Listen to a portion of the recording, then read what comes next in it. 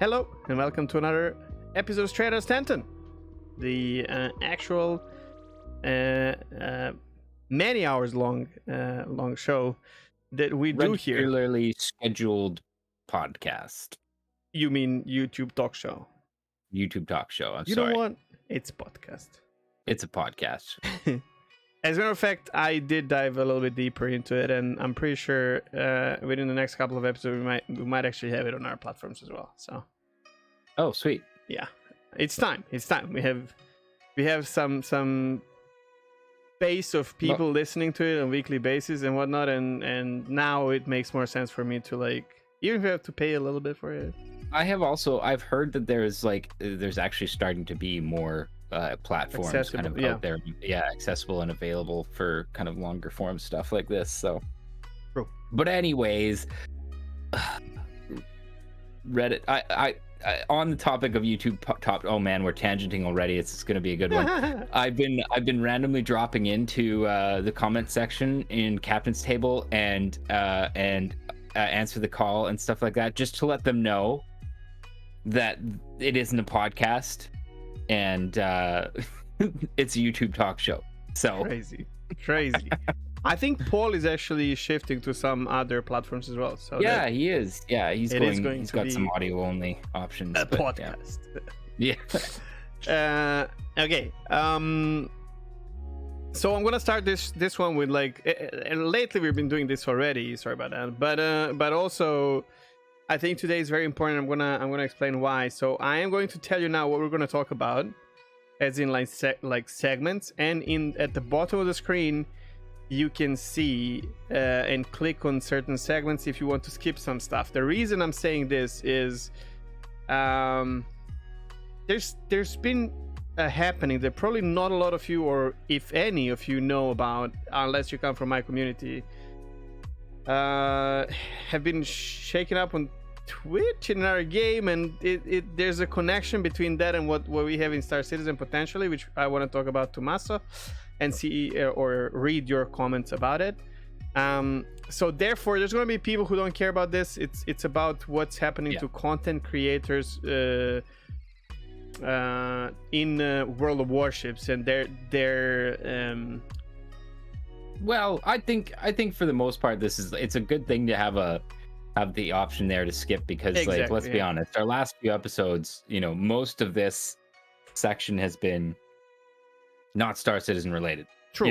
But it's usually very short. I think this might be a little bit longer, so you always can skip, but I think today it's very important to say it. So sure. To explain it, so the first one, which is the intro, which we are part of now, is basically us talking about what we did last week, where there's quite a few really nice things to mention, especially on Maso's side, but also this is where I'm going to be bringing in the whole Wargaming / World of Warships chaos that's happening. Then we're going to go into the news, where we're going to briefly go over Roadmap Roundup, SCL, and ISC, where we had quite a lot of things to talk about, kind of. After that, we have our first topic, which is going to lean on ISC, which is our take on dynamic events, how we feel about them, what would be maybe change, or what would be a better solution, or if it's a good solution, potentially. And then we have our imagination station, which is something that we mentioned before and was part of one of the shows, but then it was too long to get into it, which is how do we see Star Citizen on release. And then after that, we have Masoka's absolute zero effort science section, where he's going to talk about science stuff. I'm not going to spoil anything.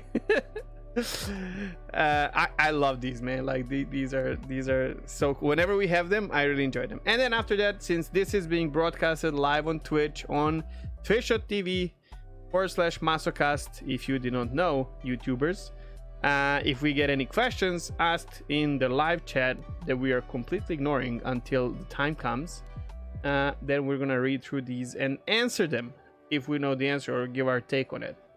And that's it. Okay. But also, if you are watching this on YouTube, feel free to ask any questions in the comments as well. If you want to actually outline them as a question, like we could potentially just throw them down and get to them on our next episode. We should like state that, like, if someone wants their question to be like added to, you know, QA, they can say it, because usually we answer things in we just have conversations which is great. We both really enjoyed this for sure. But like if you want to hear our take together or something like that, you can maybe add a little, you know, I'd like to hear I'd like to hear you guys live talk about this or something like that, which we might or might not do. But like if we have the idea of you wanting to hear that, I'm pretty sure we can squeeze it either here or stand and gossip sometimes. We'll see. Alrighty, so because of the whole craziness that I'm going to talk about, I am actually going to let you tell us what you did this week. Okay. This week, 314 dropped the day I went camping. So we were out way out of service range and stuff like that, down a logging road and on the very north tip of Cowichan Lake. It's a beautiful area. And we had a good time. We ate way too much. And just kind of like really had a nice relaxing time. So that was kind of what I did for the first part of the week. It was a bit rainy, but it rained pretty decently on Saturday, but we were prepared for it. Yeah, you told me it's gonna be raining. Yeah. So like, you know, we had all our tarps and shelters and stuff set up, and so it didn't affect us a ton. Except for my brother, I feel really bad for him. His tent leaked like crazy that night. Yeah. So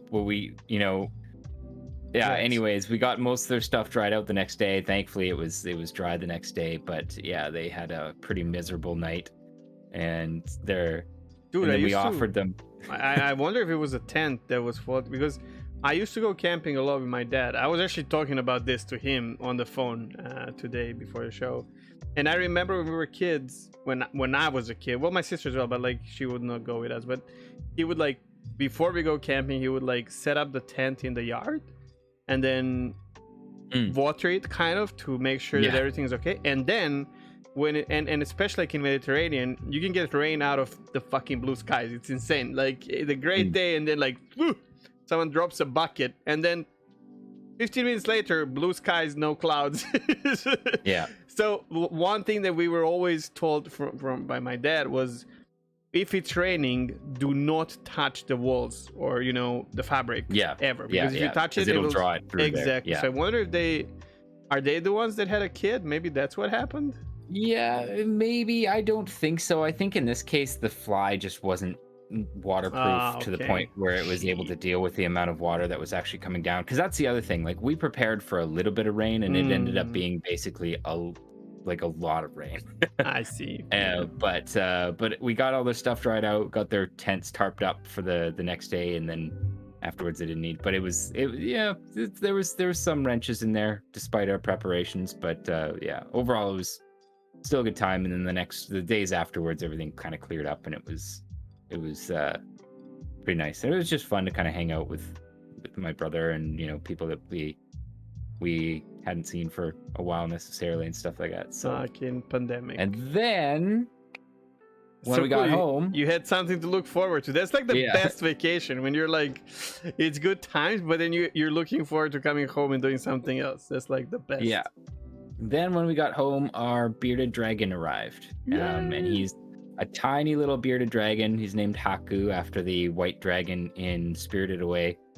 And we got him kind of settled, and he was so small. We thought he was going to be larger we thought he was older from, you know, than what it turned out he is. He's so small. He's maybe 10 centimeters long. He only weighs like 8 and a bit grams, like almost 9 grams.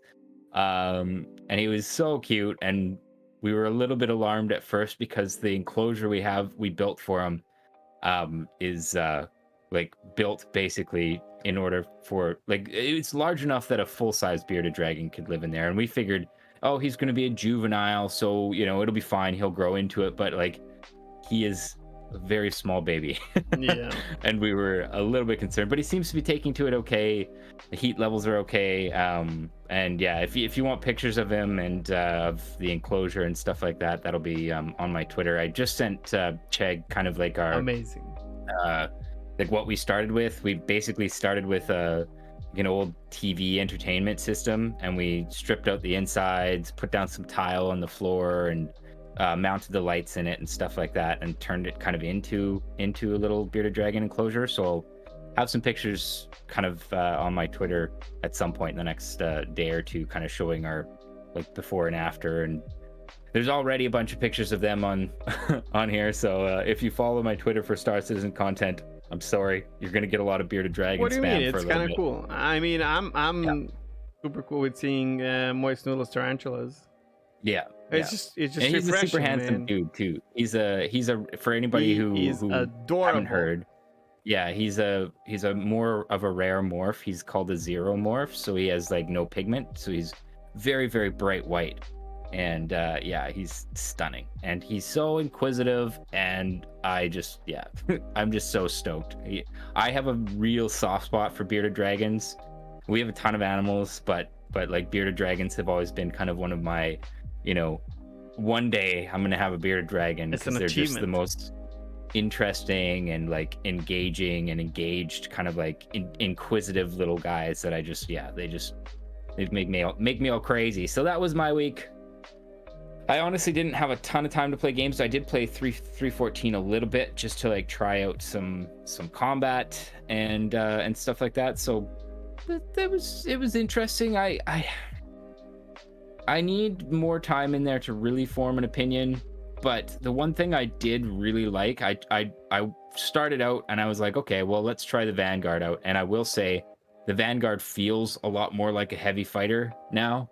And then I jumped into a Gladius on the other end to kind of like to get the other side of the spectrum. And yeah, like I like how the ships do feel different now. I like how it's possible to outturn a heavy fighter. I've tried laser and ballistic builds. No, lazier, kind of like heavier, lazier. Yeah, you feel like you're turning a ship and not. Yeah, well, and because they've kind of like they've really limited those turn rates. I feel like you have to go into an engagement thinking differently than you would if you were in a light fighter, right? Like brawling at close range and trying to basically turn for turn with a light fighter. You pretty much could do that with the old flight, the way that the Vanguard handled before. Like it turned slightly slower than, let's say, a Gladius, but it wasn't, like you could still basically keep nose on to one for the most part. And now now it's different. I do notice that jousting is still very much a thing. I don't think it will ever disappear, man. Yeah, I kind of agree with Noodle on this one. It's like it's not going to disappear until people know, are more aware of how to control the speeds of their ships in I have an instant solution.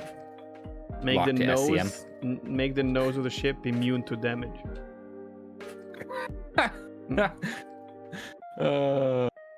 But anyways, yeah, so I played enough to know that I do agree with you. Ballistic ammo is too low. This feels even wrong. Utilizing I get what they're going with, but even stripping shields and then opening up with ballistics afterwards, it's still limited to the point where like after 2 missions I have to go back and rearm.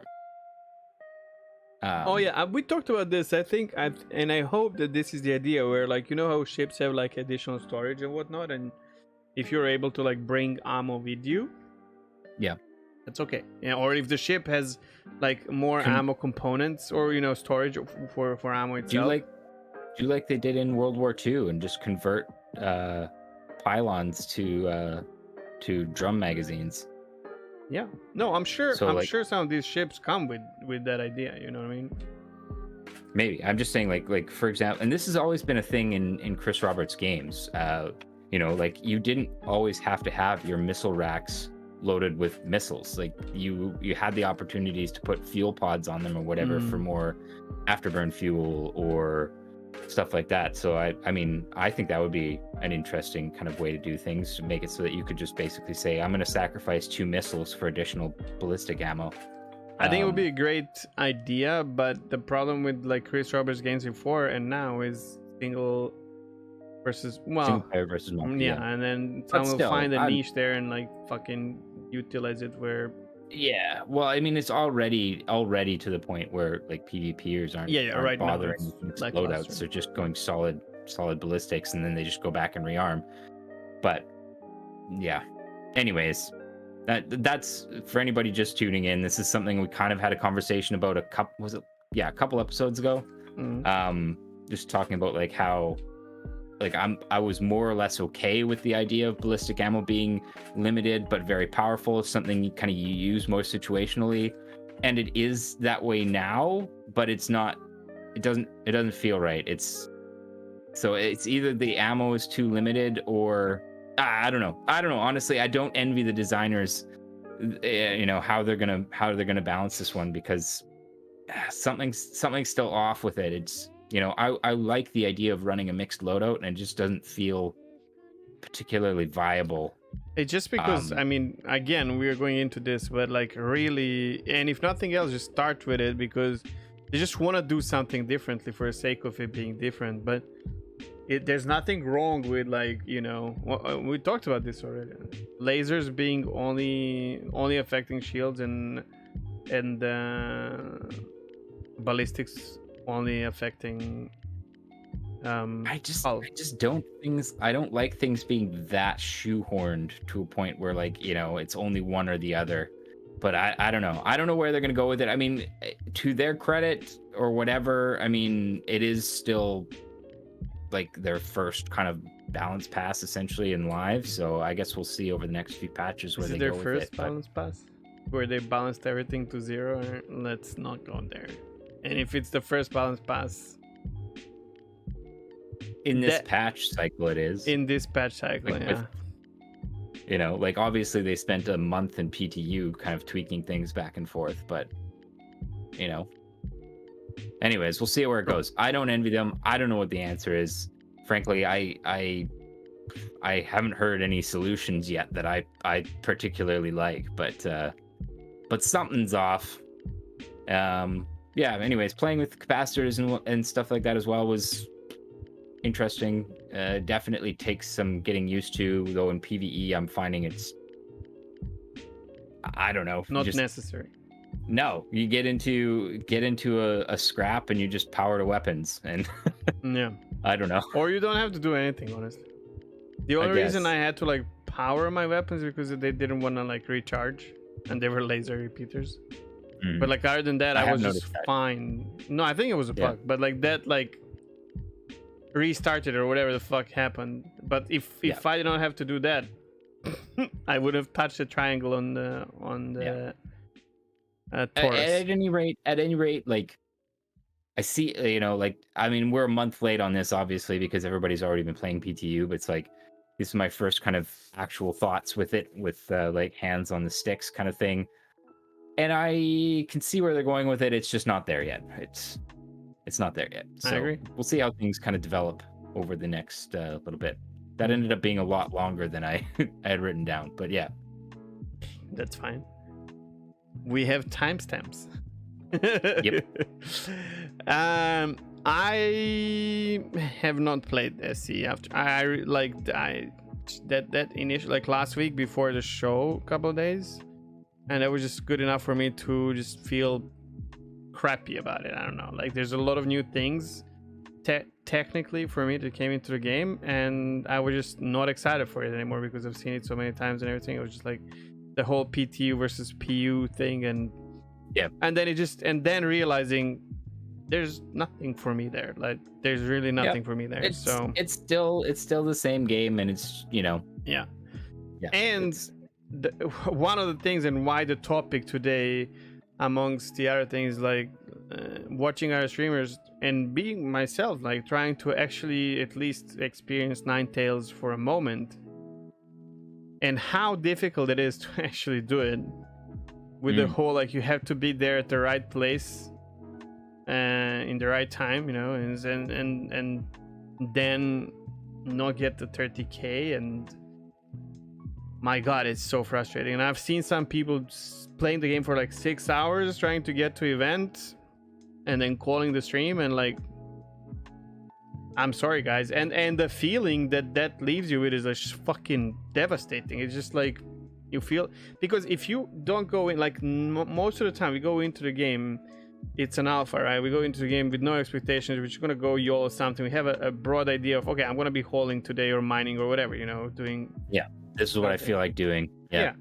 But then if you have this expectation of actually trying something, and there's a whole event and that, and then you wait for it for 6 hours and it doesn't happen, then you feel like you wasted 6 hours of your life. It's disgusting, honestly. And I haven't seen a single person really enjoying it so far. And I know I wouldn't, and I'm super happy that I'm not playing right now, because this would piss me off big time.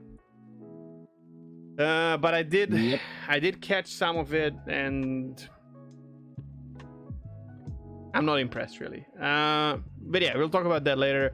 But yeah, that's part of the thing. Like, when it comes to Star Citizen, I was mostly watching streams and videos on YouTube, and on my main screen I was playing World Warships and Guild Wars 2, and I've been fucking hooked to Guild Wars 2 again like crazy, which kind of makes me happy, because like right now at this moment,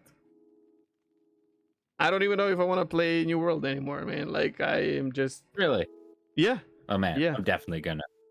I know I'm probably going to as well, but you know, I was very excited, and then they, you know, there was a beta that I knew I don't want to play, because then I'm gonna feel like I missed that, you know, and then they postponed it for another month, and now I believe that it's not gonna come out before the end of the year, and then 2 months later, expansion for Guild Wars 2 comes out that I pre-purchased and I want to play it, and now I'm like, plus.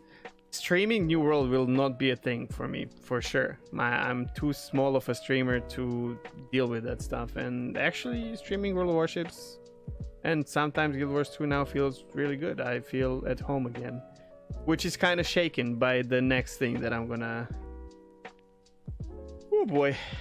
mention. So so this is a little bit off, but I'll draw the connection at the end, and you'll see why I'm mentioning this. So I've been playing World of Warships for about almost over 4 years now, and I have racked up about more than 3,000 hours, which is not that crazy, but you know, it's solid amount of hours.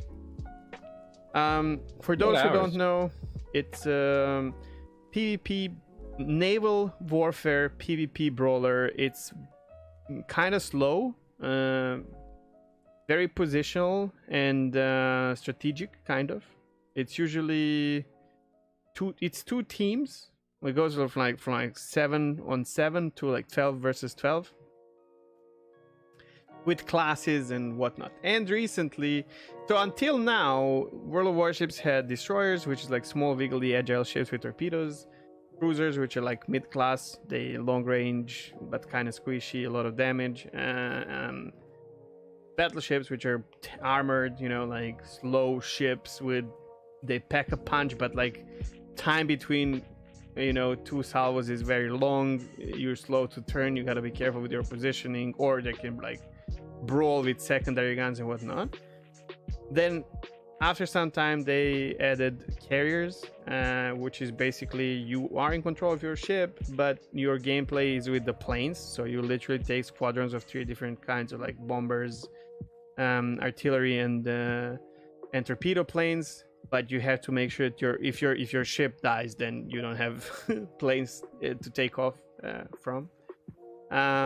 And then recently, well, I mean, to me, since I started playing it, there was one thing missing, and it was submarines. Like submarines and and carriers are the most notorious things that you whenever you see like any naval like videos that are not from like World War One.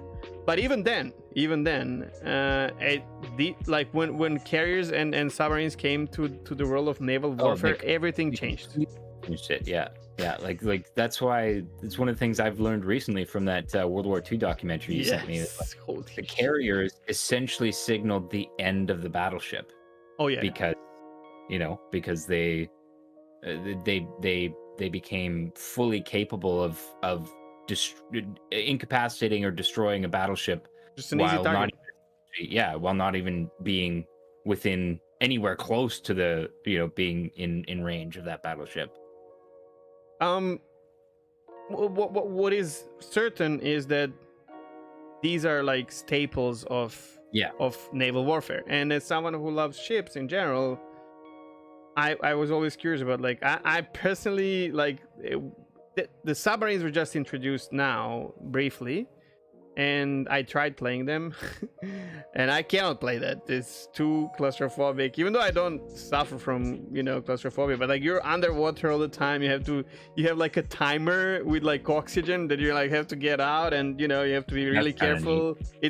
It's beautiful, by the way, and you have only torpedoes. Some have like forward and aft tubes, so you can do a little like you torp the ship and then they find you and you're like woo, go under, and they don't have time to turn their guns, and you go up again like pew pew from the butt, and it's really interesting. But I don't want to play submarines, just like I don't play carriers. I want to play ships. But I'm so stoked and happy that they're part of the game now. Yeah, so this is a question I have. I'm gonna kind of derail you a little bit probably, but like so I know that like obviously in World War II, for example, subs were just huge in disrupting kind of supply lines around the globe. Like but those were U-boats. It's insane the amount of supplies that were sunk by Allied and Axis submarines. Mostly, like you said, by U-boats. And so there was a time where actually Italians had more submarines than everyone else in the world together, which is mind-blowing. But that's part of Nazi, right? But were they involved in any actual like naval action? Yes, yeah. Like any naval battles and stuff like that? Oh yeah. But they're more of like you don't know where they are, right? And they're a threat. So you have to have like what we're talking about now in Star Citizen quite often is like, oh, I'm a trader. Well, now you need an escort as a trader, right? So let's say UK had a really powerful Royal Navy, but they cannot use all of it because they need to escort, because if they don't get supplies, guess what? If they starve, they can't utilize their navy, right? And they were cut off and whatnot. So but then you have these are like U-boats are like disposable submarines, kind of. They're not really, but like compared to the big ass, like especially Russian and American subs, especially the nuclear ones, they can like stay underwater forever, man. If there was not for the crew, they don't have to come out forever. Like, it's insane. And they're massive to a point where we talked about this, I think, and I showed you, David, I don't know if you watched it, where Japanese literally made like a submarine carrier. Oh yeah, the mini subs. So I don't know what, but anyways, so it's exciting for me as someone who is not really invested into like the whole content creation and everything around the World of Warships, where I would like dabble, I would like go and stream every now and then leave and whatnot. But I've been playing the game forever because it's like the best naval game for me. And bringing the submarines was like super cool. I don't want to play them, but I want them. I want to be scared of them. I want to hunt them down. I want to think about them. I think it brings a lot. However, there's this thing that quite a few studios do now, and this is another one that I talked about, like where I have some experience with Bethesda, where they will kind of notice certain content creators and invite them to be part of their Wargaming calls it content contributor program. And so basically think of it like the biggest streamers of if the biggest strangers of Star Citizen, like Mike, Noodle, I'm gonna forget some people, so I'm not gonna go like any of these guys. Morph, you know, if CIG said, which actually kind of exists, right? If CIG says, okay, you guys wanna be under our wing slightly, we're gonna help you, like promote you a little bit and give you some codes for giveaways and whatnot, because we see what you're doing, right? And that's how it starts. That's how it started in Elder Scrolls Online. That's how it started in World of Warships. That's how it starts in Star Citizen as well.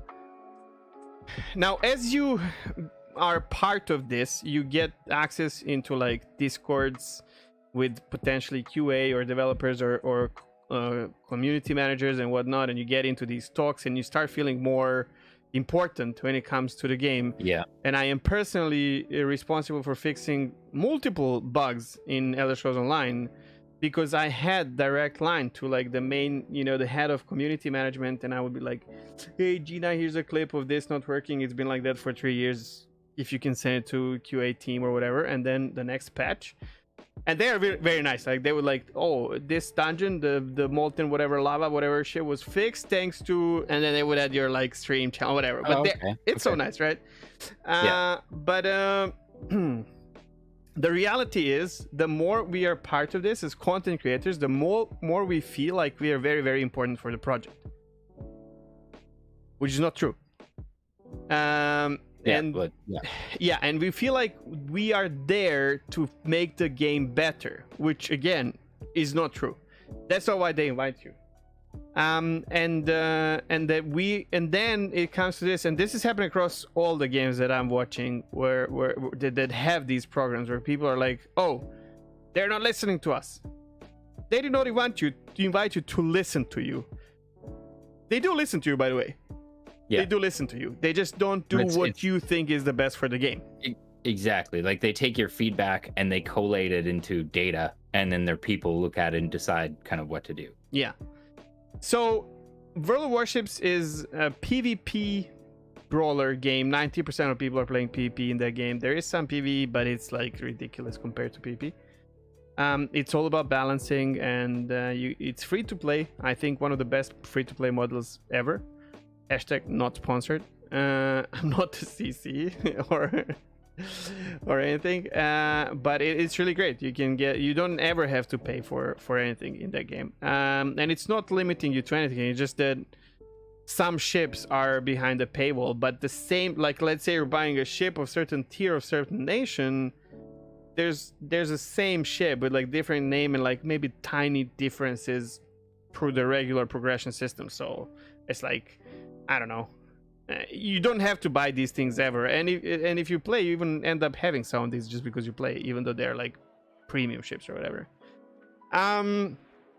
So the general, there was always this, since I started playing, there's this problem where content creators are like, they don't listen to us, we tell you what to do and you do the exact opposite, and stuff like that. And here, before I continue, I want to say, big majority of player base is not on the same level of just like gameplay skill and knowledge as these content creators, right? It's the same here as well. Like if you look, if Moist Noodle and Dark Law and I don't know, someone else low flying tells you, oh, this does not work well, you have to understand that for big majority of player base, this is not true. Like, because we don't play at these extreme levels, and the game should never. It's hard to say, but like I don't think the game should be balanced towards this tiny, for the 1%, you know, percentage of player base. Even though we enjoy their content, I feel more like this tiny percentage has to understand that and kind of adjust their gameplay to to what the masses are what's working for the bigger masses, because that's what brings the money. And that's what keeps the wheels going, right? Where sometimes there's a big issue and they point it out and it can be fixed, and that's absolutely great as well, right? So there's definitely contribution for these people. So the general gist is, for a long time, Wargaming is not listening to them, and they were pissed off and everything. And then one of the big content creators from Finland left. I'm not gonna go with any names here. And the numbers that these guys have are far above what we have in Star Citizen, both on YouTube and Twitch. Like, it's not even comparable. And then they brought submarines, and in general, the content creators and a lot of people watching streams and YouTube videos agreed with them, because that's a phenomenon that just happens on these platforms. Like, the loud people will either be against shit or fanatically agreeing with their content creators. Where they're like, no one asked for submarines, why are you shoving them our throats? Where me personally, I'm like, I asked for it. I want to play it. And I know shitloads of people who want to play it. I mean, I played it for a couple of days and people were like, oh, how do you feel? How are they? Can I try it? Blah, blah. Can you play so that I can see and whatnot? So there's definitely a lot of interest in it. Just maybe not at the end game, because it does shake up the already a little bit shaken balance, because there's like 500 ships in the game. So adding another, gimmick to it, it's hard to balance. To be fair, to me, this is an arcadey brawly game. I don't see it as like StarCraft or whatever, like where everything matters, right? But to them, it's everything. It's their life. It's like, it's very important. To these content creators. And then what happened, one by one, over 50 by now, I think, very, very big content creators just left the program. And it's happening as we speak. Some of my favorite guys left the program. That doesn't mean they're not going to stream the game anymore. It's just that they're not going to be part of the official, stuff, and they're going to get less viewers and everything, because they're not going to have drops, they're not going to have giveaways unless they paid from their own pockets. And this is something that grows your channel like crazy. I know from personal experience. Yeah, if you lose these benefits, you're going to get praised for a little bit, because you're standing against the system, but then a month or two after, those people who are there for the drops, they will go and lurk in our channel, and you're not going to get your sponsorship deals, and you're not going to get your money. And while I agree, I did this myself. I did not agree with how Bethesda is treating their player base. I left in good terms, and I've lost a lot, but I still stand behind what I've said, and I would have done it the same way. And therefore, I agree with a couple of these massive content creators who just decided to leave because, the camel's back and all that. And that's cool. But the domino effect that happened just removed a lot of really good content creators from the picture. And here's what I came at. Like, this is something I wrote somewhere before. Some people left for the purpose they believe in, and that is just respectable in my opinion, which is what I just said. Some left to support those people who left for the purpose they believe in, and I don't think how smart this is. You can support people without leaving the program. Just saying. Yeah. And I think they're in for a rude awakening, but it is what it is. And that's another thing. Like, you're replaceable. First of all, they don't need that many contributors, and then there's people streaming this game that would do anything to become, to be able to give something back to their community for free. I mean, and love the game, and these things. Like, me personally, it does not affect me at all. I don't care. I want submarines, and yeah, some things are strange, but I'm still having a lot of fun with it. It's going to make balancing more challenging. But I mean, for sure. I don't know. Like, I'm kind of like, I'm kind of baffled by all this, because I don't really understand. Like it's a live service game. Yeah, it makes no sense. Change. It only makes sense if you're like in that tiny amount of people who is affected by it and think that it needs to be changed. Yeah, and because of their flawed image of, they're surrounded by people. Like, streaming, you get this crazy idea that you get a feeling of entitlement. Exactly. And if your crowd agrees with you, and if you have like big numbers, like we're talking, some of these streamers can pile up to like 5,000+ viewers on average, and have hundreds of thousands of views on YouTube, no kidding, or even millions. And if these masses agree with you, you feel like it's very important and that you're right. Yeah, which does not necessarily mean you are. But yeah. Then there's this side effect that is brutal.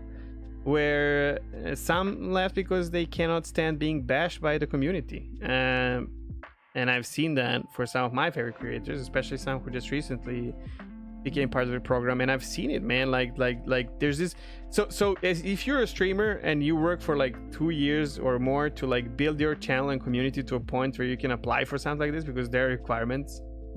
And then let's say you're an average of like 150 viewers and it's your community, they all feel comfortable there, and you feel comfortable amongst them, streaming for them every day. And then just because you accepted something that used to be a normal thing 3 days ago, the like 6-7 times more people come to your streams to just like tell you how you're a traitor, how you are supporting a company that is, and then you don't even want to go through that. Like it's just insane. And it just yeah. We are human beings, and this affects you. It affects you in a big way. And I feel I'm worried about these people. I'm worried, and I know some of them under pressure left the program because they don't want to deal with this. Well, that's kind of it, right? Like I can understand people feeling, especially if you're doing this as your kind of like your profession or whatever, and you start to see kind of your numbers go bad, and then you're hearing all this negative like I can understand people feeling like I just need to get out of here. Like yeah, but then it gets even worse. That's what they don't understand. Yeah. Then I've read someone on Reddit saying, listen guys, I've been asked, and that's another thing, like if you are part of the program, so many people are asking you like, hey, are you leaving, let go. If I leave, I'll tell you, you know what I mean? Like don't pressure me. And and I've seen this guy very bravely on the official forum and Reddit saying, listen guys, in my current financial situation, I cannot leave the program, but I agree with guys who left. And I'm like, well, you might just get kicked out now. I don't even know, like why would they keep you in the program if you're openly saying the only reason I'm in the program is because I need money? I don't know. I do feel like you should. I mean, you should be in the program if you care about the the game in the first place. I don't know. It's kind of strange. But look at this chaos, and we're talking about like 50 plus content creators. We're talking about like hundreds of thousands of viewership, and it's massive. It's just crazy. And then you have these people who just left because now if you have the XCC in your title, people come to praise you, but they are in for a rude awakening as well, because after a month or so, these people who are praising you for that only reason, they'll just go back to their streamers or watch someone else or whatever. So everybody's got a short memory when it comes to stuff like this. Exactly, but again, exactly. Like I understand that too, because again, like I mean, it is sort of part of the content creator game if you're doing it professionally, right? Is to go where you think that trend's going. And yeah, okay, you're right, they might realize that was a mistake down the road, but I understand the logic that makes people think like, oh, I gotta do this, you know what I mean? Like yeah, I don't know, it's when you got all that stress of where your next paycheck's gonna come from, like it's rough. By the way, Wargaming is not paying content creators with money. They're just giving them tools to build their community, and I can tell you right now, like it makes a big fucking difference. I know. Yeah, well, that's what I was gonna say. Like it's like it clearly impacts kind of like how they build their how they build their communities and stuff like that, and that's going to affect kind of their bottom lines as well, right? But so okay, in the notes here you have like, could CIG end up this way?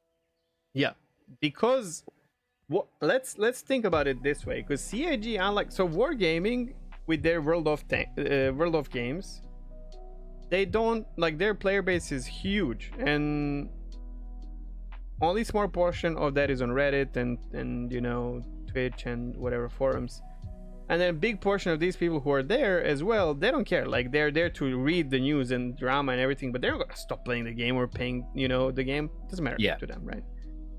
Even if they are kind of like bitchy or whatever, or throwing salt everywhere, they're still going to play the game. Yeah. And then you have Star Citizen, where there is no other kinds of marketing, right? So what would happen because right now we get pissed off at some things that CIG does, especially when it comes to marketing and whatnot, but it's still, even the salty people are kind of in good faith in a way, right? They're trying to steer the game to a better place in their own mind or whatever, but there's not many content creators who will be like, fuck CIG, scam. Like, even the scamming thing, I feel like it's a thing of the past now. I don't even hear that ever. It happens, but not like before, right? Going around. Yeah, not, but it's not like before. Yeah, exactly. But imagine if imagine things around Star Citizen.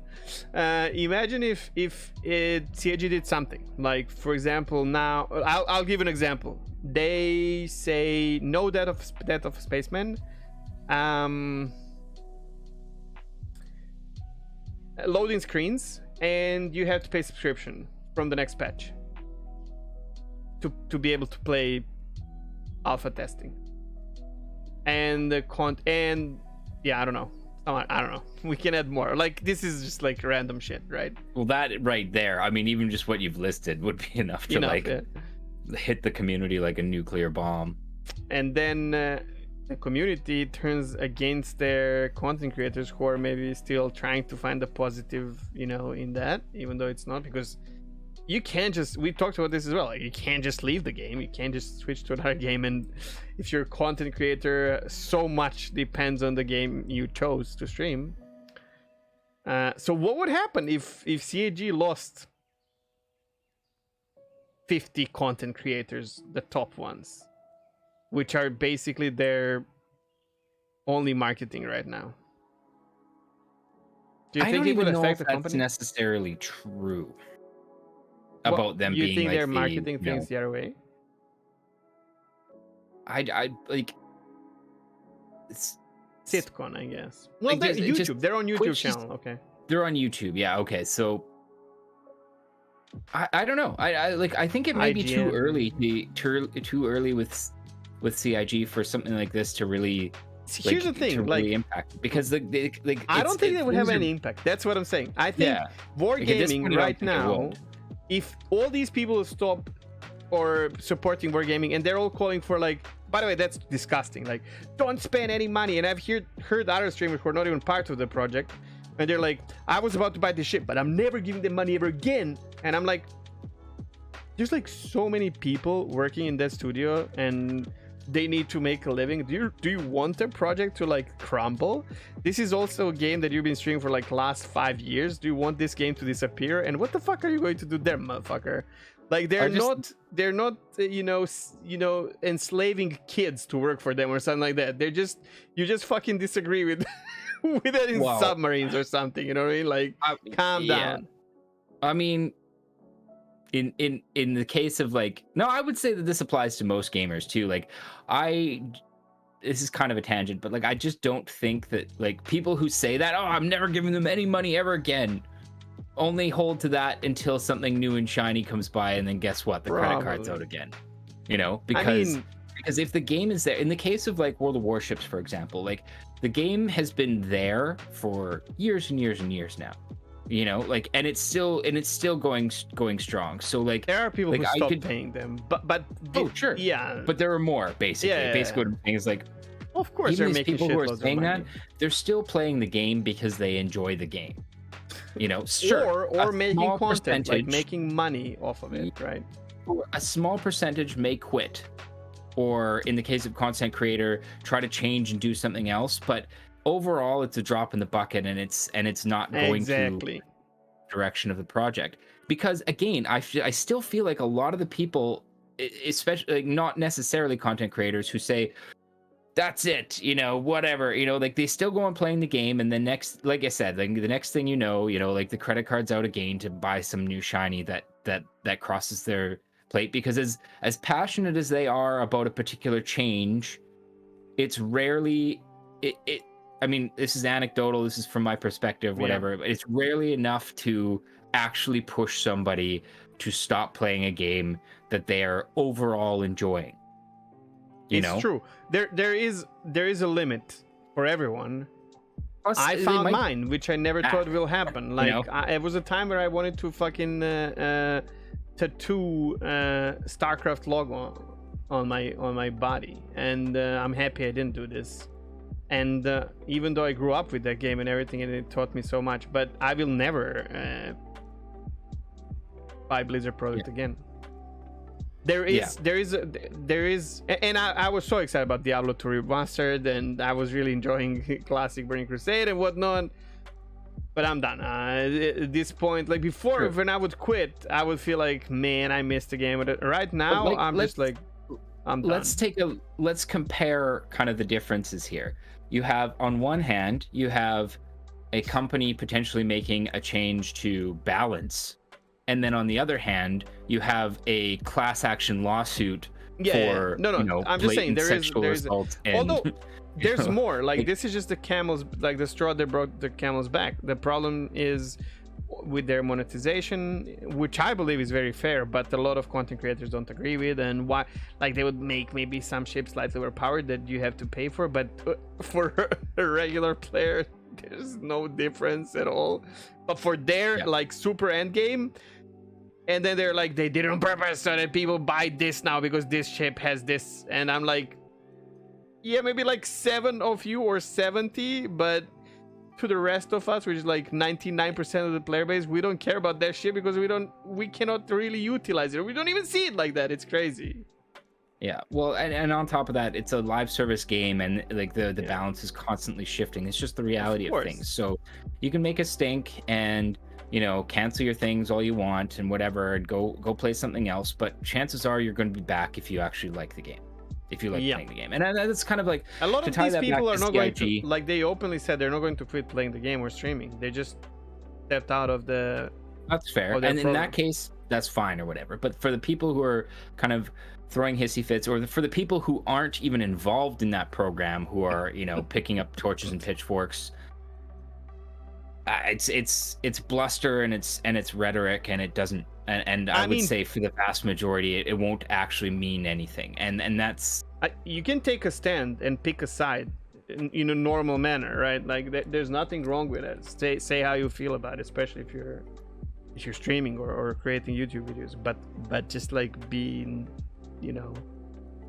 respectful and think about like whatever. But yeah, when it comes to CAG, I mean, when you think about it, like I'll say it right now, like I don't feel this myself, because, and I don't think you do either, because I'm nowadays I'm a small streamer, and this podcast that we do and love is very tiny compared to any but I do feel like our medium to big content creators already feel very entitled.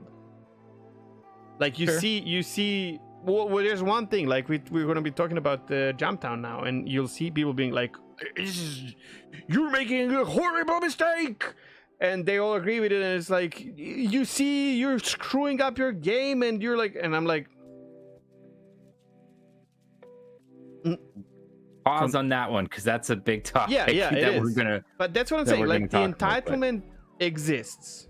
Sure that's obviously, I guess the point of all this is that this is a phenomenon of people on the internet, more so than with the situation with, like, if something like this ended up with CAG. And this, I guess this is kind of where I was going actually with this, and it kind of will tie into our topic a little later, is that I think right now it maybe seems cataclysmic, and again, like, who knows, you may even have a bunch of people just pull the plug and stop playing the game. But if they're interested in the game and are, you're like, I'm sorry, but you're going to be back, like or all this rhetoric and bluster. No one cares. That's the thing. Yeah, because all this rhetoric and bluster isn't worth anything, essentially. There are people who have different opinion, and believe it or not, the worst things that you can think of in Star Citizen, if we're not talking about like fucking bugs, right? Like that's out of question. No one likes 30k, right? But I might hate some things in Star Citizen someone else loves, and that's true. The amount of people that play games nowadays, especially with how much variety in games there are right now, it's just, your opinion is just your opinion. And that's what it is. Like, there's no such thing as like general opinion, and people use this a lot. Like, no one likes mining in this state, whatever. I'm just taking like. Oh, okay, yeah, right? yeah. But it's not true. Yeah. Like, a lot of people love it. Maybe I don't like it, but that's it. Well, the mistake there isn't necessarily in the offering of like criticism or saying that like these are the aspects I don't like, which in the defense of the people who are saying, for example, recently that they think that CIG is missing what Jumptown was all about, for example, like that is valid criticism. And most of these people that I've seen aren't saying like, I'm going to stop playing the game or this is going to ruin the game. They're saying like, here are the issues that I see with this because this is what Jumptown was. Did you watch Minion Soldier? God, no. but there, I didn't either. But I would. There are people who are stating that and have huge following. Just saying, you choose who you watch, and these people are usually going to say, "I feel like this is wrong," and that's like super fair statement, right? Like I cannot, like, no one can. That's all I've seen. I've just seen a couple Twitter threads about basically people saying like, I think you guys are missing the point with Jumptown.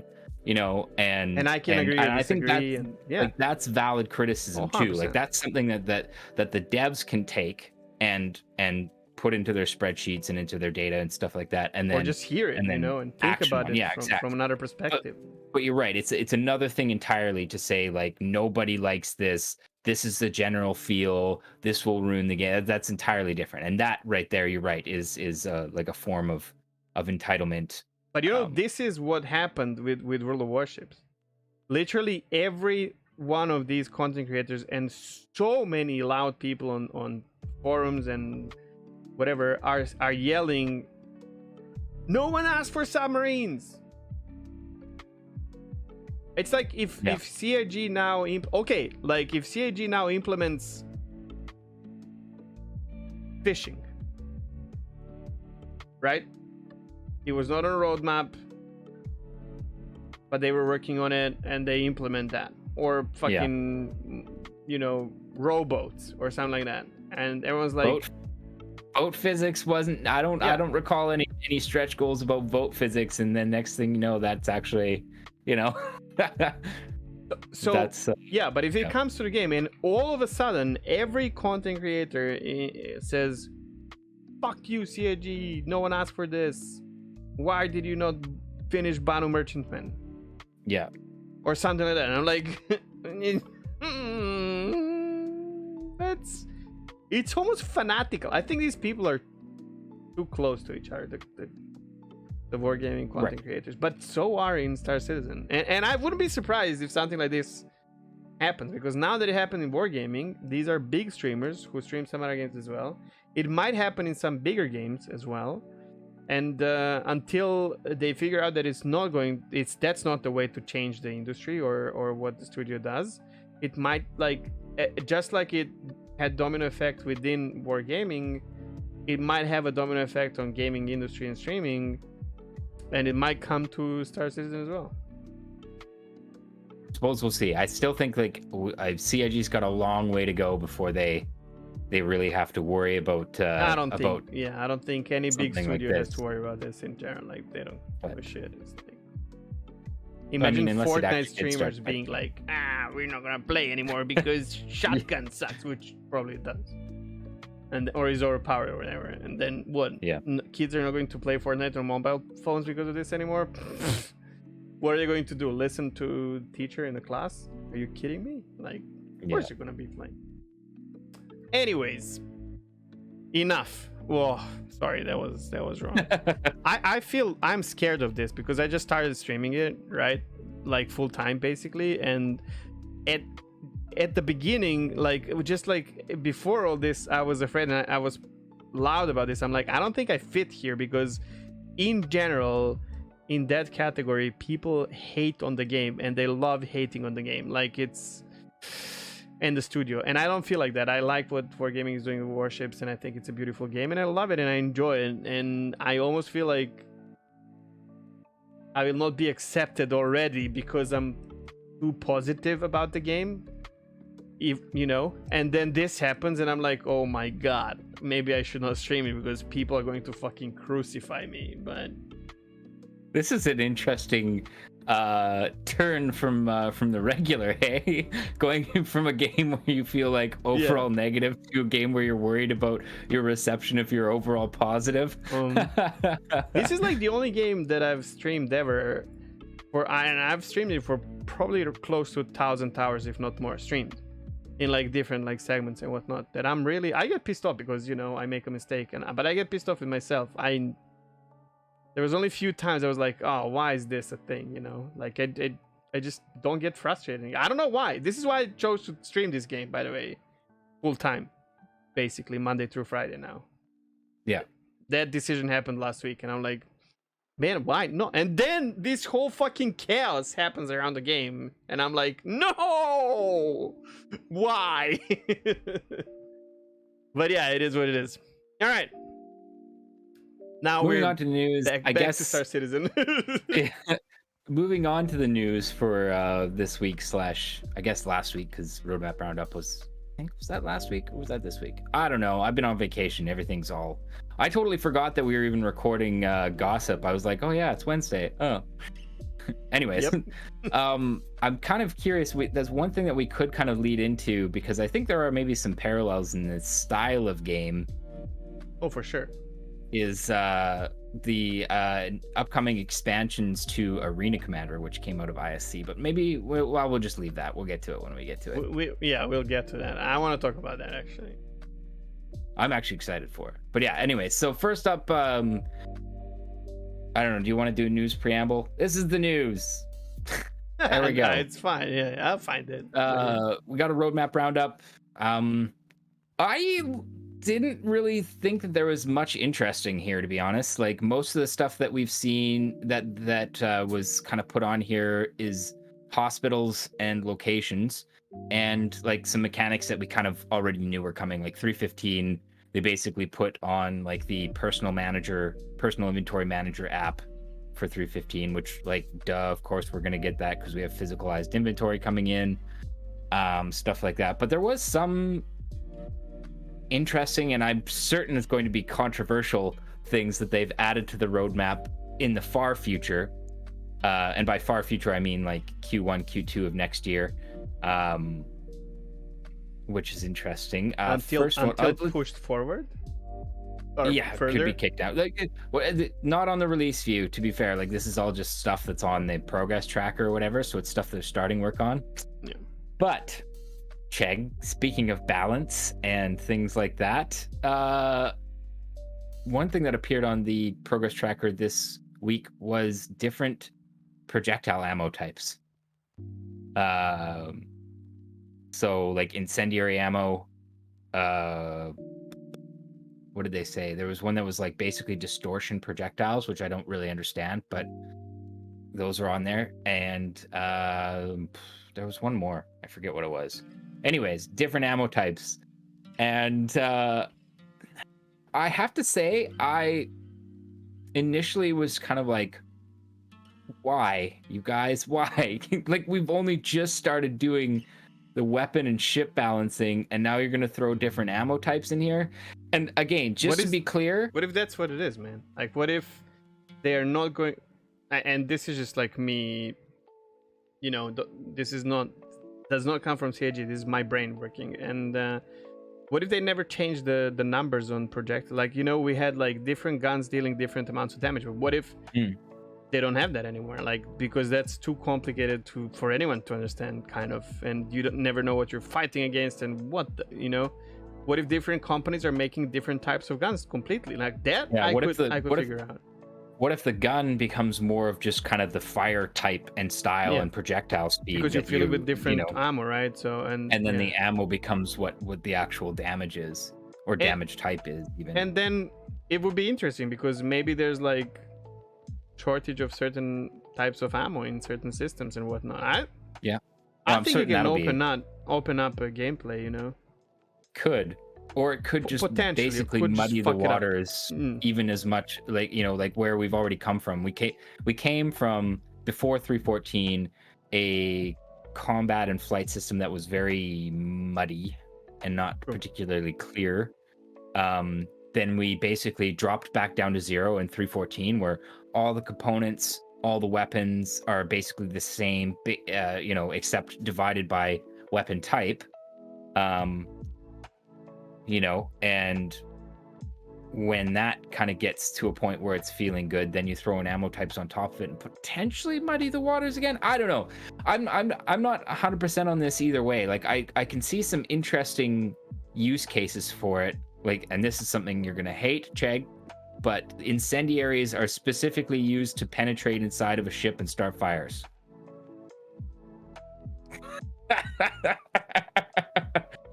It's gonna be a fire extinguisher simulator, and that's not a game I'm gonna play. If that becomes a thing, like if your ship just starts getting, like if that's like a regular mechanic that happens on like in regular fires, like just like get fired inside your ship all the time, I'm not interested. But that's okay. You know what I think? Honestly, in the case if you were trying to balance, well, okay. First of all, basically what I would do if I were like going into a situation where I knew that if I were in a multi-crew ship and that people were potentially going to be running incendiaries, I'd just vent all the cabins before you go into an engagement, but what if which you're actually kind of makes sense anyways. In a single seater or like Reliant. Well, so just again, like just drain the atmosphere out.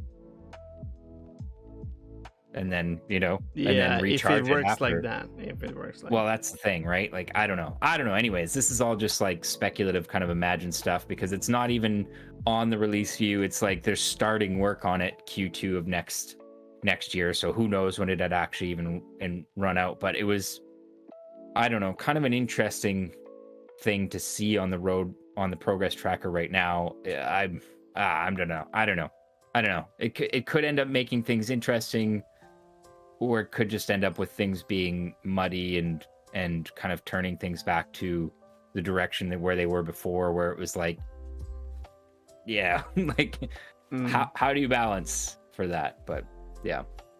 So that was the controversial one out of the way that I saw in there. The other thing that's showing up on the progress tracker next year, as far as ships go, is the new rover. So the RSI Lynx rover, Genesis Starliner, and the Orion mining ship, the huge one, starting work apparently next year. They're starting work in Q2 next year. So yeah. So like with the Orion specifically, like you're not going to see that before the end of the year for sure. You think they're going to do that in 6 months? I said you won't see it before the end of the year. But okay, I mean these things I don't care. Like they started working on Banu Merchantman when, and yeah. It's bullshit. Whatever. Like I said, there's not a lot of interesting stuff on here, but those were the stuff that jumped out to me. The other one was targeting V2, which I think that's interesting. There's not a lot of information on it, but I think targeting is one of those systems that could definitely use a refresh. There's too many potential keybinds for them right now, and like with scanning and radar and everything like that, kind of getting the refresh. I think it's kind of about time to see targeting potentially get a rework as well. But long term. Let's wait next year. Yeah. But yeah, other than that, I guess we're going to save ISC this time for after our SCL in the news, just because it kind of rolls into our topic. But I didn't really watch SCL this week. I was... What a surprise. I don't know. I tried and then I was like, okay, I know what QA does. I'm glad you guys are getting your spotlight, I guess, but I'll just watch the Numifire video. Thank you. Well, here's the thing. I watched it, and I am very disappointed with it. At the beginning, I was like, wait, what are they going to do here? Because it could be a good episode, because there's a lot of people bashing on QA, right? Yeah. And there's some things that they mentioned that are healthy for those. But yeah, I don't know. These who are bashing on it, like, probably don't watch SCL, but they did tackle it at the beginning almost, and it was a good take. Where like that was one of the things I liked about it. I did as well. Was that like there are a lot of people who don't really seem to get what QA does in a particularly game one thing, like QA might find so many bugs but they cannot fix it. They're not developers, they're not working on these things. They just find it and then they tell whoever is responsible to it that there's a bug, and then this becomes either a priority or not, but it's addressed, it's there. So yeah, and having more people in QA will maybe speed up the finding the bugs, but that does not speed up fixing them, right? So some of these things where they explain it, it's not bad. However, what really I don't get it. Like, to me, I watched this episode and I felt like, I don't know, like they're hiring people for QA through the SCL. That was my first, like, I was really confused. That was my first question that happened in my head. And then they talked about this in like they go all through. There was, I think, 4 people there and Jared, or 3 and Jared, and they literally talk about like how, and this is something that happens in all the software companies, where a lot of people start in QA and then they end up becoming something else. QA, for those who don't know, but I'm pretty sure nowadays, especially those who are following Star Citizen in general, know that QA is like the entry level for those who are interested in software development in general, but maybe are not on the level required or don't have school for it or whatever. You can, and a lot of companies will hire you as a QA and pay for your knowledge, well, educate you, kind of pay for your education if you are a person they want to work with, and keep you in the company. It's like a very, very common thing in the IT industry. If you develop kind of an aptitude for a particular area of game development, then QA can be your any kind of software development, really. It's not only gaming. What I'm saying is, like, I was offered to go from call center into QA to become a programmer, and I was like, I just don't care about this. I'm not interested in doing this.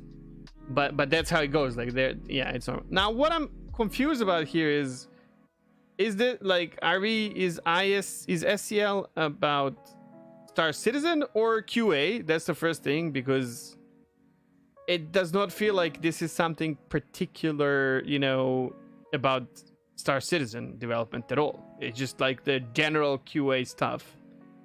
The other thing was like, are they trying to hire people for that? And then the third thing that really kind of, I don't know what term to use. I don't want to say pissed off, but I was like, what?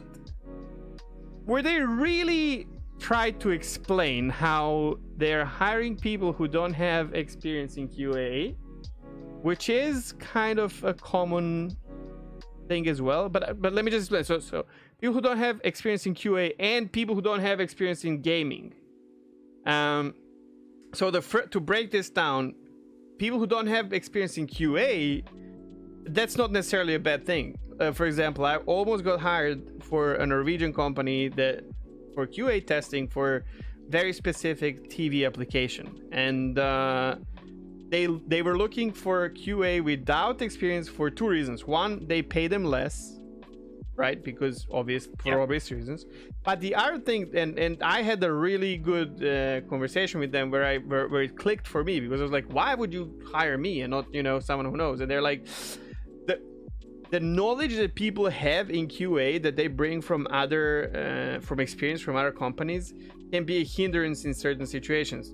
Especially in a company like CIG, where they are literally building new shit. So there's no, like, you can obviously probably use some experience, and in some cases it's really good, but in some cases this will block you from like learning it the CIG way. So basically, if you don't have anything to lead on, you might actually learn their processes faster. You don't have to unlearn things first and change, like the way you've been doing it for years or whatever. Now, that I'm okay with, and I'm like, sure, sometimes you're gonna hire, if it's like network systems or whatever, you're gonna hire someone who has experience. Probably if it's like gameplay QA, probably gonna hire someone who doesn't have, or whatever. Like, I'm just like, this is just the complete bullshit, but like, you know what I mean? Like, sometimes you're gonna hire this, sometimes. Now, the other thing where they're hiring people who have no gaming experience or no experience with like gaming industry, I'm like, why? Hey.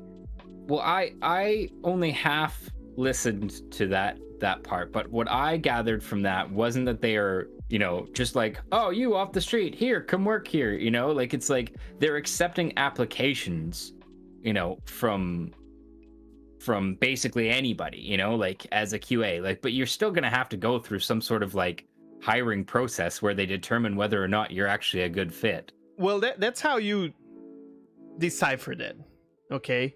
But this is a show where they talk about the people they hired already. Okay, well, here's the more important thing.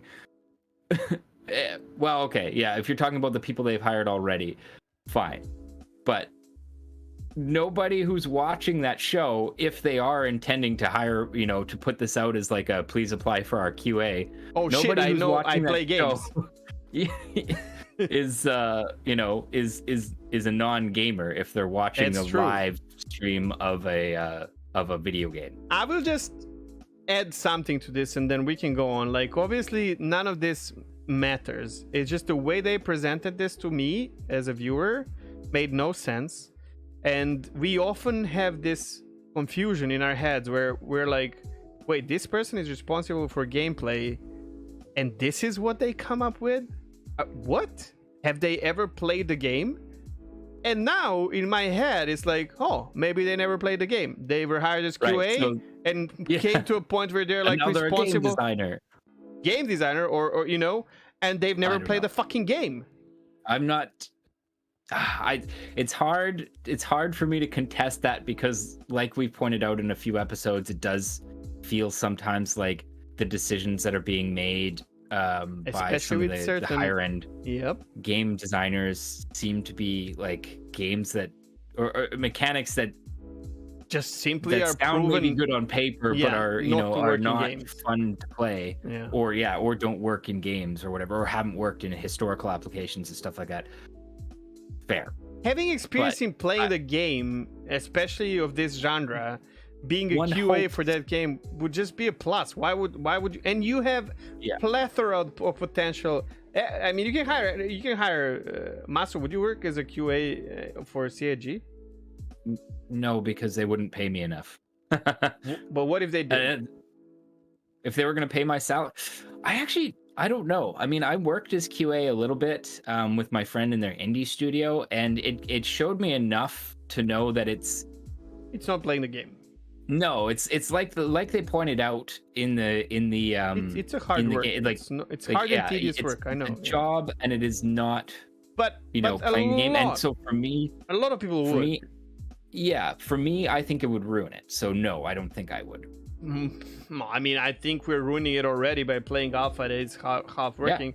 But I would feel proud to be part of a company that is making something like Star Citizen, especially if like there's a lot of people who have or don't have experience in QA, but definitely have experience in playing games, who would gladly work for CIG. Yeah. I just don't get it. Like, why would I don't know, man. And like, again, like I don't mind them hiring things. Anyway. But if that's what you present in SEL, you're like, we are hiring people who don't have any experience in games or QA. I'm like, why are you telling me this? Why the fuck are you telling me this? It just pisses me off. You don't have to tell me. It's fine. Hire whatever you want. With my money. Okay, I don't know. Like, that doesn't matter, but yeah, I guess one hopes. And actually, here's a good example. Here's a good way to spin this a little bit more positively. I would say that most of the people we see and most of the people that the players actually talk to with the devs are passionate and really intelligent human beings. So clearly their hiring process, I'm not questioning that. Yeah. No, is mostly good enough to kind of. You're right. It sounds weird when they're saying that, but like I think it's been pretty clear up till this point that they have hired a very, very talented kind of group. Very of people slow to build this game. though, but very talented. Yeah. Okay. And then what was there? Oh yeah. So they were talking about this also. I just did not like this STL, man. I didn't like it at all. I think it had a lot of potential, but like it was just it was just executed in such a wrong way for me. And mind it, like some of these things might not even be wrong or bad, but the way they presented them to me, I'm like, what? Why?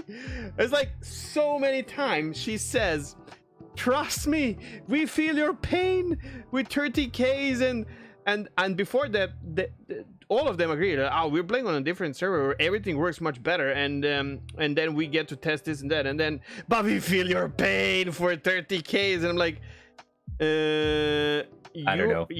What? A lot of them do play Star Citizen in their off time. Do we know that? Allegedly. No, we don't. Just That's allegedly. what I'm saying. So I think that they should have added that, because from what I picked up, it's like, oh, we have our servers for this, and there's a server that is only that, and then we go through a checklist. No shit.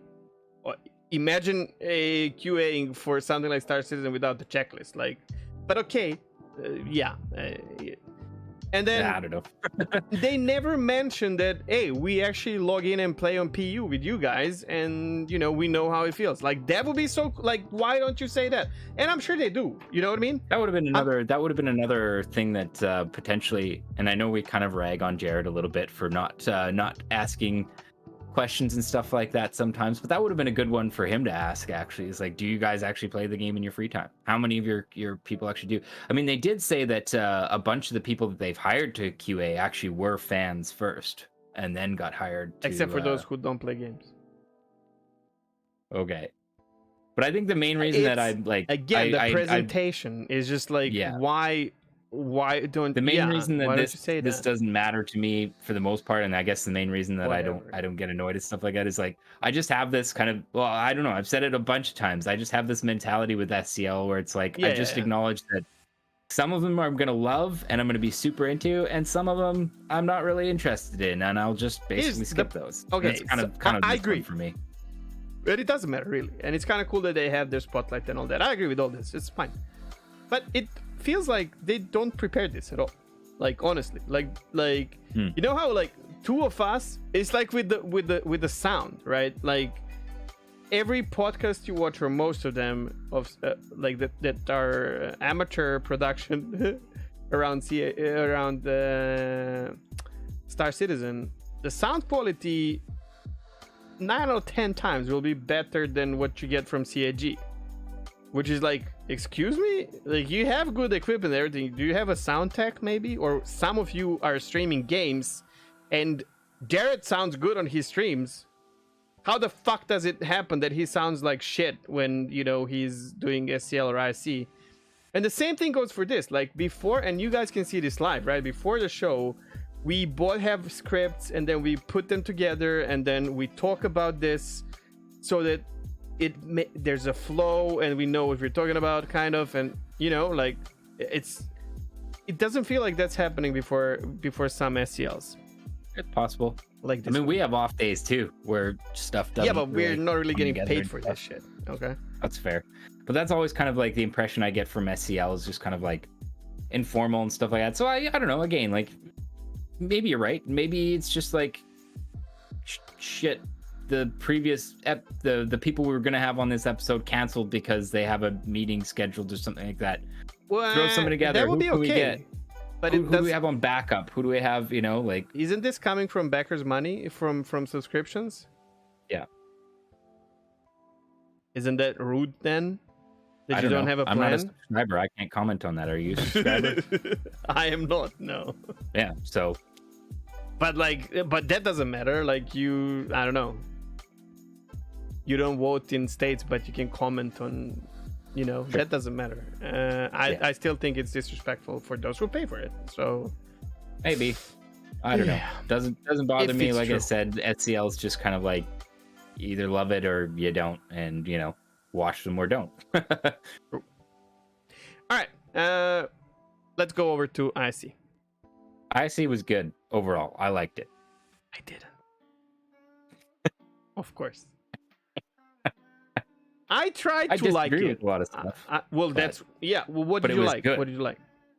Well, first of all, I really love I love the Arena Commander map expansions. Okay, wait. I think Let's really start from the fun. beginning. Did you like the name of it? The name is Player Slayer. Yeah. Yeah, I kind of like the intro, how they like took a couple, different devs that had different opinion. Like, one guy was like, I don't really like PvP, it makes me anxious. It's The the other guy guy was like, everything makes him anxious, by the way. Like maybe. that guy, yeah, we've heard him before. You know what? I it's hear cool him, that they're man. different. Like, no, I agree with makes that. me anxious sometimes too. Yeah. I mean, it makes everyone anxious, but so ISC, for the people who didn't watch it, it's called Player Slayer, and it was basically kind of the PvP focused.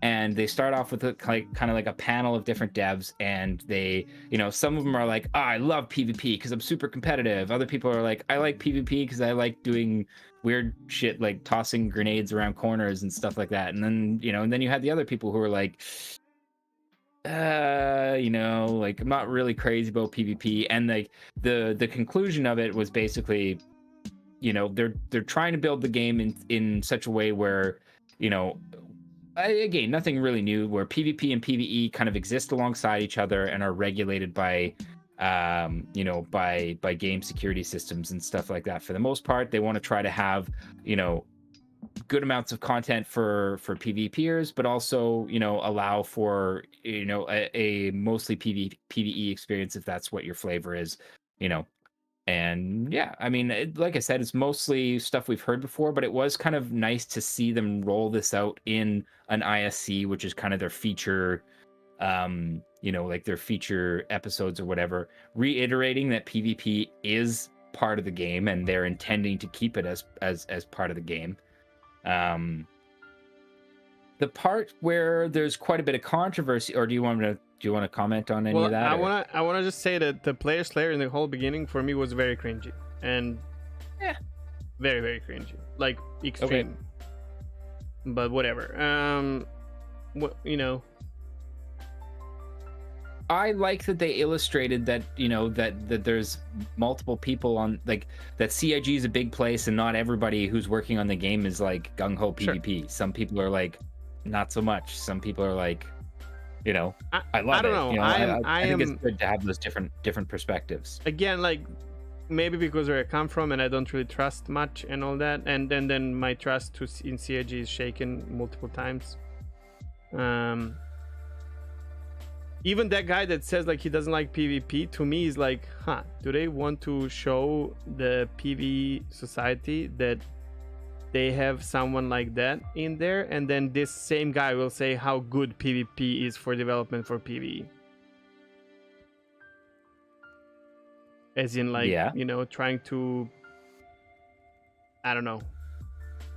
Even though they don't feel like that or whatever, or that guy doesn't feel like that. Well, that's the thing. Like, even if you're not a PvP player, like, you can agree that it can be an integral part of an experience. I disagree so much. That's why I don't like it. I like the idea of the show. I think it's very important, but I think to no surprise, like, I really disagree with what they're saying.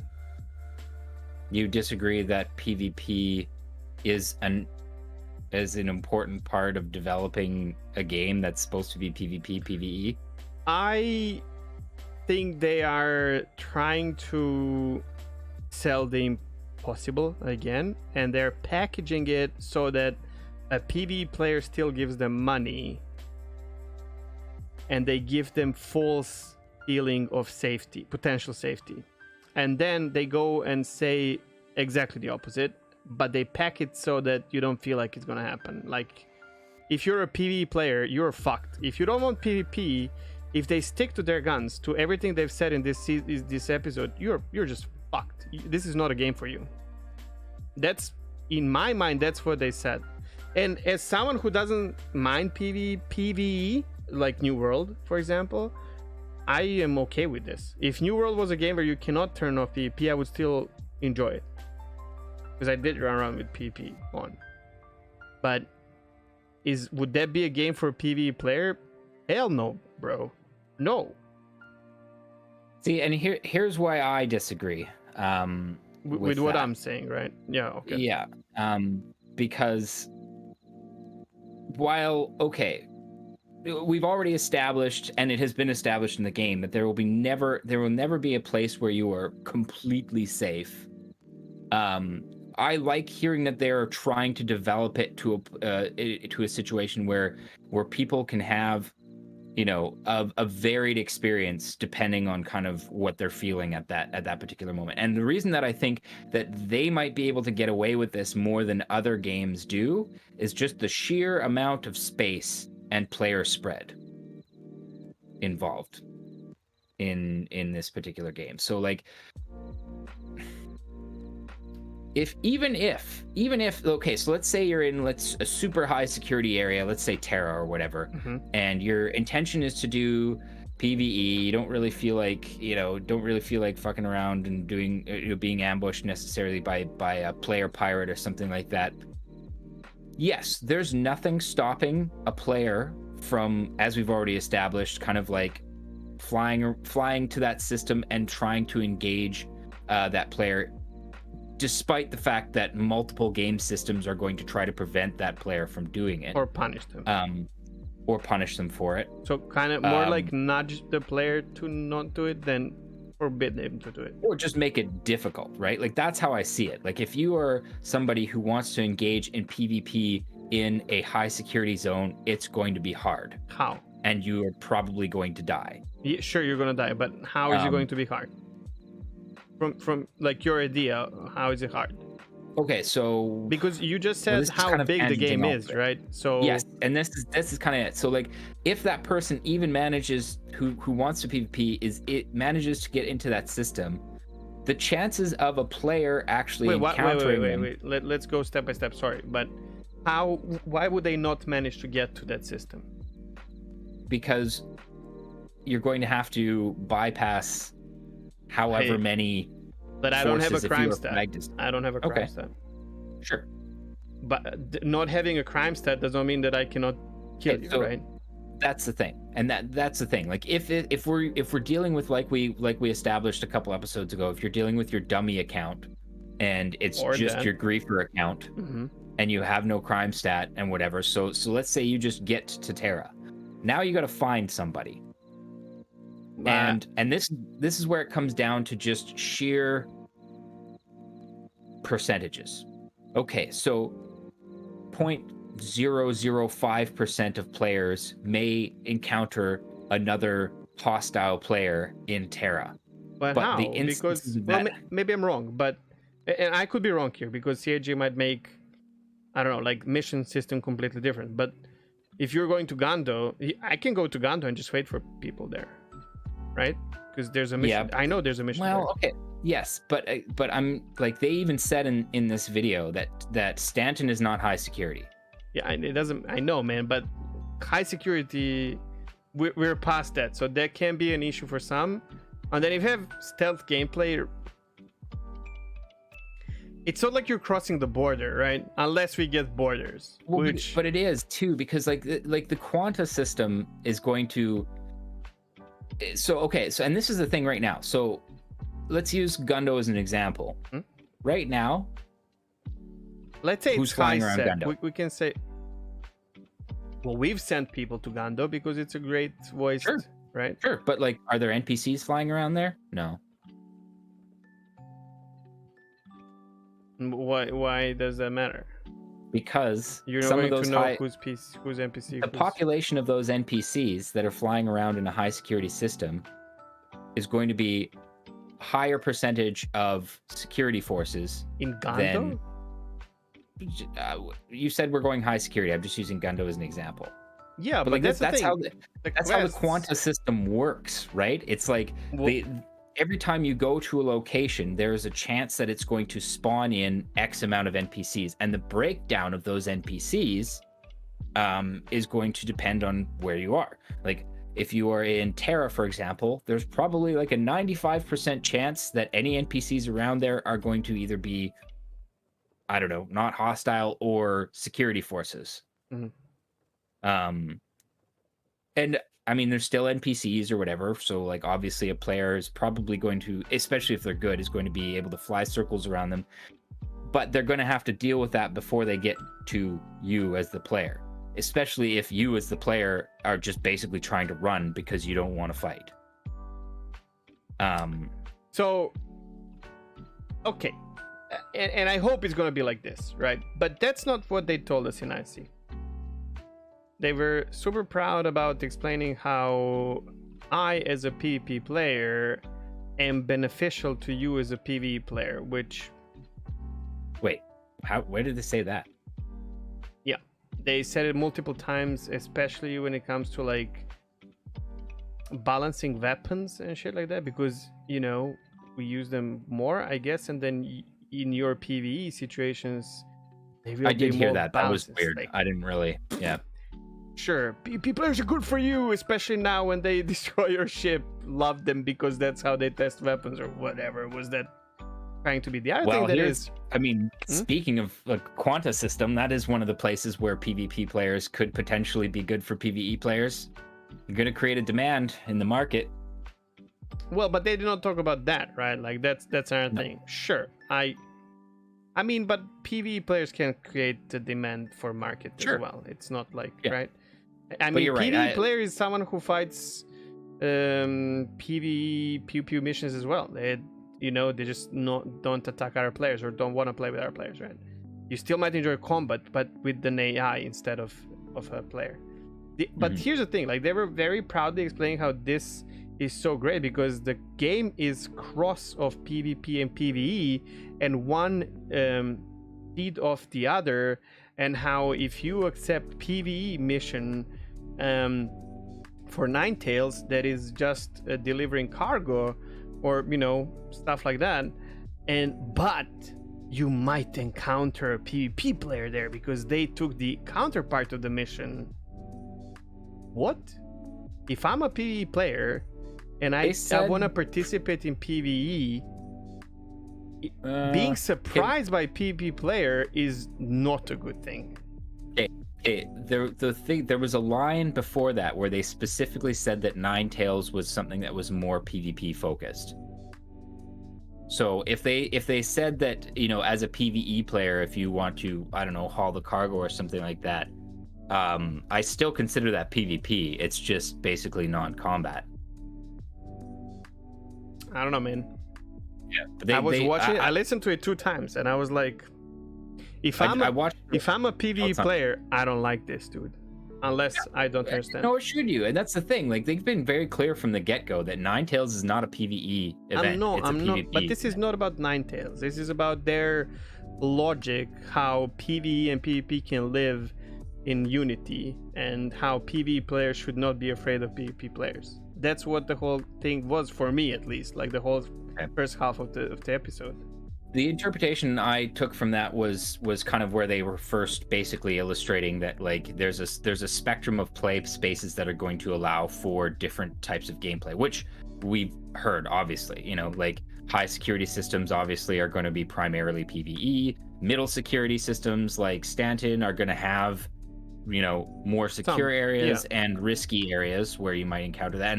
And they flat out said, I think they said the Pyro is basically just going to be a PvP hellscape. Yeah, because maybe, right? Maybe, yeah. There's just going to be no security, so probably it's so anybody can do anything. Yeah. But then that's I don't even. We talked about this as well. It's kind of difficult, but we have to go back and forth sometimes. Like, yeah, it's going to be we have to incentivize people to go there in order because otherwise who's gonna be in Pyro, right? Yeah, Noodle and Cut and Darklaw dueling each other because whoever just feels why did my camera just blare out? It's fine now. Okay, there we go. Because if no one's going there to pick up something, then what are they doing? Who want to gate camp? Yeah, but who are they going to gate camp if no one's coming there, right? Other Noodle and Darklaw. Good luck with that.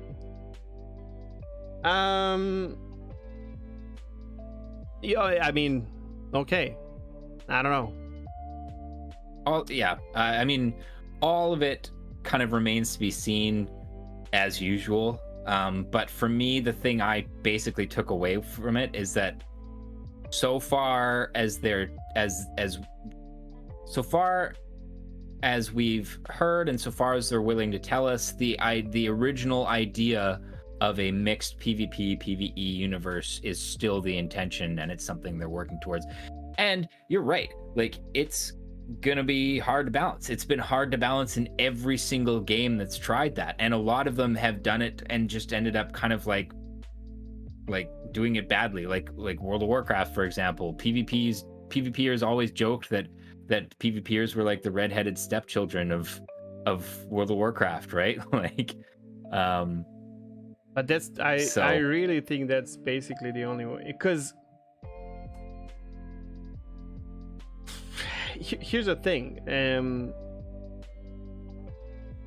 it's a PvP game. Like if you have PvP allowed everywhere, but you kind of hinder it in a way, like you make it more difficult or whatever in certain places, it's still a PvP game, and we cannot call it a PvE game at all. Like it's a PvP game with PvE content. Like even more than the only way that it's a PvP and PvE game is if you have actual PvE. And I want this, actually, funny enough, even though I am someone who wants to play a PvP game like Eve, for the sake of the game longevity and population, I actually would like to see PvE only zones where you just cannot kill people, because then it's PvE and PvP, you know. PvPvE. PvPvE is what we're having now, but that's not PvE. That's PvPvE is not PvP and PvE. PvPvE is all mixed up together, but that's PvP. Okay, it's still so PvP, and that's the game we're having. Yeah, okay, so maybe they're basically kind of mislabeling it with the idea. Yes. Then again, I don't know, like all this again, like comes down to how well the quanta system actually functions, as far as like being able to like systemically limit that sort of kind of those sort of encounters, you know what I mean? But it really wouldn't hurt the game if you had like at least like starter areas where, in order to get into and out of the starter area, you need to go through a quantum jump or whatever, like a gate. Yeah. And you can't get there. It's a pocket, and you cannot get there any other way.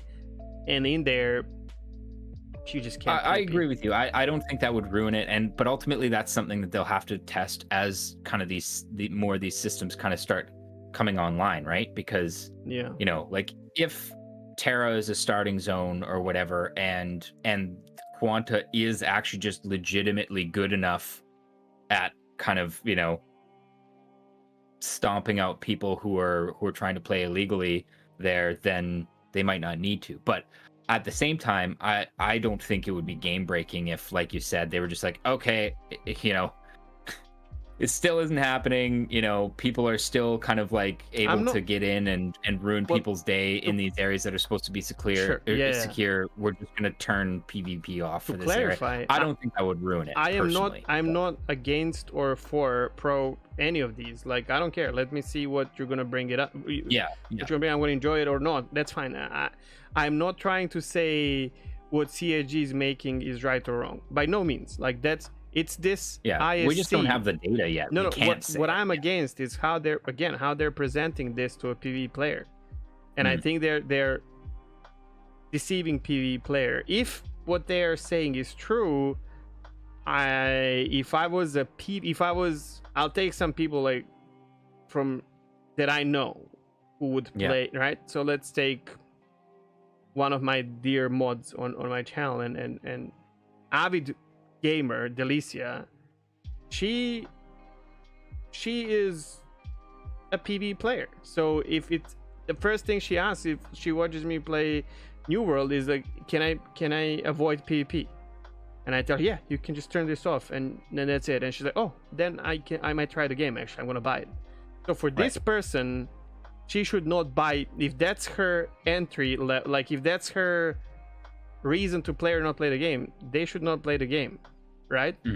But what you're doing here, if that's the case, you're telling these people, come, you're gonna be fine. but it's not.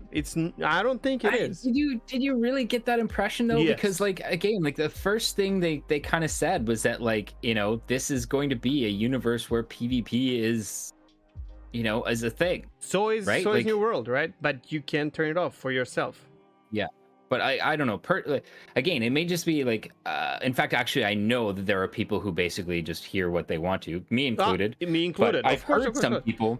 But like I've even seen the some message people on is my. there, right? Like for yeah. Some people get it like me. Some people get it like you. But it can't be clear as well.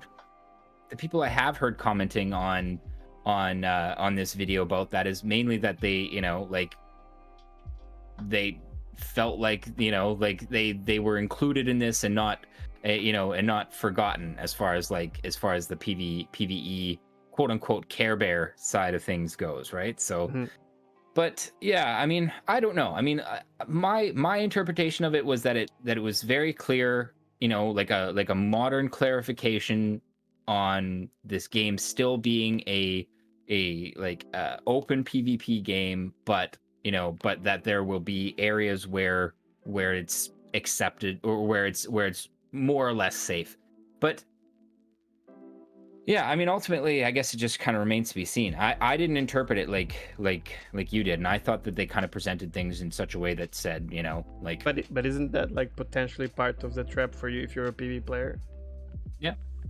That's all I'm saying. That's all I'm saying. Like potentially, we are giving the wrong message, or they are giving the potential. Maybe I'm wrong. Like, again, like I said, I mean, I thought their messaging was very clear, but I think like I think it still remains to be seen whether or not it is. And I think ultimately, at the end of the day, I mean, there's still probably going to be some people who kind of like ignore all messaging, no matter how clear it is, you know, and cling to this idea of this game as they want it to be. But these and people then will be disappointed if it doesn't end up that But these are different people, right? Like I took Delicia for a reason because, and there's a lot of gamers like this.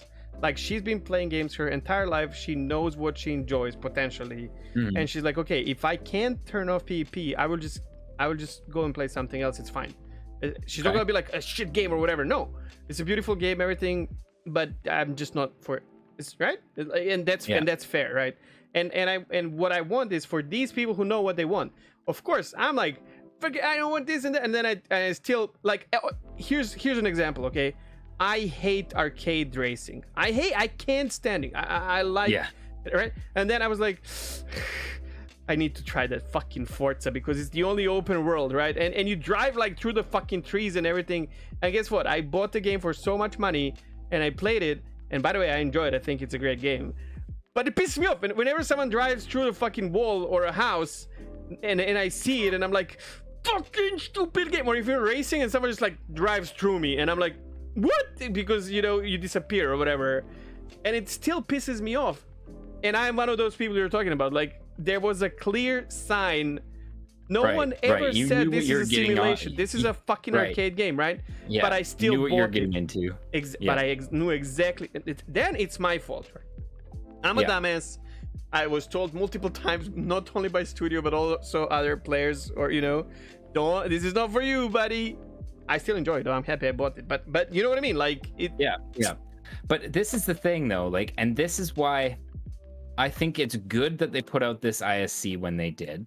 Because, frankly, if you were a backer, like, it's a good refresher. Because, like, this has always been the intention. So, to the people who are diehard PvE and who are going to be really pissed off that even if there's only a 0.0005% chance of encountering a player in Terra, you know, if they're still pissed off that is still technically open PvP, where have you been, man? Like, wait, you know, was that message clear with this? As this is me asking you a question, because maybe I focused on different things, but was this what you're saying now? Was that clear? That they are trying to make it so that you can be attacked anywhere, but they're going to try and, you know, like limit that in other ways. This is where we need to do an episode where we go over some of like the legacy, like stretch goals and like the legacy pitch and stuff like that. Because again, from that pitch, it was very clear. No, but I'm talking about like this This ISC. Yeah, this episode. To me, it was. To me, that's what I got. Was Maybe like, it was. you know, Because that's like, important. it's open PvP, you know, but there will be areas where it's kind of more PvE focused because it's higher security, and that's, you know, but that's what I got. But like, again, like, I'm coming from a perspective of somebody who was here at the beginning and knows that you know, that was the intention kind of from the get-go. Well, so I know as well, kind of, you know. I know that. That's why I'm here. But yeah, I always have that mind. I guess as someone who is streaming for a long time, it's so silly. Now it's second nature to me, but like, whenever I play a game and someone asks a question, and I've been playing this game for like 10 years, I go down to a level where I feel like, how did I like, I want to give you an information for you as a new player, like as someone who doesn't know this.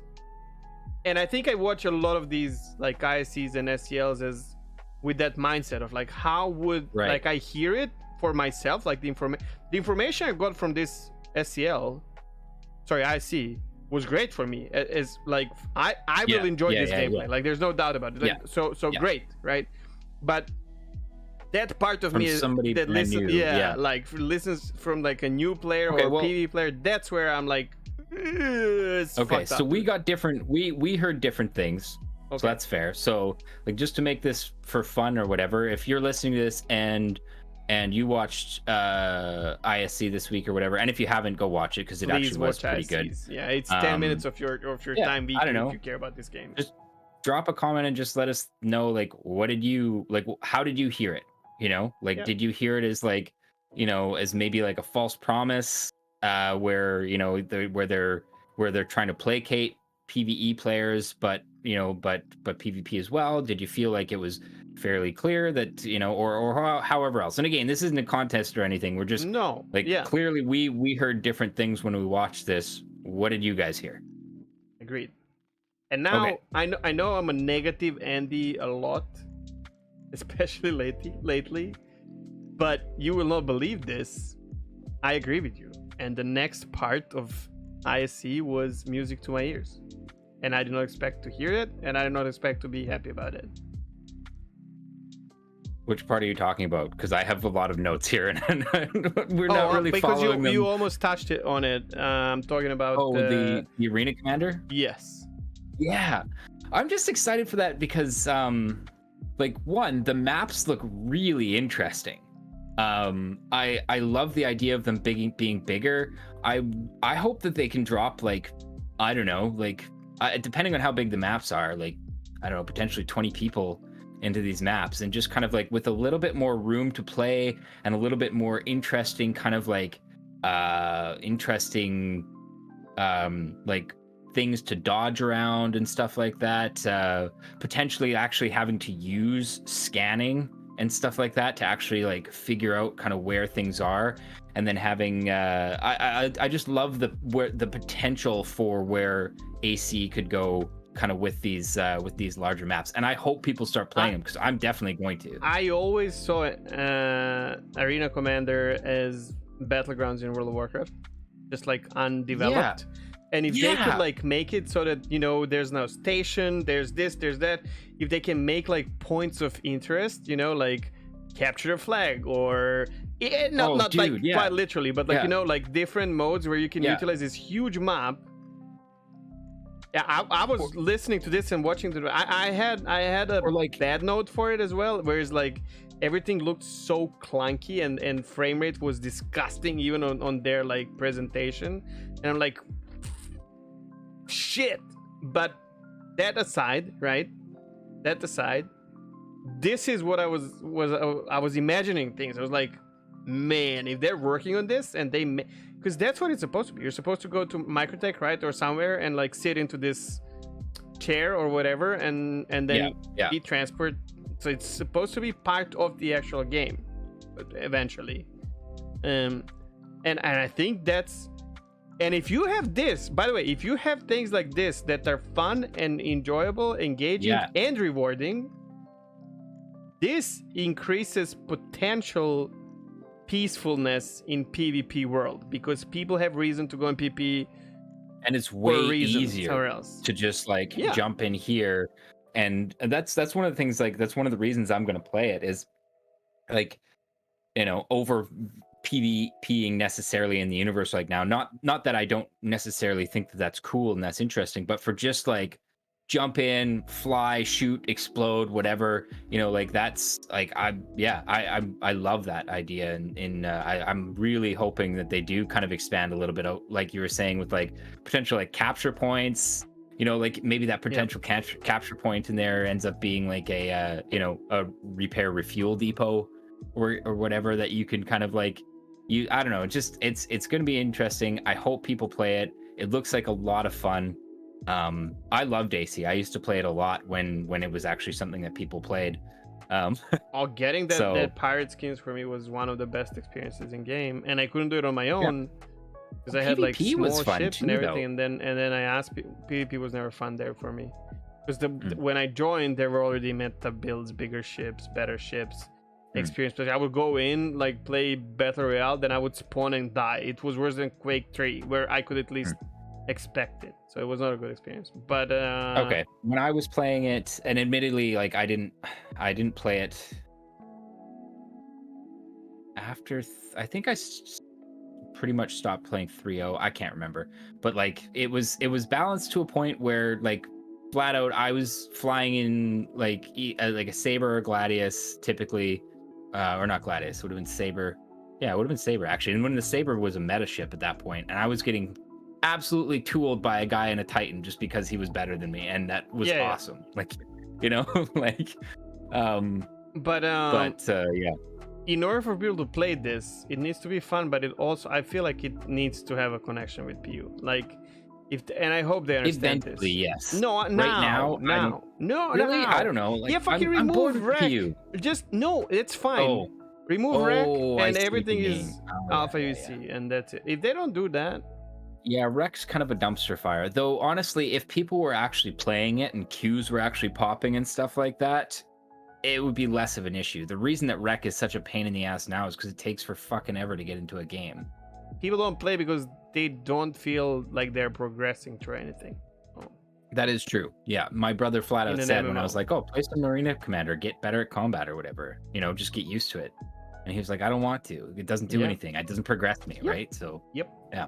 And we are here for an MMO, so people who are playing this are here for an MMO. So if I play Arathi Basin or AV or whatever in World of Warcraft, guess what? I get gear, earning... I get numbers going up with my honor or kills or whatever that everyone can see in the open world. So yeah, that's fair. We need stuff. I don't really care right now personally, because I don't myself. Really care about you do, man, because you want better queues and more people to play it.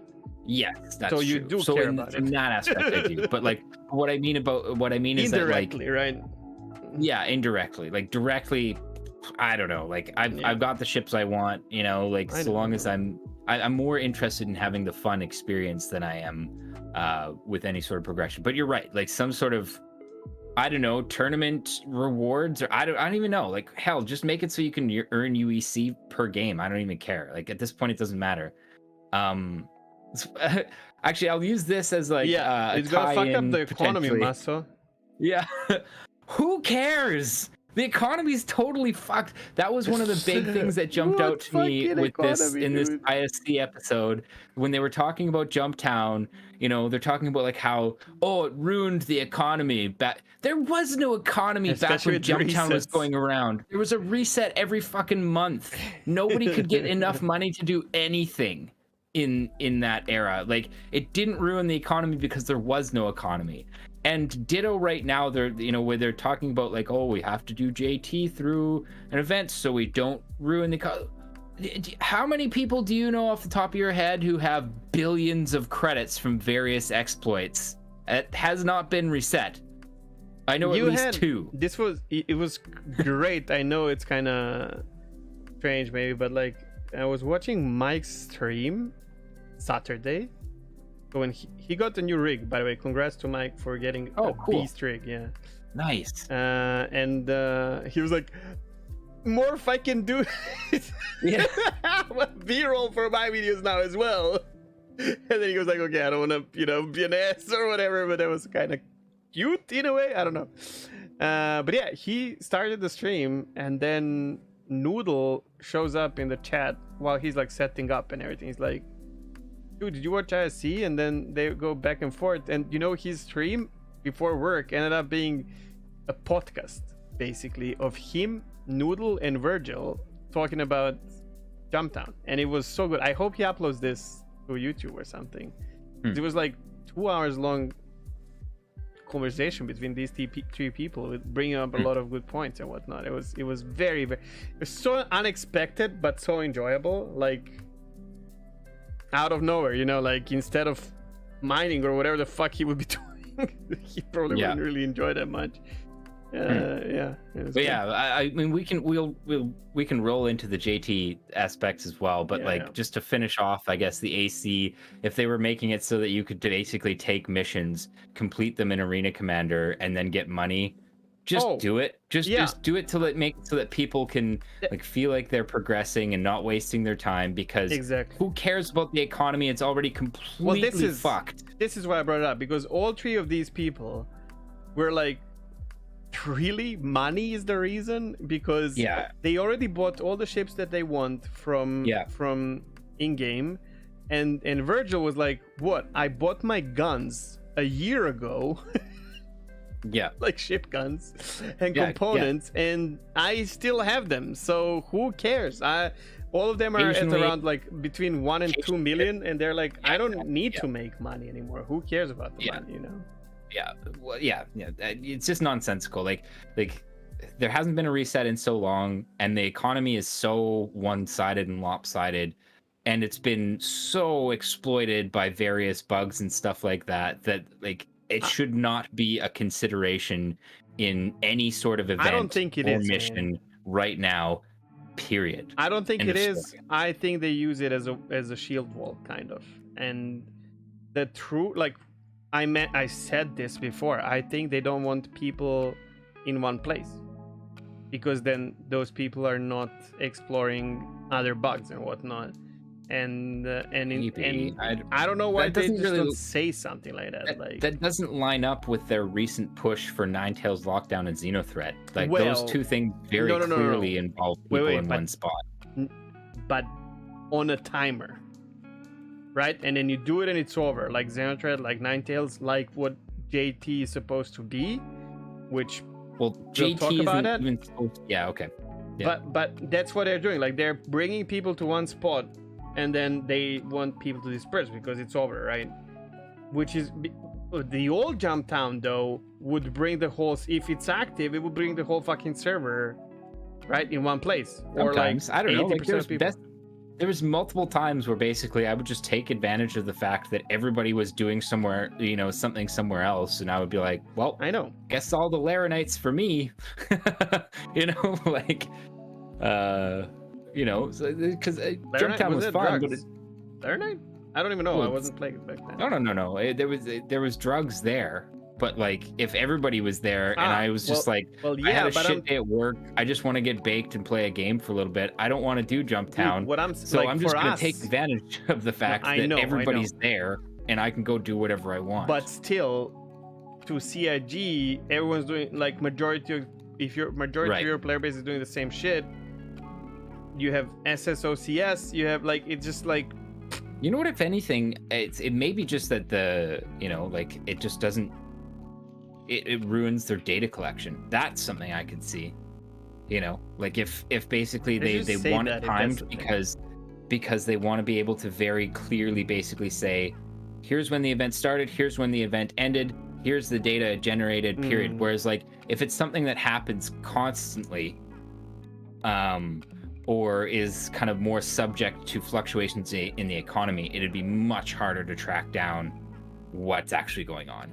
But that's what Jumptown in the long term is supposed to be. And that's why I kind of don't necessarily agree with commentary about them missing the point of Jumptown, because in the long term, it's not going to be an event. It's going to be something that is 100% dictated by Quantum. Okay, wait. I'm gonna stop you and let you continue. But Sure. That's pretty much This it. is the last thing we have about ISC and the news, which is Jumptown, basically. So, just to mention it, they are working on Jumptown, what they call Jumptown 2, and a lot of people disagree with the name, which I'm on that train. Call it something else and tell us that it's inspired by Jumptown or whatever. But whatever, that's not gonna make it or break it for me. I don't care. Yeah. But instead of talking about what happened about Jumptown there, we're gonna move on to our topic, because our topic is actually inspired by the whole dynamic events, especially the last IC where they expressed themselves and explain how they're trying to recreate Jumptown, plus a Ninetales, plus Xenothreat. So the topic is dynamic events and how we feel about it now and long term. And let's start our topic with what they were talking about with Jumptown 2. Right. Okay, so first and foremost, I guess, was that the devs basically said that they're heavily inspired by the original Jumptown, and they're trying to recreate an event that simulates Jumptown, and they want it to kind of like keep that kind of like organic, fun, but not have it be, overly scripted. If you don't know what Jumptown is, and I assume there are some people who don't, you can go down and check. There's a link in the description to Paul Shelley's the Jumptown Wars, where he took shitloads of time and collaborated with a lot of content creators to get like really nice voice actors. Yeah. And I think he's great. He's very passionate about it. He remembers it. I was not there, but thanks to Paul and some other people in the community, I know exactly how it was, what it was about, and whatnot. So but to put it in like very brief explanation, Jumptown, there's one place on Yella that is called Jumptown, one like little station. It's not on your radar, right? So you have to know where it is. You can't jump to it. You have to navigate to it manually. Jumptown, where you cannot jump, and basically the drugs there were extremely cheap, and you could just buy them there, and with no cooldown, basically you could go and sell them somewhere else and profit like hugely, right? Like we're talking 10 to 100 times more than you'd make doing anything else in the game at the time. In no time, basically. And so what this led to is a lot of people wanted to get it. This is not a what's the name? Like no fire zone. What's the name? Yeah, it wasn't an armistice zone. It's basically an illegal drug lab. So it's exactly. So what did this led to a lot of PvP, which led to a lot of collaboration with multiple players, large scale combat scenarios, and it brought some of the most epic moments in the game. So just for those who don't know what it is, majority of people do know, those who watch stuff on YouTube and Twitch and whatnot, but I just want to mention it. Sorry, that's why I interrupted you. No, that's okay.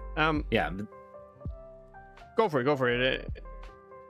Well, okay, so anyway, so basically they're trying to recreate that in game with a dynamic event now instead. So it'll be it'll be something that comes across your mission manager. If you are a pirate player, it'll show up, I guess, in a personal tab. If you are they said broadcast, which I hope they don't broadcast it to a whole server. I would hope that it would be reputation based, but they'll probably just broadcast it for the purposes of this event. And basically it'll be kind of like a free-for-all, like get to the area, grab as many high value probably drugs as possible, and get out of there without being blown up by other people who are trying to get drugs, or people who are playing the role of security and are trying to just take down anybody hauling out of there. The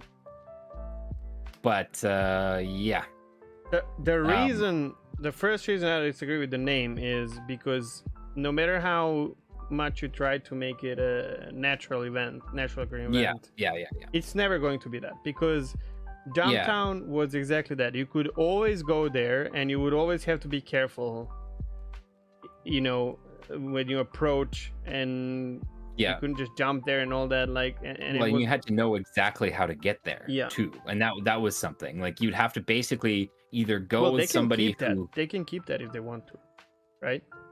I kind of liked that. Like, honestly, like Me having too. literally, you'd have to basically like pull up to a very specific location in orbit and then look for landmarks on the ground. You know, so it was like, look for this shape of this color of a thing on the ground, fly towards that. When you get to, you know, when you see, you know, the Extra two mountains navigation. over here, head towards that, you know, and you know, like it was like that was kind of one of the ways that it was semi-exclusive. I mean, eventually it got to a point where everybody kind of knew, but it still was that extra step, you know, like you had to fly down manually, there was no jumping to it.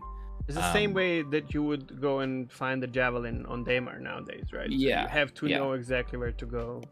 Yeah, but anyways, like, so yeah, so I agree with you in that, like, by making it an event, it's not going to be emergent like you know, like It's just not going like to be the the initial same, one right? was. There's No. no way it's gonna be the same, right? And then on top of everything, if you think about it, there was some sort of pride in the player base that they made this content for themselves. Yeah. Right. Yeah. So that's gone when the studio actually makes this themselves. Yeah, like, well, this is the thing. Like, they said they're gonna try to keep it feeling emergent, but like we've already established, it's unlikely that they'll be able to make it like that. With the way that they've kind of put it out there, and a lot of people are understandably critical about this. You know, like if they played the previous Jumptown and they're seeing it go a direction that doesn't feel like the original, then, you know, like, I can understand that. But sorry, I just feel like it's a missed opportunity to honor, because they were on such a good road to it, where they added Jumptown to the lore, which is beautiful, and then they kind of, in my eyes, in my perspective, they screwed it up now in the eyes of those who originally participated in it. Where I don't get me wrong, I don't think this will be a bad event or that it's a bad idea or anything. If they just called it Drug Wars or whatever, you know, like whatever else.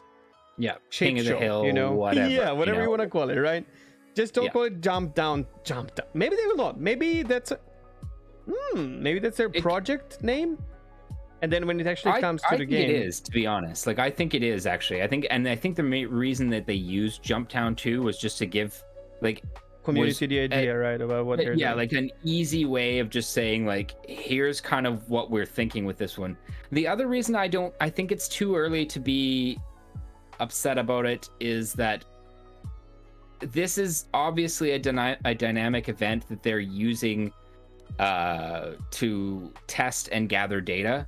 I don't think that something like this will be how it is in the long term, at least as far as they've explained Quanta. I think more like a Jumptown thing will end up being something that's emergent when we actually have the requisite like that requisite Quanta tech, you know, that's basically able to actually kind of adjust pricing based on supply and demand, etc. Or at least that's the idea, and that's why I think it's like. But nah. Actually, now that you've said that, and then I've said what I've said, it's an emotional. It's like it hits you in the feels. It's a nostalgia. You know, they're playing on a nostalgia player and whatever, and it's not okay. It's actually not okay. If they should, like, to present it that way, like, it's literally, no. I would really be okay if they said, okay, we like what you guys did there, you motherfuckers, it's amazing, which they did, adding it to literally to a lore, and then inspired by that, we're trying to make something that you might like, and we call it shit show, whatever. You know what I mean? Like, and I think they would be super respectful, and I think it would be, because then if someone says, yeah, but that's not Jumptown, then you can say, or they can say, no, it's not Jumptown. It's not just Jumptown. Inspired by it. I'm sorry. Like, you guys will be able to create new Jumptowns when the time comes, right? And but this leads to the actual problem, the actual topic here, which is timed events. And dynamic. What that's what it is, right? So right now, as we speak, so we're not gonna let go Jumptown, but I'm going to add Ninetales into this conversation. I was watching someone stream 6 hours straight with the title on Twitch, testing Ninetales event, which never happened, and 6 hours later they turned off their stream with the feeling of disappointment, which was very apparent. And I haven't seen a single person who felt good about random, not so random dynamic events. So we know that they know when they're going to trigger it, but we don't know when they're going to trigger it. Okay, well, first of all, I'm going to call you a little bit on that because, like, I think in general, Xenothreat, the first time it rolled through, was overall positive. People liked it. It's not the same, though. It's not the same anymore. Xenothreat was... No, but Ninetales and Xenothreat are not the same. Ninetales starts sure, I know. and ends, right? Xenothreat, though, lasts long-ass time. Yeah. Right? It's much longer event. So whenever you log in, chances are you can skip a server or two and you're going to catch Xenothreat at some stage. Yeah. And you can still be part of it. Oh, okay. So like your issue is kind of more so insofar as like it's a window of time, and it's entirely possible that people would go on and completely miss those. Yeah. Exactly. Not that it's entirely possible. This is exactly what's happening, and it's happening a lot. And we have to take into consideration, if this was a game, right? If this was a game and not an alpha, and you know that if you miss this event now, whatever, you know, you're gonna catch it or whatever. If you knew on which kind of rotation or something, that'd be okay.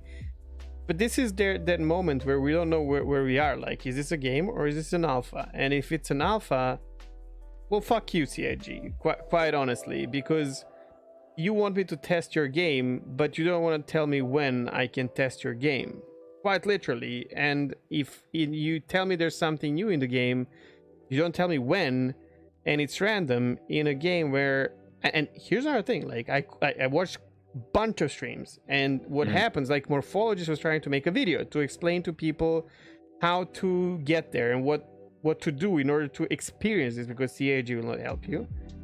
And they had, in 2 hours, they had 1130Ks. My personal experience, I've encountered the message 2 times, and whenever I would go into Mobiglass and it was on stream as well, into Mobiglass to check, to find the mission, the game would just explode. And when I log back in, I would be on another server and there was nothing. And what are we doing here? Like, why? I'm not saying necessarily dynamic events are bad as an idea. Not working as intention. Yeah, as intended. Like something is broken in the back end. It's not the right time for that, right? And you build the anticipation the expectation, everything. Because let's not forget, nothing was happening for a super fucking long time, and now there's something happening, and then you're limited by time. But it's not actually happening. Yeah. You might miss and then a lot of people who are backing Star Citizen are grown ass people, right? I was about to say men, but we have a lot of female commanders, amazing women in space, our fellow players, or any genders in general, and they work, they have families, and they have those like couple of hours on weekend to test the game, and then it doesn't happen, and then it's not happening.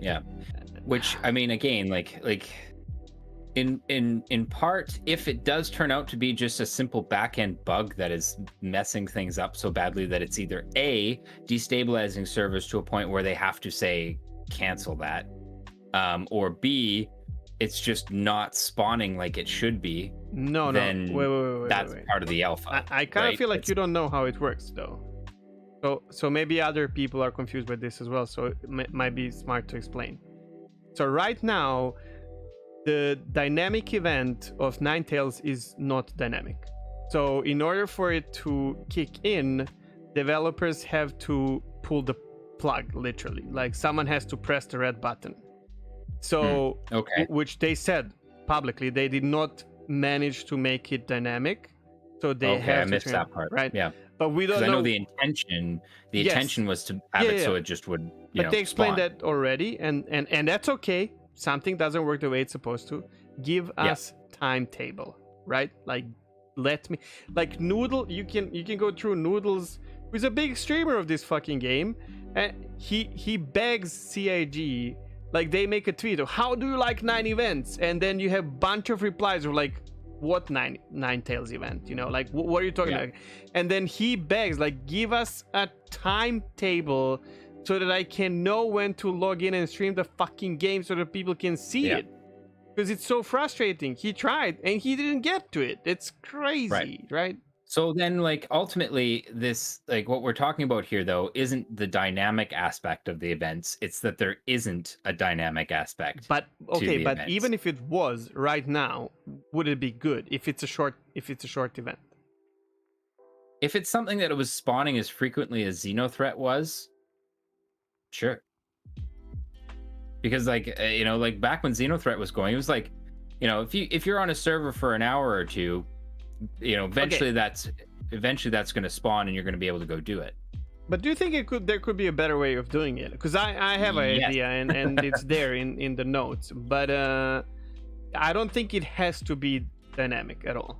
And well, not right now. No, like in general, I feel like it's unnecessary for it to happen randomly. Because we are part of this universe, right? And we can be a trigger to something like this happening. So if there was like a mission for us to do that potentially will trigger Ninetales mission, so that we know, and it's like maybe it's a very difficult mission where you need 10 people to do it, right? So there's a ship, let's say there's an Idris, going from station to station, and if 10 people intercept and kill it, and we have this in game already, right? Like if you're doing, what's the name, the mission, the bounty hunting mission, Arlington Gang. Like so we have this already. So what if you had like an Arlington Gang replica mission where if you attack this Idris, it kicks in, it kicks the event, and the event starts, and then for the next 2 hours it's broadcasted to everyone. But then someone like Burks, someone like Noodle can go, someone like Morph can go trigger the event, and for the next 2 hours people can jump in and do it. Right now, sure. And ultimately, like, at least from what I've gathered from Tony Z's various like shows and stuff like that, is that's always going to be something that they are able to do with the system that they're building out.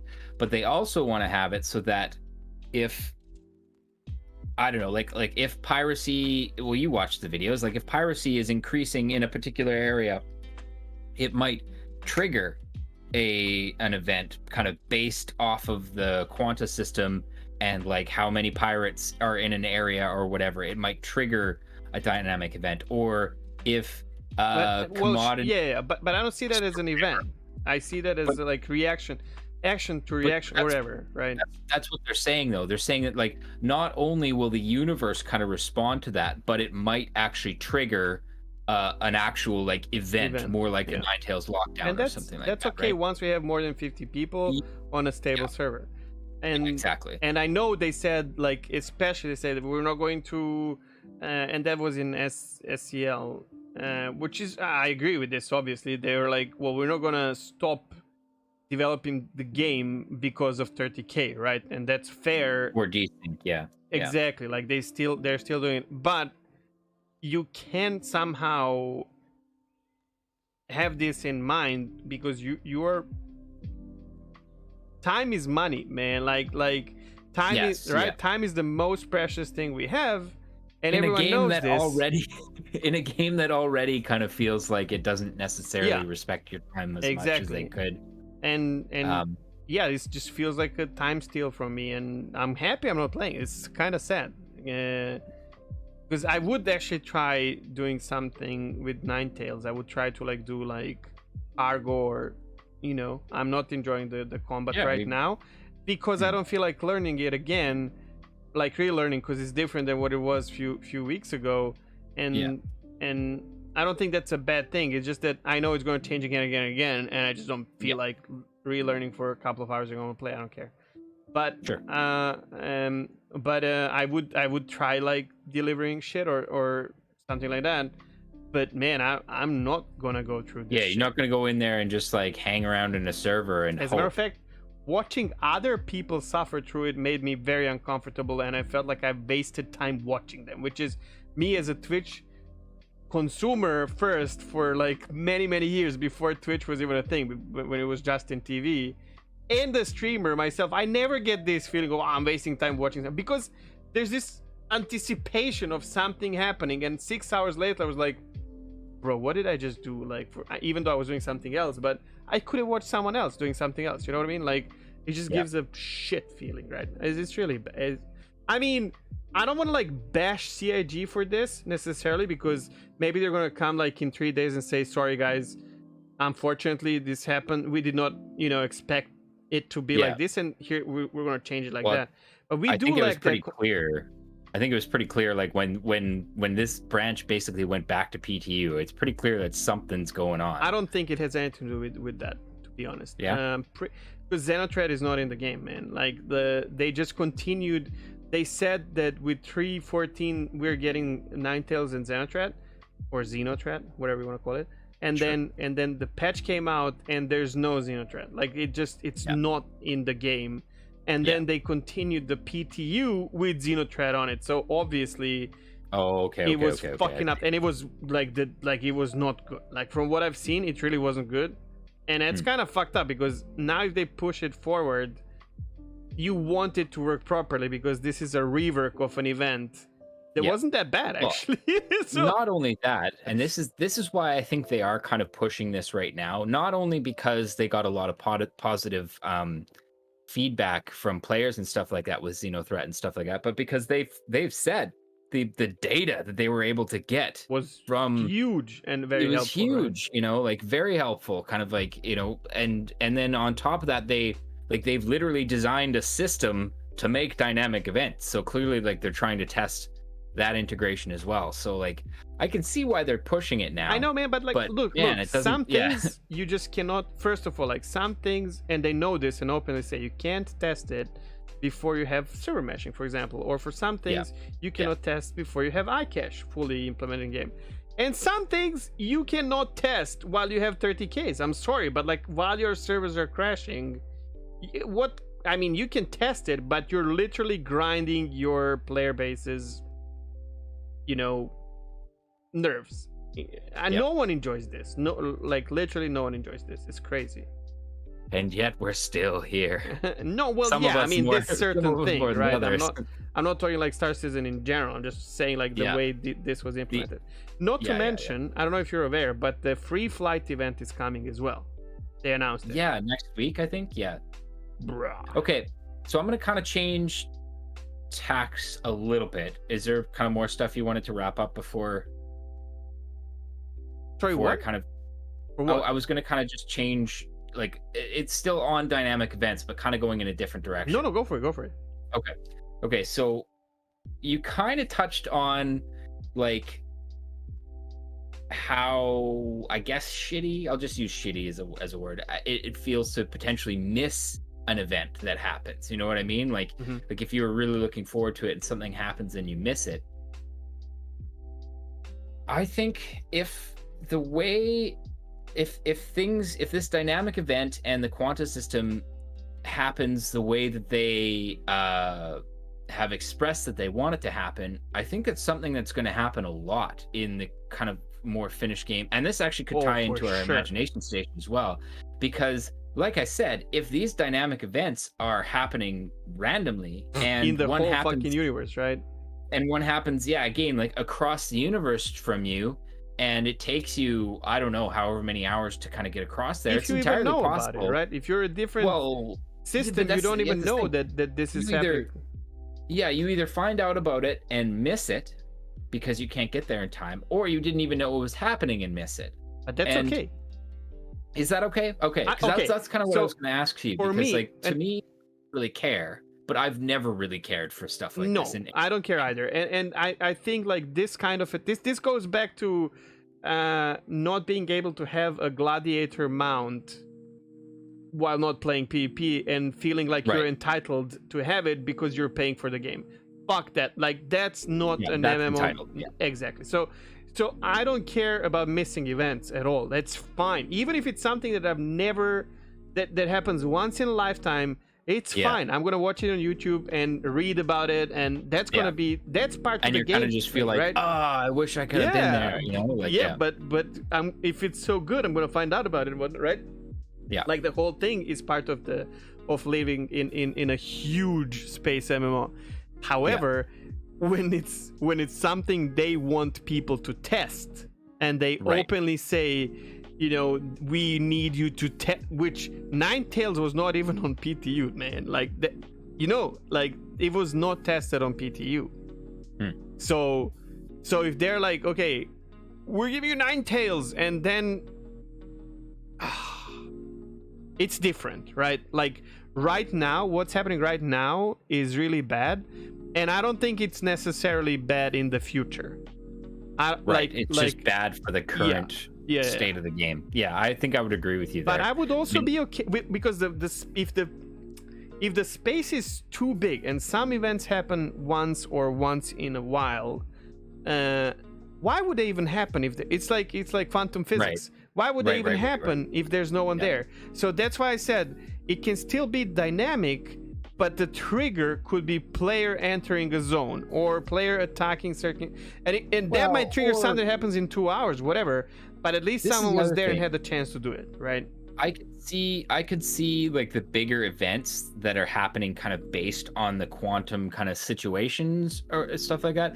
I could see those just being events that last longer, especially, or that trigger other. This is the other thing, and this is kind of the neat thing. They've talked about like the outcome of a certain event triggering potentially kind of like follow-up events as well. So like, and if something happened in the middle of nowhere and it was just like there wasn't really anybody who engaged with it, it ran its course, the NPC calculations basically determined the way it fell out, and the blue dot becomes red dot as a station, right? The blue dot becomes red dot, and then triggers potentially other events kind of from that, which, like, if they can get that work, I don't know if you've seen. Awesome.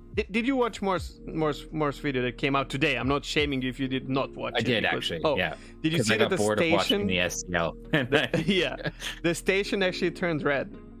Like it. Oh, I didn't see that. Yeah. It actually, like, the station got the new skin. It was red, which I think is super cool. And I don't know if that's because of the event or not, but it's kind of cool to see something, different color.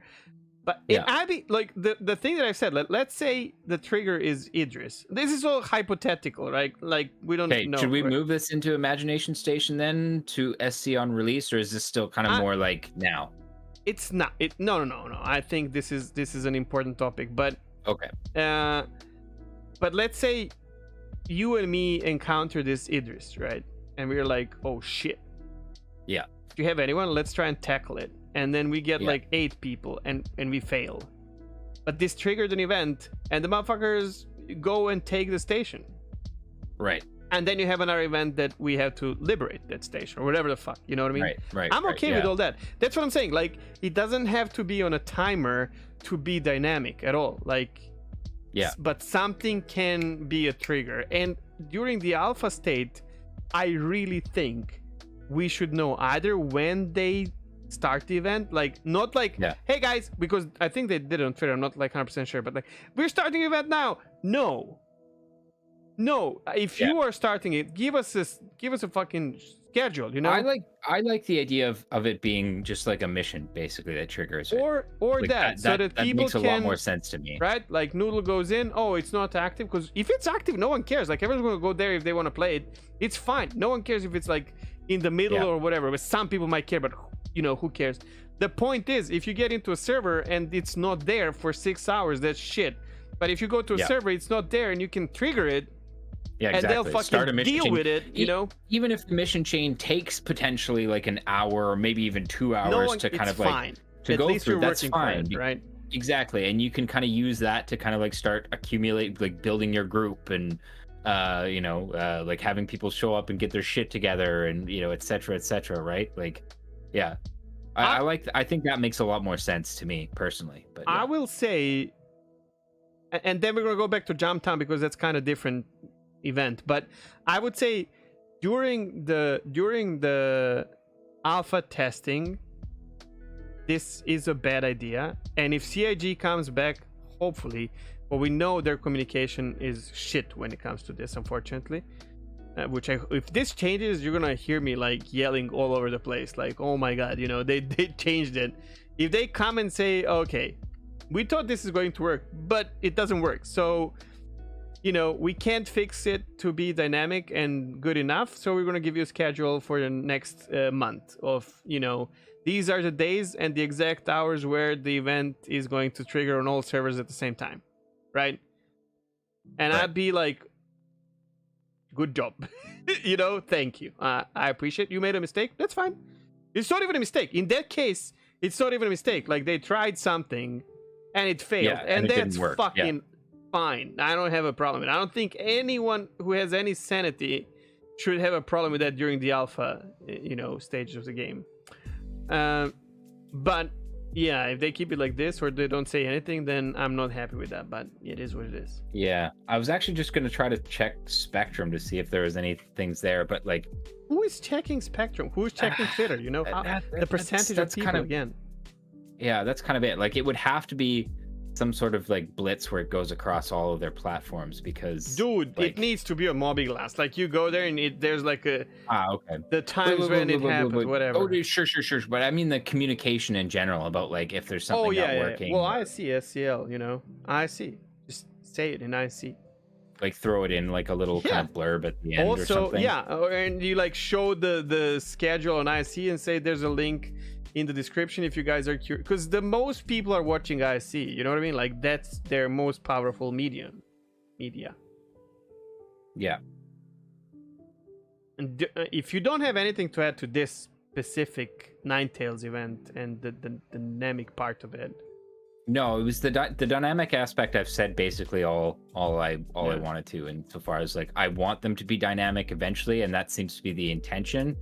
But like, I agree with you, in the current iteration of the game, it doesn't make a lot of sense if it's not triggering properly, or or it's being kind of like arbitrarily run at times where people just aren't able to play it, or I think pretty much with everything there, it's pretty much what I wanted to say. And a lot of that ties into the Jumptown side of things too, because again, like I feel like this, as they've portrayed it, like I was saying earlier, it was very more vague, though. Like, yeah, but it's like, it seems to be more built for the current incarnation of the game as opposed to the future incarnations of the game. I agree. Well, maybe, yeah. Definitely not. Well, yeah. I am not an avocado, and everything I say after now, while it will turn out to be true, is again not backed by anything, and I don't have any inside information about this, okay? But I am about to tell you exactly how Jumptown 2 is going to work and why it's going to be fucking amazing. You ready? Okay, go. You did not expect this. No. So we have more than one Jumptown-like station. We have them on several moons and planets across Stanton. The way the only dynamic thing about Jumptown 2 will be the price change in the current station, and the only thing you will see is if you are not lawful. You know how you see the price change now of the commodity price alerts? Yeah. This is what I was gonna say. But that's what they're gonna do. Like, that's the only thing they're gonna do. You think so? Yes. You think so? And this will create amazing gameplay, gameplay, dude. Like, this. I hope they do it like that. Because it will create a way where, like, okay, right now, the dark side of, like, if your reputation is shit, you're gonna get the information of like, this is where for the next 2 hours, this is where you can buy shit, and then once someone buys it, actually, then they will probably dynamically again, right, like, trigger the message to lawful players is like, oh shit, someone's buying drugs here, we have a ping, right? And in that way, if it's like 2-3 hour windows in different stations. If they do it like that, I think that'll be really fun. But the way they seemed to make it sound was that it was going to be like almost mission and counter mission based, and I like literally utilize. But I think that's I like a even wrote mission, it in right? the notes up here. Like yeah, commodity price alerts. Yeah, you mentioned it. Yeah. What I hope is that we have a commodity price alert that only displays if your criminal rep is high enough, and vice versa with security, for example. Yeah, so like, you know, like if you are high up with Crusader security or And it whatever, happens in Crusader, like, right? and it happens in Crusader, you might get a like, there's increased trafficking activity, you know, in this area. Yeah. And likewise on the other side, it'll be like a ping that comes up and basically says, And then where we can got a people shipment even... that we need to move. Like, You know what's funny? Like, there's only a couple of places where people can sell it, right? They yeah, can sell it in that's gonna green be. packs, which is shit. Like, you don't get a lot of money. Well, and they're you gonna have to tweak Orient. that. There's a place where you can sell it, right? Reclamation in Orient on Hurston. Yeah. So if there's only one place to sell shit, you know people are going to wait for you there. And there's your actual Jumptown to... Because if that place never changes, and whatever the location is you buy drugs, now you can be smart and like, well, no, you can't. Because then it's going to be camped 24/7. And you can like log off with shit, you know, in your ship, in PO, and come tomorrow and sell it on a server or whatever. But someone's going to wait there as well because they know there's only one place where you can sell it. Yeah, that'll be interesting. I wonder, like, I really hope you're right, and I hope that it is just kind of like a price commodity alert that could happen anywhere in the system. Well, as I far don't as know. like Yeah, one place to that part sell I don't it- know. Oh wait, you don't know about that part? I think would be the fun part, because then you have like a rush essentially. I don't really when you care see if that it's little- like commodity or if you actually get the mission. Oh, It's the same shit, right? If you're like low standing and when it happens you have to see the mission in your personal, right? That is called either Jumptown or whatever the name of the station where it's being sold, and then you can take a mission that is, instead of buying drugs, maybe you can just go and pick up drugs, and the reward is like 200,000 alpha UC or whatever, you know. But then you have to deliver this shit. But then you would be able to deliver it anywhere. It has to be price of drugs, right? yeah. Yeah, no. Commodities would be okay. If it's a mission, then it's kind of fucked up. Yeah, Yeah. I mean, Well, that's what I said. community Like, is if it correct. ends up They're- being if it ends up being a mission, then it will absolutely not be Jumptown. It has to be a commodity. Yeah, and if they and here I 100% agree with the loud part of community saying this is not what it is. If Yeah. it's a mission, they're missing the point completely. Yeah. If it's If not it's a a- mission, if it's a ping of a sort, then it can be maybe even better. Yeah. So here's something that'd be interesting as well, is like, instead of it only ever being reclamation, disposal, Orinth where you sell, have that actually move around as well. Because otherwise, like if it's literally only reclaim, everybody's just gonna hang out there. Yeah. Like, just period, and that's boring. Why? You bring more. Well, that's how Jumptown was, right? You don't know if everyone's gonna chill there. Maybe not. You know, maybe you're gonna It's end up true. on a server where there's no one, It's or you're true, gonna true, bring true. like 5 people, or you're gonna send a scout in. I'm gonna Yes. fly in, and someone's gonna kill me, and you're gonna go relog on another server, right?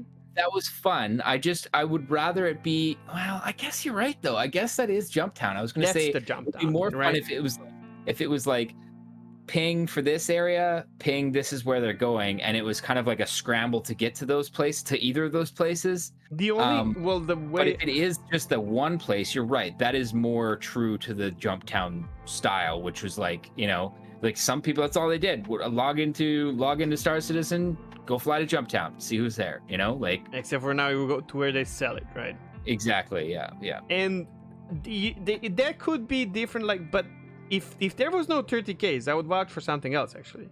Like if the server wouldn't crash, I would say, and by the way, I think they want to make it a mission because of this, because they don't want people to cry about spending a lot of money crashing, right?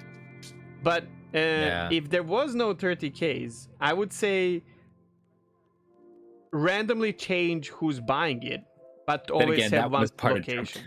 Well, it was right? kind of part of Jumptown. But that's not part of Jumptown they want to bring back. I'm telling you right now, no studio wants it. Part. Yeah. Yeah. Even though if we would take it right now, like be like, don't change it, it's fine. They would still, they can't, because now they're making a product, so they don't want you to suffer that, well, or potentially a new player to be like, fuck, I've spent like all the money that I made, you know. Yeah. Although we do need a money sink. And that way 30K would actually be a perfect money sink. Well, it is kind of always has been. Not a fun one. Yeah, but if there was no 30Ks, I would say like you go to Reclamation Orient and they're like closed by UAE for the time being. You got to find another place to sell it, and then you have to go to each one of these stations that potentially sell. You know what I mean? But you don't know where it is. And that would be fun. That would be fun because both sides would try to like figure out where people are selling at the moment. But if you start searching for these fucked up places where you can't even jump properly, and you 30K, like you don't want this to last too long, right? It needs to be within like 20 minutes segments between the engagements. Otherwise, you're risking 30K. Well, that always kind of was like the thing, right? Like getting down to Hex or getting down to Jumptown took a little bit of time, but getting back to Hex to sell was fast. But now you can't sell in Hex. Like selling drugs in Hex is really bad. No, but that is for a long time. Potentially something that they would have to consider if they're going to be jumping around to these different you don't want it in Hex because then you're safe. No, but not necessarily Hex, but like somewhere closer than, for example, if you were picking up in Jumptown and having to jump all the way across to Hurston and then go down to Reclamation, like that deviates from what made Jumptown so lucrative as well, you know. It would be cool if they're like hidden, like, you know, there's that one hidden terminal in one of the Crew L something stations. Yeah. And if all of the Crew L stations would have them, but you can't, they won't open the hangar, so you need a friend to open a hangar, and you fly in. They take your ship, but you sell it, and then you have to pay for it, something like that. And people have to like figure it out, like, what the fuck, man, I can't sell this shit anywhere. Well, you gotta be sneaky about it. We did not mention that they're bringing the clouds in that Arena Commander. That looks so good, man. The new dynamic clouds, that's so fucking cool. I know that. Sorry, I just remembered. They had the lightning in there too. I don't know. Did you see the lightning? They had lightning in there. Yeah. That's new tech. Okay. I think. Well, do you want to add something? I think we agree that would be the fun way of implementing it, right? Yeah. The only reason I see them really making it, turning it into a mission is like the buying commodities, you have the risk of loss there, but everybody knows that too, man. Like that's just part of cargo hauling in SC right now. I think they have a solution for 30Ks, and I think that's going to be a big comeback for Star Citizen in this CitizenCon. Not like 30Ks will happen, obviously. Yes. Yeah, but log back in and carry on where you're going. Oh my god, please. That would be a major change. That would change everything. Yeah. Right. Like there. the game would still be the same, but at least you can play the game, and all of a sudden the crashes don't matter. Make so much more sense, right? Yeah. How many times have you been so demoralized by a 30K that you've just alt F4'd and never gone back, or haven't gone back for that rest of the day? So many times, man. So many times. But yeah, that's neither here nor there. You know what? I mentioned this so many times. I had several more of these 30K, obviously 30Ks, where you would just wait forever for 30K, like 30 minutes. And I don't know if you remember, like 2 times it recovered. Like it was like one time was like me and one other guy on the server just everyone else left. And we're just typing in general, and we're like, but it's not gonna happen. And he's like, yeah, it's not gonna happen. Whatever. What would I do? You know? And there's like, I have full cargo of Laranite, so I'd rather sit here for like an hour. I don't give a shit. And I was streaming this. It was so much fun. And we're like typing to each other and whatnot. Yeah. And it fucking recovered. It recovered. It just like, what? And I was mind blown. I was like, oh my god, this. And then I was like, that's it. That's it. But that wasn't it. I have multiple situations again. I didn't have one that dramatic, but I definitely had a situation where it's like, oh shit, all the doors stopped working. Yeah, you know, oh that's no, it. 30k incoming, and then it was like, oh, it's still going. Okay. You know what I think happens? It transfers everything to another server. Probably, yeah. That is still alive. Well, and ultimately, that's supposed to be server meshing, right? Like, you can't like have a server go down of, because right? it's supposed to basically just hand you off to another server. Yeah. But, you know what? That New World doing server meshing on the same kind of like tech, somewhat similar tech. Maybe. I mean, hypothetically. In general, having really, I haven't had any 30Ks in 3.13, not a single one. Yeah. And I kind of feel like them mentioning kind of how they're working on it, and it's a problem and all that. Yep. And hey man, like that might be the other thing that you've heard here. they've been hinting, right? Like the Citizen Con is going to be out of this solar system, but they've flat out said that they can't do that without server meshing. So I don't know. I've been burned so many times. I really have to try not to get hopeful about something like that. That would be an amazing gift for Citizen Con, is like a basic. If they did that, Citizen Con, and it didn't work at the beginning, like if it was a shit show, I'd be happy with like 5-6 months of a shit show, with the idea of this is why it's a shit show. We have the tech. We're like implementing it, and you guys are testing with us so that we don't have like I'll 30k 10 times in an hour if I can come back and continue, but I don't give a shit, dude. You know how crazy it is? I played building this. I played BDO and at the time and the trucking game SnowRunner. And my game would crash. And I would be like, no, I have to do everything. And then I log in, I'm in the same place. I'm like, shit, I'm not playing Star Citizen. That's how games work. Yeah. It's but I don't know. I mean, oh man, we've been kind of building off of this for a while now, right? Like I said it a couple episodes ago in our dev tracker that there's a bunch of stuff that sounds like baby server meshing that finishes work, and it would be mysteriously right before 315/Citizen Con. So, and it's still like for a huge majority of people, this would be fucking crazy news that no one expects, right? Only few, again, tiny percentage of people who are digging through everything is actually capable to like maybe not predict this, but not be surprised by it. Like like we kind of feel like this could happen, and if it doesn't happen, it doesn't happen. But if it happens, we could be like, it makes sense, right? But for majority of the people who are not like, we'll form a leaks channel. We'll stop predicting things. It'll be called tinfoil hats. But yeah, I mean that would be so good. Would be so good. Yeah. Okay. I guess that does kind of lead into sort of the imagination station of like what SC looks like on release. Okay, so so we're getting into imagination station, and it's just called SC on release. And again, don't forget, this is the imagination station, so we are free to imagine whatever the fuck we want. So I imagine that the Star Citizen on release will be banana peeling simulator. Okay. I mean, you're way off there, because it's obviously going to be a subway / transit simulator. Oh fuck, it's gonna be that / elevator simulator. Shit, but you will eat either bananas or torpedo burrito, whatever. Oh, you're right. Vammers, like a real, spaceman. Yeah. Commute simulator. That's what it'll be. No. Okay. I honestly, you kind of I don't remember where we were going with this one, honestly.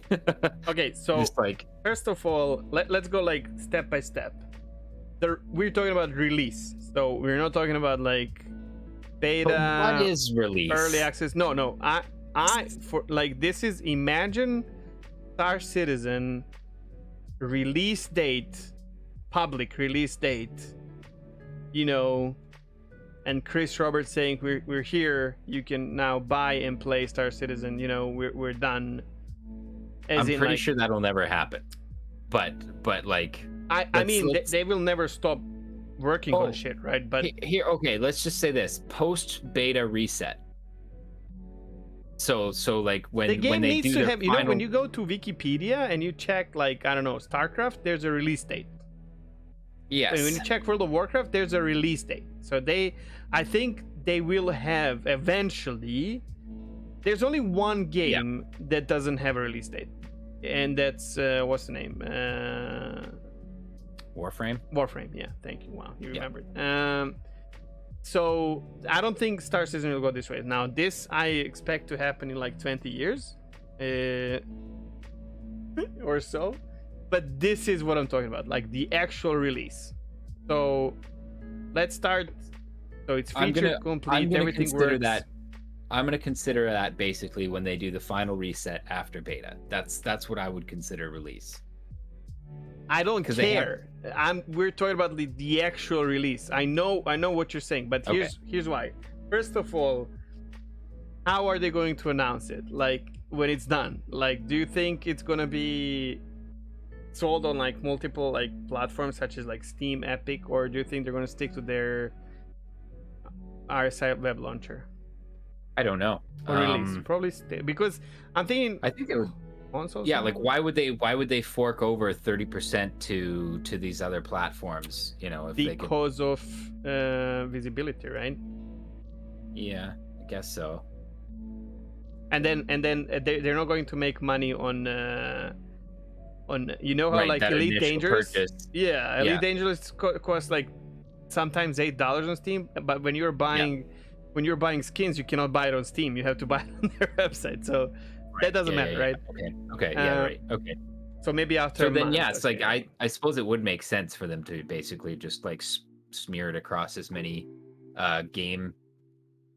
Do you think there's gonna be free to play version of it? Not initially. Eventually, it wouldn't surprise me. What would it be? No ship? I think it would probably have to be no ship. It'd be something like you don't have a ship and you cannot earn more than whatever amount of money that is not enough to buy a ship. So you can like play the game. But you can't own a ship if you're free to play. Yeah. Wouldn't it be cool? You can own something like maybe a rover or like something like that, but you can't own your own ship. I honestly, I don't know. Let me tell you something. Like I think it would be like fucking amazing because this would create an army of people who need work. Yeah, I agree with you there. Like I can see that happening. But like and like it solves a lot of the multi-crew issues, right? But like especially putting if you can, a cap on it so that you can never own a ship. That's the part I'm kind of like, I don't know how I feel about that. Dude, the problem is I would have a different idea. I would say like you can earn money, but you don't have some kind of a license to buy a ship, right? And then when you make like, I don't know, like 20 million like that, which would be like super difficult without a ship, you can buy a game in-game, for example. But then you run into the issue of like somebody could just transfer money. Exactly. That's the problem. Yeah. So you limit this account transfers. You're not part of a banking system or whatever. Would it be cool? Like you can actually earn a game in-game, but it takes a lot of time. And these people who invest this much time, they're gonna spend money on shit later, 100%. Right? You think so? Skins. If they're cheap to the point where they're gonna pick up a free-to-play game and not buy it, dude, trust me. Like World of Warships, we talked about this today. Like you know what? One of the things that I love this game, I played it when I was in rough times. I couldn't afford. Let's say I play World of Warcraft EVE Online couple of games where I have to pay subscription, and then there's this time like I can't fucking afford the sub, and there's nothing to play except for my World of Warships, and I play it for free. I don't have to pay for anything. You know, as the time went on, I actually bought quite a few premium ships because I respect that when I didn't have money, they gave me the opportunity to have fun. You know what? Like, I suppose that's just something that remains true across the games industry. Yes. Like If the game is games that good, make the like- most money, yeah. Like, no, I'm not talking like Paladins or whatever fucking money-grabbing games are. I'm talking about like Elder Scrolls Online, right? Like, I can still play even though I couldn't afford the sub this month, right? And I can still raid some content with my friends, and then next month I can continue, but I don't lose anything. Then I can pay for my subscription and have all the content or whatever. So I don't know. I think it would be cool, especially because we need a way to crew the ships, man. Like, I think this would actually. It would definitely widen the audience. Like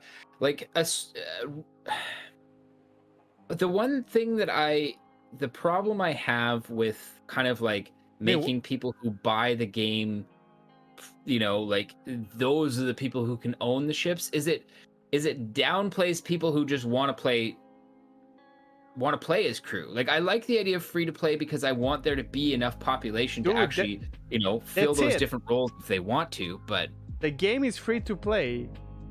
The game is just free to play. They said they will never sell ships, but they will sell starter packages.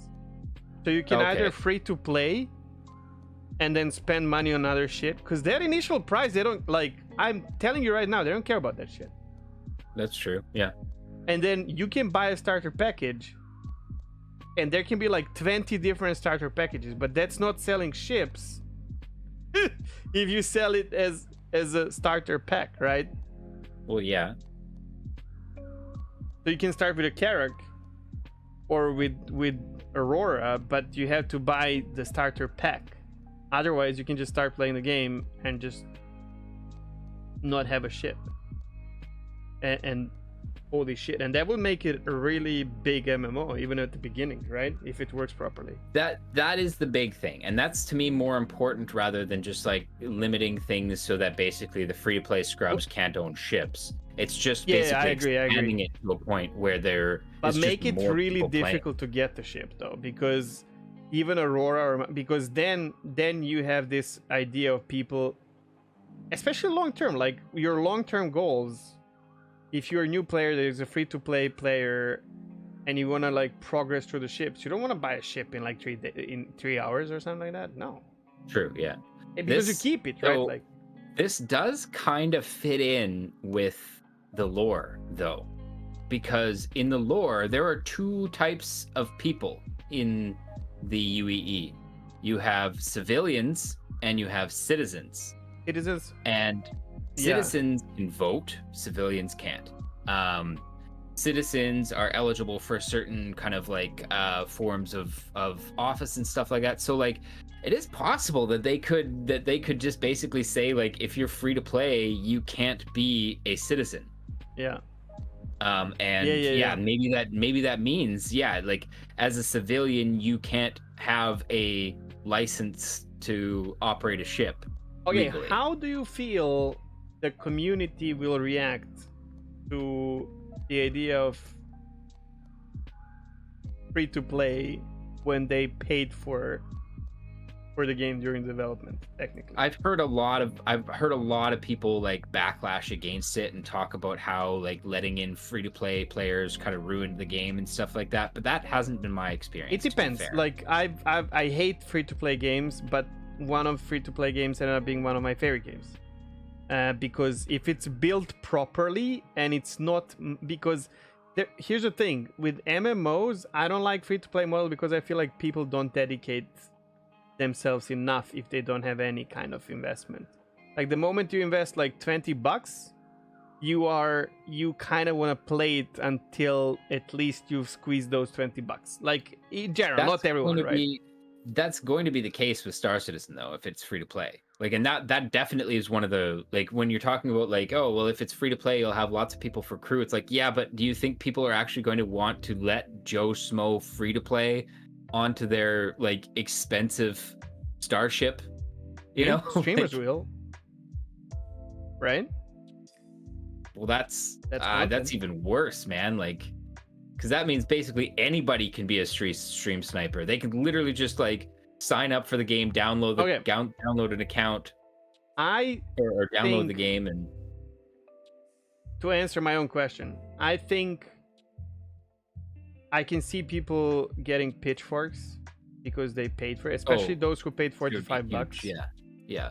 But I think majority of the people by that time will be mature, if they're still alive, and will understand that, like us. Like, I wouldn't give a shit. I am way over starter package. You are way over starter package. But we know that we did not buy the game. We funded the development of something we want to see in the future. And no matter what kind of a player you are, or content creator or whatever, you should understand this. Like, if you don't understand this, you're just I don't want to say you're stupid, but like, you did not, read before you purchased, or you don't understand the idea of crowdfunding. And with that said, I really feel like we are not, because for some reason right now it kind of feels like,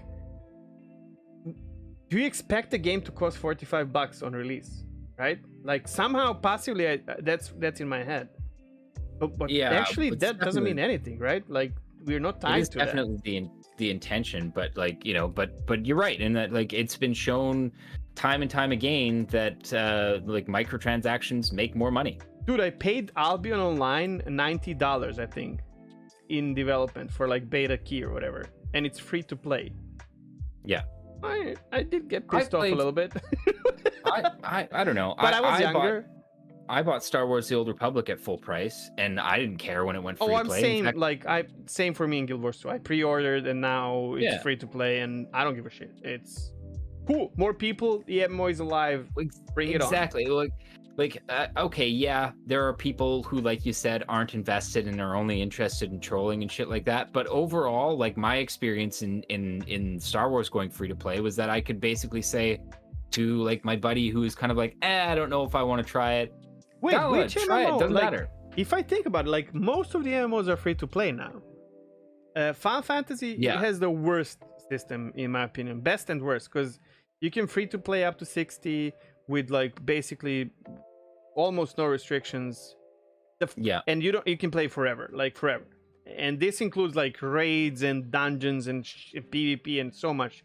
You're not playing the end game, but you're still like, people playing these raids. People are still playing these raids because it scales and whatnot. So you're not like missing out that much on the content. Story, yes, but content not really. So, but once you pay anything, you have to pay for the subscription, or you can't play. So once you pay the subscription, you have to. Once you pay anything, like if you buy fucking $2 pack of something, you have to start paying for subscription. So your account is locked if you don't play, which I think is like kind of crazy. But then World of Warcraft is the last one that you have to pay subscription to play, I think. Star Wars, you can play free to play. EVE Online, you can play free to play. They just really incentivize. Yeah, well, for sure. The they subs, want to which make money. I'm fine with. Like, to me, like, I had no problems with them incentivizing. I want them to make money. That's out of the question. But I'm just thinking, let's go on. Like, EVE free to play, you can make money in game to pay for sub if you want to. Elder Scrolls Online free to play, you can buy to play, but it's like $10. And then if you pay subscription, you have like everything unlocked. Elite, if you want to consider that an MMO. Elite is not an MMO, but sure, it's not free to play. It's buy to play. There's no subscription. Well, okay, that's what I meant. There's no subscription. I'm missing some big MMOs. Guild Wars 2 is free to play. Yeah, I actually, now that I think about it, it's probably going to be free to play Yeah. with an option. I think you're right. I think you're right in that it'll go that way eventually, but I don't. You know what? By the time they consider it actually released, buy to play, yeah. By the time it's actually like fully released, yeah, maybe you're right. Maybe it's like, you know, they'll just basically say, and then here's what it is. buying packages, starter packages. That's definitely not the same as if you are limited to buy one package. You know, like. Oh. And then you're not selling shifts, right? Oh, okay. So, Squadron 42. One of the things they've said is that if you complete Squadron 42, you are a citizen in Star Citizen. Like, you're not a civilian. That would be another kind of interesting thing, basically, where that's basically buy to play, right? Basically buy to play, but like, for example, like we've already talked about how like we expect Squadron 42 to be like probably go to consoles and stuff like that, right? So like that's one way basically you can, like, if somebody bought Squadron 42 on PS5 and then basically was like, oh, this was a fun game, and then found out there was an MMO and they have citizen status if they you know, decide that they want to play Star Citizen as well. That's kind of, it is a buy to play thing, but it's, I don't know, I like that they, you know, they potentially, I think at that point, I think Star Citizen will be on consoles, man. I think it's going to be on consoles. It wouldn't surprise me. The new gen consoles can run it already. Oh yeah. Like the hardware isn't the issue. Right now, it's just. I mean, consoles can have everything. Like, have you seen the new shit that they got for Xbox for Flight Sim? the like peripherals, like the joysticks, the throttle, the VR, everything. Yes, you can. Yeah, I have heard that. And you can plug keyboard and mouse in everything now. So whatever. I have heard that Xbox is basically like aiming to eventually merge to basically just be another Windows-based platform. I wouldn't be surprised. Yeah. I mean, it makes sense. I mean, if you're gonna build a platform, you might as well have your whole ecosystem running on that. Yeah. On that platform, but yeah, I don't. Yeah. So I guess that's. Like, what do you think in terms of like marketing? Do you think they're gonna like go nuts and go like TV at like the old World of Warcraft style? No, you don't think so? You know what I think? I think there's gonna be like a TV show or something like that, or maybe like a short movie. To do that. It's Chris Roberts. I mean, yeah, he's a film buff. On Netflix or something. I mean, animated. Obviously, I'm not talking like the actual like. I'm talking animated. Think of like Star the Wars, like the Clone Wars, right? Or like we've already seen kind of like snippets of story and stuff like that with the shit, that video series or whatever with the MSR. Yeah, whatever it's called. Yeah, MSR commercial, but it's not. It's not a regular Star Citizen ship commercial. It was literally a story. Right? Yeah, like a short film kind of a thing. And you already have like maybe they already have something like that with Hamill, with Gillian Anderson, with, you know, like you have the voices, you have everything. Maybe I think those guys will be basically Squadron 42. Yeah, but I mean, it can be. You can buy Squadron 42, get 1 month free on Netflix to watch. Whatever prologue. What's the name, right? 3 hour long, whatever. Or it could even just be like stories in the universe, kind of like what they're doing with Star Wars right now, with like Mandalorian and stuff like that, where like they're just basically starting to tell stories of other things that are happening, like the short like or something. So I don't know. That's an interesting kind of take. I was still kind of thinking more games on the game side of things, but like wouldn't put it past Chris to want to do something like that. He wants glorious, right? Glorious opening.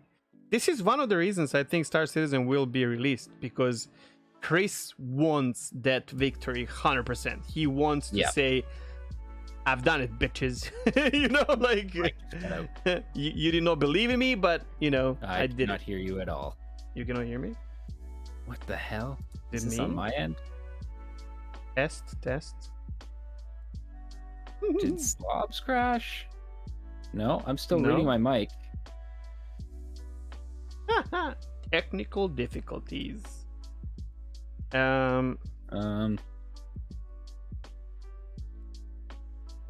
are going to.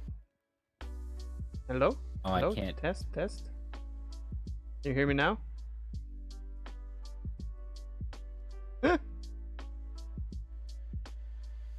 I think this is on your end. I don't know. Things seem to be running on my end. I'm sorry about this, guys. Oh. Shit. Test. Can you hear me? Okay, no, this is on my end, and my headphones just died. Oh. Can you fix that? Ah, there we go. Okay, Oh, thank okay. God. See, that's because I talked shit about Jared and.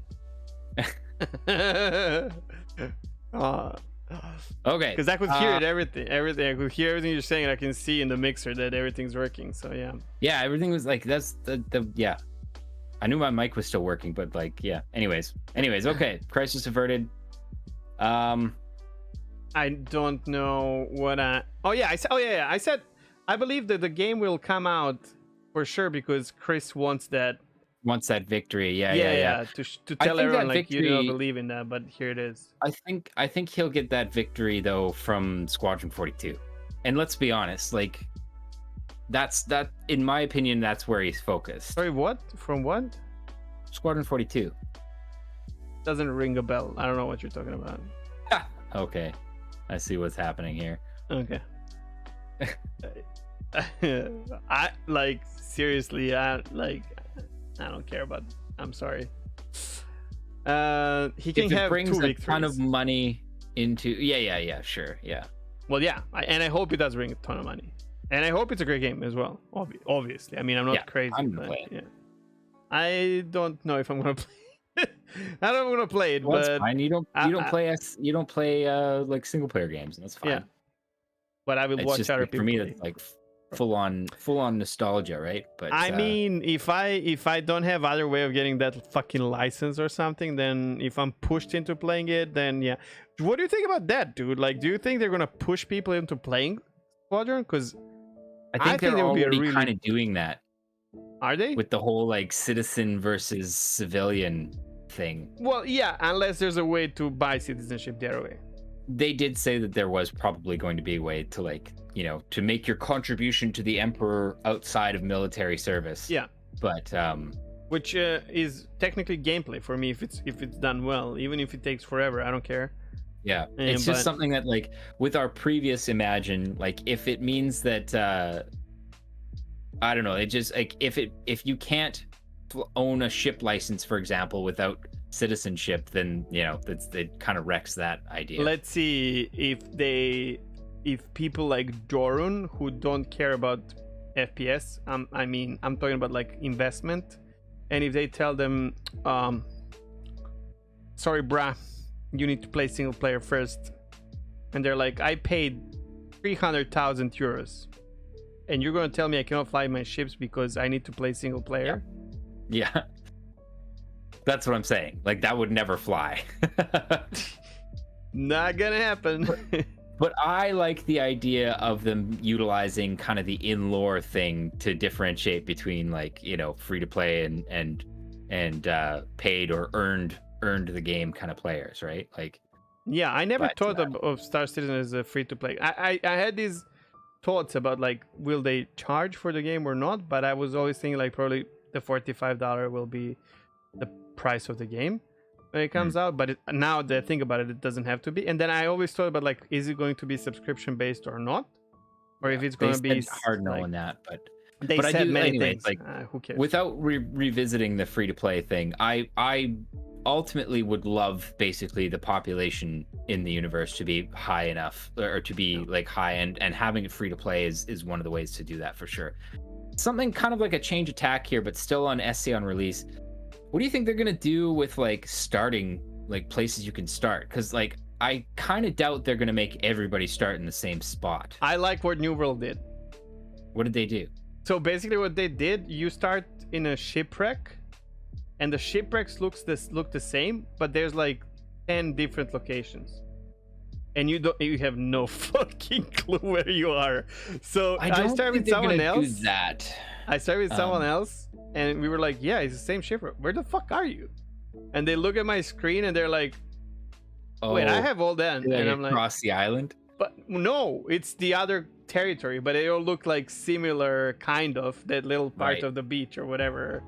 Okay. And then we come to the first NPC, and they say all the same shit, and it's the same quest, but the NPC looks different and is the different name. Right. I like that idea. I like the idea. I just don't think that's how SC is going to do it. Because I think... Yeah.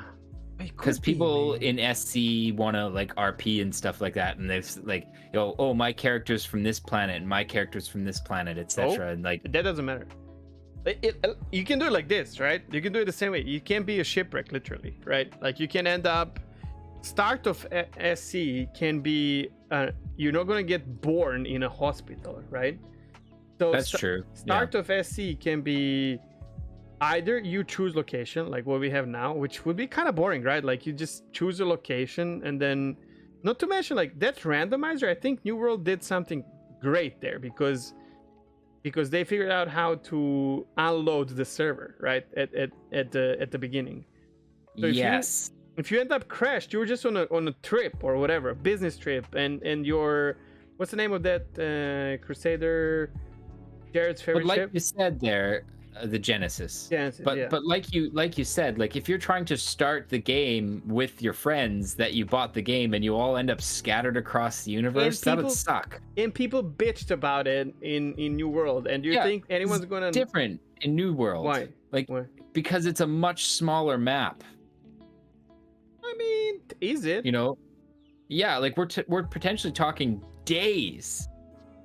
No, if you're in your Aurora or whatever. No, the starting system maybe is the same for everyone, or like you can choose the starting system. Like, okay. Right? Well, that's what I mean. Yeah, but not like we would. If we start only the same fucking Port Olisar, how is the game going to start? It will never start. Yeah. Right.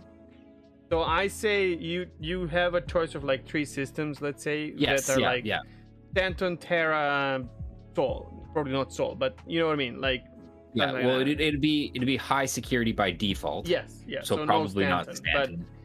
But you know what I mean. Or you can choose. What if you want to be an outlaw? So maybe you have one high sec, one low sec, one Stanton sec, right? And so like choose by difficulty kind of thing. Not even difficult. It's not.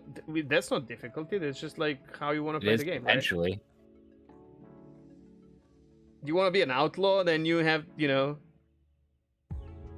want to start in like Grim Hacks or something, True, but if you want to be an outlaw, your character isn't an outlaw yet. Like you start at neutral reputation, right? Sure, so, but you were.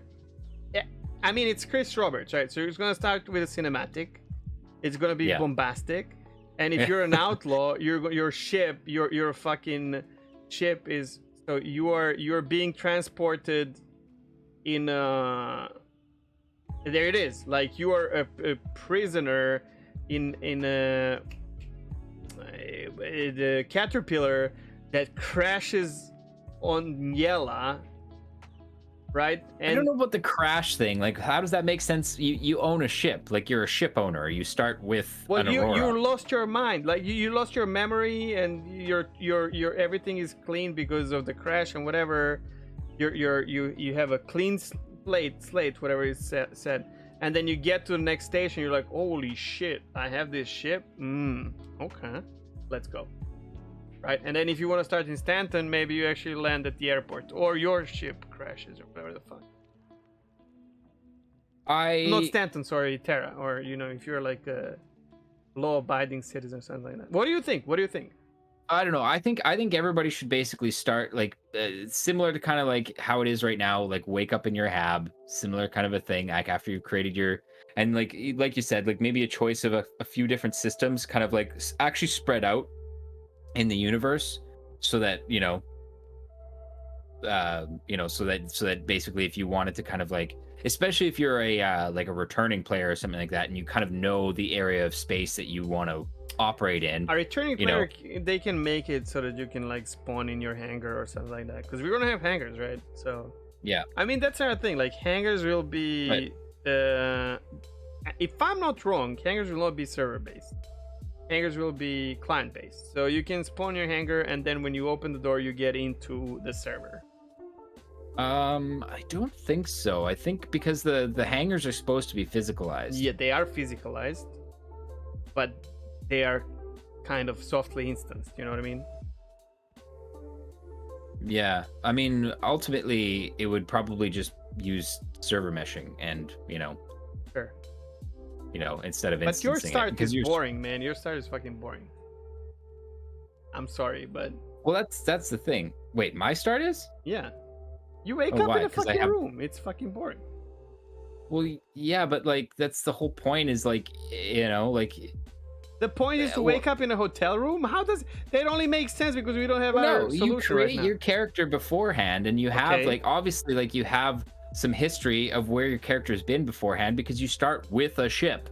Like yeah, okay, it's boring, but like this is a universe, man. Like it's not Why a dramatic hotel? story. Like if you want to make things dramatic, that's on you. You make things dramatic going forward, right? Well, sure, but like you can land on the airport. That doesn't matter. I mean, land it at doesn't the have to airport. be in a hotel room, but like I just basically am saying like I don't think starting in the back of a crashed spaceship or something. I just don't think that fits with the, like with the universe, like the sandbox universe, and where everybody's supposed to be starting, which is well, let's- essentially wait. a small business owner who's purchased a ship.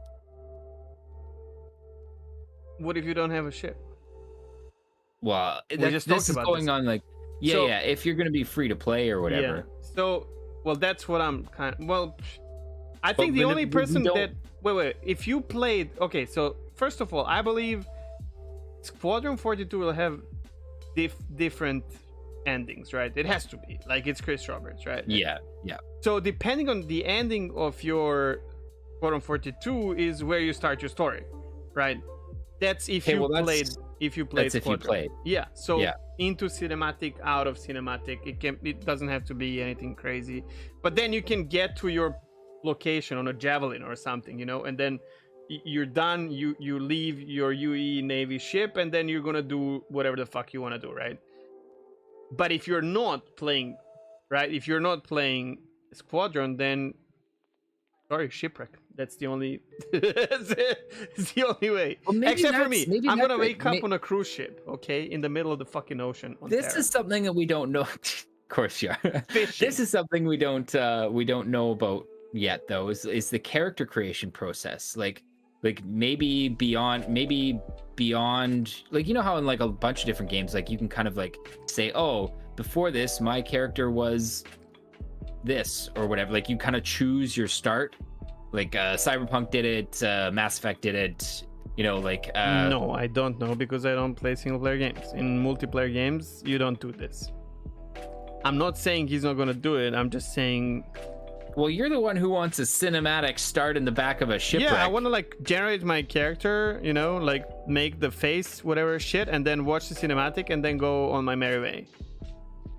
Either following some shitty like introduction so story then- or just go wait, to the yeah. left. Okay, if that's all you want, then why is my thing of waking up in a hotel room A boring? Because hotel? that's where you go.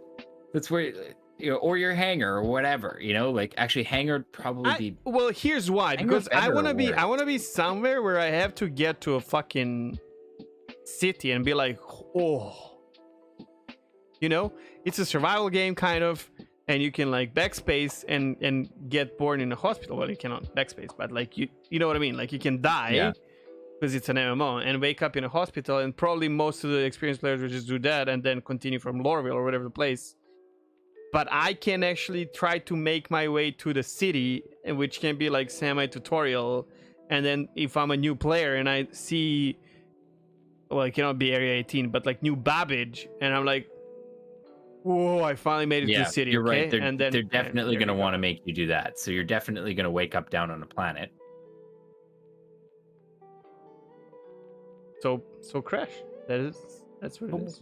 Why crash? It doesn't make any sense. Okay, if you want it to well, it doesn't make sense if we don't give it sense, right? Like there can be a story behind this, or it can be very simple. You can dock into a planetary station, orbital station. There you go, and then your shuttle, your shuttle, you step off something, and then your shuttle takes you to the capital city in 5 minutes. Yeah, okay. You know, get your shit here, buy some food, whatever, get on the shuttle. And here's your like tutorial thing mission that like pops up with your contact on your mobile glass, something saying like, oh hey, you know, you're here, blah blah blah. And then your shuttle gets attacked, and you have to sit into a turret, and then your ship crashes. Then you had tutorial in combat as well. Well, it's Chris Roberts, dude. I don't care. I can wake up in my ship and just start playing. Yeah, well, because we've done all this, right? Like we've done all the wow factor. But come on, like this is not. How for are us. they gonna do it? Yeah. I don't know. Shipwreck it is, bro.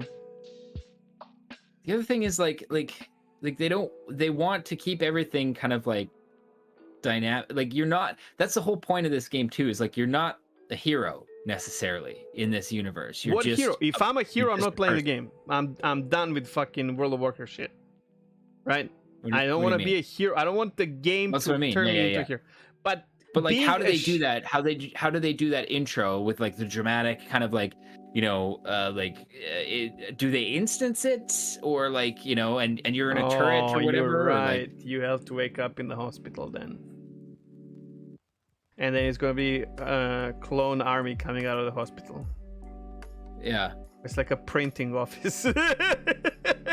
I do like the idea of, frankly, just like getting off of an airliner and like you start basically, I guess, in a spaceport. Yeah. Kind of in a capital city, maybe. I think that's going to happen. I don't think it's going to be a capital city though, because of that wow moment. I think you're going to be introduced to a big city like early. But that is kind of one of the benefits of waking up in your hotel or in your hab or whatever, like in your apartment. No, because right? you lose that approach to a big city that is so good. True, but you get it when you lift off for the first time. When are you going to lift off? What if you're a free-to-play player, you don't have a ship or whatever the fuck? We don't know these things, right? You don't necessarily have to have a ship, right? The free-to-play stuff with like what we're talking about after this, I think we should probably shelve because we actually don't know if that's going to be a thing. Well, we don't know anything. This is Imagination Station. We do know that we only know that some people the game will go have an to Aurora. Squadron, right? Yes, and we know that basically everybody will start, at least right now, everybody will start with at the very least a starter package. We don't know that. All we know is wait a minute. I've talked to some people about this and I might be wrong, okay? But from what I know is it might as well happen because everyone's talking about like owning all this shit, but maybe it's still locked behind a reputation or whatever the fuck. So you might have an Aurora, but you still might have to do something to get your Aurora. Like in game. What if you have fucking Aurora and you don't have license? Because I guess that's it, right? Like, like one of the starting things before you take off might just be like, hop in the sim pod and just do a quick, basically competency test so we can, give you your license and send you on your way. Something like that. Yeah. Yeah. I mean, it still allows for cinematic. It can be like very because I don't expect cinematic. We know it's going to be immersive because that's Chris's whole Chris's whole thing. You will only have one. Think about this. You will only have one cinematic in game, right? And that's the start, and that's it. So that one cinematic.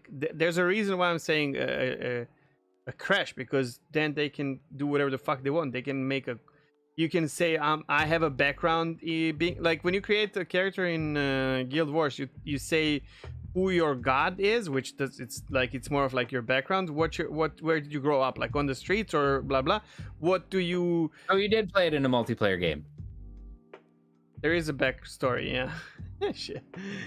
So therefore you can have like 5, 10 different like starting cinematics where someone is in the middle of fucking dogfighting combat on a big ship, or you know what that could also do is it could like you could start with certain like your starting thing, what you've chosen could like give you different reps to start with, kind of a thing, like on top of influencing where you spawn. Like so basically, like if you choose outlaw or whatever, like it automatically gives you a little bit of rep with with the tiny amount, with so basically that like that's who your contact is when you're starting off, kind of a thing. Like so I the mean, they person can do who's, that like, in so many calling ways. you Like they can be to give you your starting mission or your first mission, or they can just contact you, right? Would be like, oh, it's instead of this ex-military guy who's trying to hook you up with like a mercenary outfit or whatever, it's like, Jimmy Sleazebag, who's a member of the mafia, who heard you're out of the military now and wants to know if you want a little job, or like whatever, right? Like, and that could be kind of like where you choose your background and how that affects. This is such a good question, though. I like it. I mean, the one you asked about the start, and I'm amazing. What can I say? I'm pretty sure that there's going to be like different starting for those who did play 42 and not. And then I do think that you're going to be lawful, neutral, unlawful, probably. And then based on that, and maybe choose a system, and like that's it. And then based on that, you can have like quite a big amount of like cinematics and whatnot at the beginning. I'm starting to warm up to the idea, like you said, about like kind of having it so you can choose whether or not you're starting in a lawless, medium, or high sec zone. I do kind of like that. Because why, that's your gameplay. Why would you have to fucking go from Terra to but can you imagine being brand new? There's a warning there. There has to be warning. And also, unlawful system can have a safe zone for the new player. Come on, it can be, where you just learn. You're like under protection of unlawful, right? Local gang or whatever. Yeah, exactly. So if you don't belong to this gang, if you attack the pleb, you get fucked, immediately. Just like Not to mention you can't ever come back to that system because exactly the moment it should be your face around there, it's like everybody's on your ass. All of these should be like pockets as well, where people start, like maybe one way in. I think you're right though. Like if you're gonna start in Pyro, for example, there should be a big flashing warning sign that basically says this is like open PvP, lawless. And I think they should flat out just say like difficulty level high, because if you are in that environment, it is higher difficulty than starting somewhere where it's more or less safe, like Terra. Sure. But it definitely does. I just don't like having difficulty as a thing in an MMO. Like you are the difficulty in an MMO, nothing else. It's the same for everyone, right? Yeah. So, but sure. Or maybe, maybe you could just say danger level. The warning should be there for sure. Like, hey, do you know what you're getting into? It should you should even confirm. Like, yes, I understand that this is what I'm getting myself into. Fuck off now. I'm the next notorious Captain Chris Roberts. Yeah. Why does he want to be it's so stupid. Like, he's the inventor of RSI. But at the same time, he's this notorious pirate. Like, that makes no fucking sense. No, that's a reference to Princess Bride. The Dread Pirate Roberts. I don't even know what it is. It's a movie. It's like a campy kind of a B movie from the 80s. And it's really good, actually. But that's where the Dread Pirate Roberts reference came from. And it just happens to work because last name. Do you think that we're gonna have some kind of a flair for people who back the game? Yes. I mean, we're already like, I don't know if you've noticed. actually, I don't know if this has happened since you've been around, but like my hangar is full of random random flare shit. That's so bad because, I mean, I said that this is one of the reasons why people are not going to sub nowadays, because they will feel so much like behind. Oh, not even for subbing, you know, like it's just like stuff that was like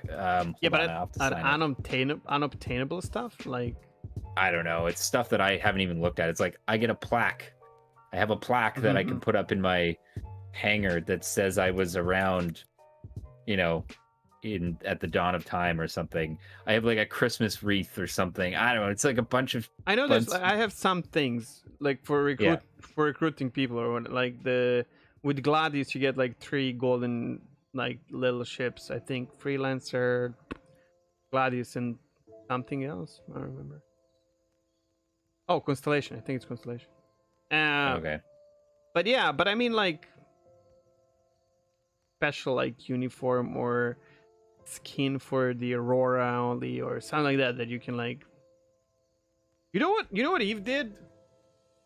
Man, I just remembered this.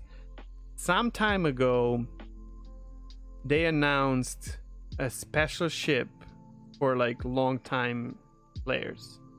And only if you were playing at some point you could like get this ship. So let's say you were playing it for 10 years. And 10 years later, if you played back then, you get this ship. And the ship is a shuttle. It's like the most useless piece of shit. But it's beautiful. But you can't do anything with it, like literally. And obviously in Eve, if you lose it, it's gone. But no one can make it. So the price of this thing was sky high, like because it's not manufacturable. Like every other ship, even a starter ship, player is making it, but this ship you can only see. Here's something I could see them doing something like that with like older models of the ships. Yeah. So like, you know, like you have the with shield holes and all. I'm kidding. Why is this ship useless? It's amazing. Well, it has a shield hole. But like the old version of the Mustang, for example, you know, like I could see them bringing that back, you know, so that, you know, and they're not made anymore. Like those are the old models. Yeah. Nobody makes them anymore. And like Constellation is like Mark IV or old whatever. Constellation. Right? Yep. I don't know, maybe not the old Cutlass because that literally was broken. You know what they could do? They could make, what's the name, Zeus or something like that? What's the name of that? The first ship? No, we've been over that. The Zeus is like way old. Like that's the first quantum capable. But it can be like completely useless ship that you can just fly around. You know, like it doesn't have quantum jump drive, whatever. Nothing. No guns. Nothing. Well, I'm okay with it being functional. I think it would be hilarious if they were just like generally overall worse, unless they had been like retrofitted and upgraded and stuff like that. Kind of like cars today, like a GTI, a Golf GTI from like Mark 1 compared to now, it's like a fraction of the power, you know, like it's a completely different vehicle, you know. So yes, okay, it's, you have this special thing, but you know, somebody who's flying around in the new Mark 4, you know, Mustang or whatever. Yeah, but I would probably want it limited so it doesn't have any hard points or anything like that. I don't want you to make this into a beast and going, because then someone can see it and be like, that's easy enough to do too, man. It's the same thing with modern day cars, right? Like if you're trying to buy parts for a car that's 30 years old, are you trying to tell me this? You know where I'm from. Do you need any parts for Golf Mark 1, Mark 2? You go. I'm just using this as an example. Lada 1100, right? Anything you want, man. Just tell me. You have to go aftermarket to get them, and oftentimes, like, there's only so much you can do. Like, you can't drop necessarily. Okay, but I understand what you're saying, but I'd rather have this as an in-game gameplay where you can buy the old Mustang and then do shitloads of stuff to get parts to make it a little bit better, but still like not really good, but at least it's something from back in the days and you enjoy this. But I don't want that to be something that people who played in beta get, because I don't want them to use it because a new player cannot get that. So the only way I can... They just have to buy it off of the person. We don't know if that's gonna work or not. I don't believe in that shit. Oh, you're definitely gonna be able to buy inside ships. 100% you are. It's a staple of every space game, and if they don't do that, but not these ships, like not the because LTI and what you bought with. Right, the ones that you actually purchased. They will not be. You cannot steal them. You will not be able to sell them because it's literal law issue where if someone steals your internet property, they're still stealing it, and they will not deal with this shit. Like I'm telling you right now. Big disclaimers, then I guess you'd have to worry about you're late already for that. Similar like when you go to like in World of Warcraft or whatever, you go throw something in the trade, or no, that's not a good example. But basically, it was like flashing up with like a, like this is permanent, this is gone. As soon as you say this, like that ship is now gone to that other person, and it's treated just like any other in-game ship at this point. Can they steal your ship then? We talked about this. So if someone steals your Idris, if they stole your ship, you can use your insurance to get it back, because that has been established, right? So, so that means basically somebody could like exactly, dude. Like they can steal your ships 20 times, and you can just claim your insurance all over and over again. And yes, okay, the insurance premiums might get prohibitively high. And they can tell you like, oh, you're doing this on purpose. And you can say, what do you mean? I'm just a bad pilot or whatever. But I paid $300,000. There's no whoever thinks hopefully I'm wrong, because that would make a great gameplay. But whoever thinks we're gonna be able to steal actual player ships that are not bought in game and sell them, I think you're up for a big surprise that you're not gonna like. Probably you're probably right. Legal there shit, I don't, which does actually kind of like negates the whole idea of like previous model ships anyways, because like you said, that means basically that I want some that I cannot lose. I mean, maybe I can lose it, but I don't know. Well, it's also kind of like the question of restoring things too, right? Like if you were able to find a crashed old model and then restore it, but then that reduces the rarity of them. So not if you get like piece of paper that is a quest, right? If it's a quest starter and you do a quest to mission, whatever, and you restore the old ship, then you got it in game. Yeah, but that we're talking about like flair for people who were here before beta. This is why this needs to be something useless but amazing, right? So that's what I'm saying, like a glider maybe, or a ship that literally can only fly around, or a suit or a skin for a very like Aurora or Mustang, Yeah, I don't know. I don't really care about that personally. I never really have. I was just like wondering. But yeah. Okay. Let's jump on to Zero Effort. That was interesting. We could go on with this, by the way. Oh, yeah. We might have this again at some point. I don't mind. Like some other shit on release. Yeah, we'll just like keep that down in the notes, and then when you have like an idea, you can just like add it on to the end of like, SC on release. What about this kind of a thing? Yeah. I really enjoyed that. All right. Take it. Okay, so I have a Zero Effort today that's different than most of my Zero Efforts. If you're new here, I'm not a scientist, but I'm a nerd and I like science, and this is my absolute Zero Effort science show. Normally what I do is I take something that I see in Star Citizen that is either done well from a scientific perspective, ish, or sometimes it's something that's done poorly. But today I just kind of wanted to like talk about why the science in sci-fi actually matters, in my opinion. And I'm saying this because I think a lot of people misunderstand people who are like, the type, they actually in the comments, this wouldn't work because X and Y, this science just, it doesn't make sense or whatever. And I'm sure some people are just being pedantic, but I think for the most part it just comes down to how like inconsistencies and plot holes in a universe are annoying.